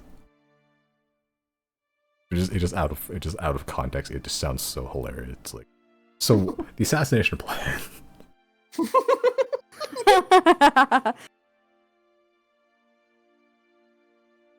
Yeah, I'll go grab one and buy it, and I'll bring it out to her, and I'll just slip it in her palm and just be like, "Now you really can't get rid of me." I mean, I could chuck into the sea. You wouldn't do that. She could. We'd She still have a wouldn't. way to contact her. Yeah, I have your hair now too. Also, you can just get inside my head anytime you want it, right? Give her another little cheek pinch. Yep. I will bite you. Yeah, but actually, it tunes to it. You can see the you don't even need attunement. You just need to have it. Yeah, a little black dagger is your symbol.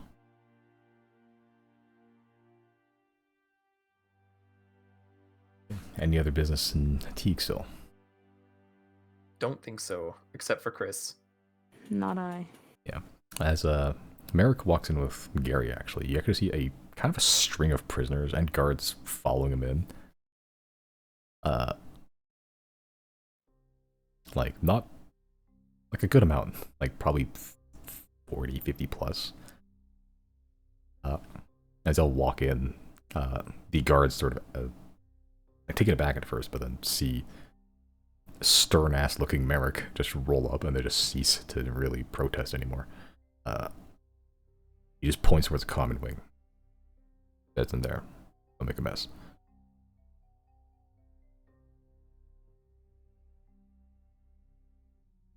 He walks up to the throne and lays Gary down on the throne as he just sits there like a Jarl in Skyrim. Yeah, he sort of turns towards you all. I'll hold down the fort. Go do something else. That's the plan. But so Riley, Zero, and Claudine are flying to Lipads, correct? Correct. Yep. Just double check the speed of the dragon.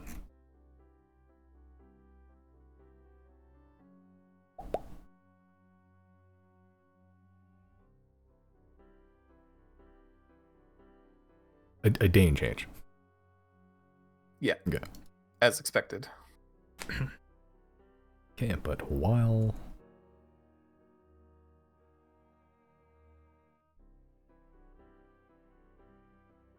the dragon flies up, Chris, you're staying behind to explore the tracks.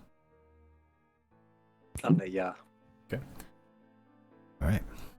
Party splits once more. Strange how splitting the party used to be like such a big decision when you're in the same city.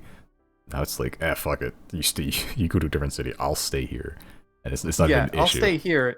If something comes up, bink, I'm back with you guys. Yeah.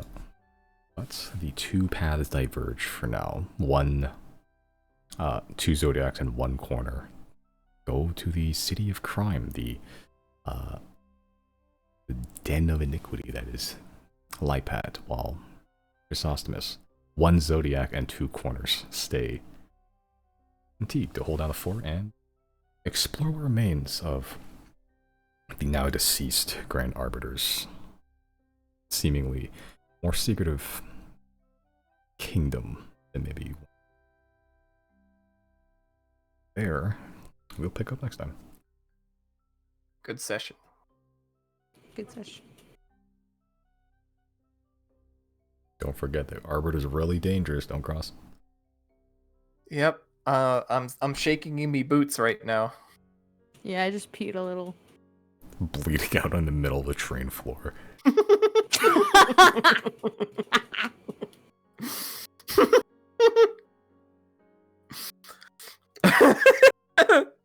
There's like a smash cut. Don't mess with that Arbiter. Gets stabbed. He's really dangerous. Starts bleeding out. You don't know what he'll do to you. Snatches the crown.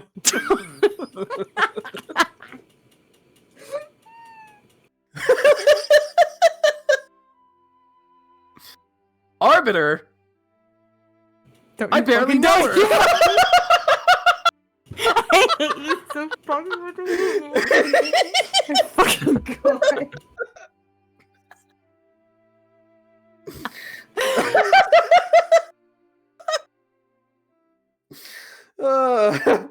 You know what? I'm really proud of myself today. Everyone except Bowen gets 5,000 XP. Because I get 5,001, right? No. I can't tell if you're joking. Are you really giving us more XP? Yeah, we're gonna do prestige levels. I can't tell Assuming if we get that far. No. I have currently, I don't know why I chose this number. It's 37,584 is what I have till the next feat, pretty much, or next ASI, pretty much. Yeah. I don't know why I chose that number.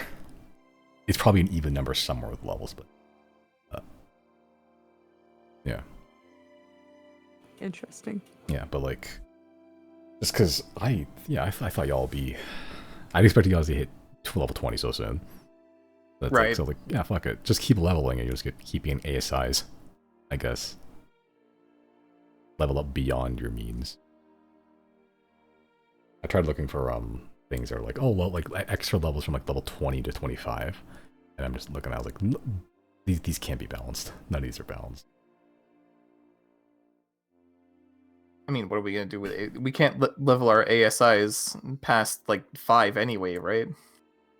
Yeah, past 20. Yeah.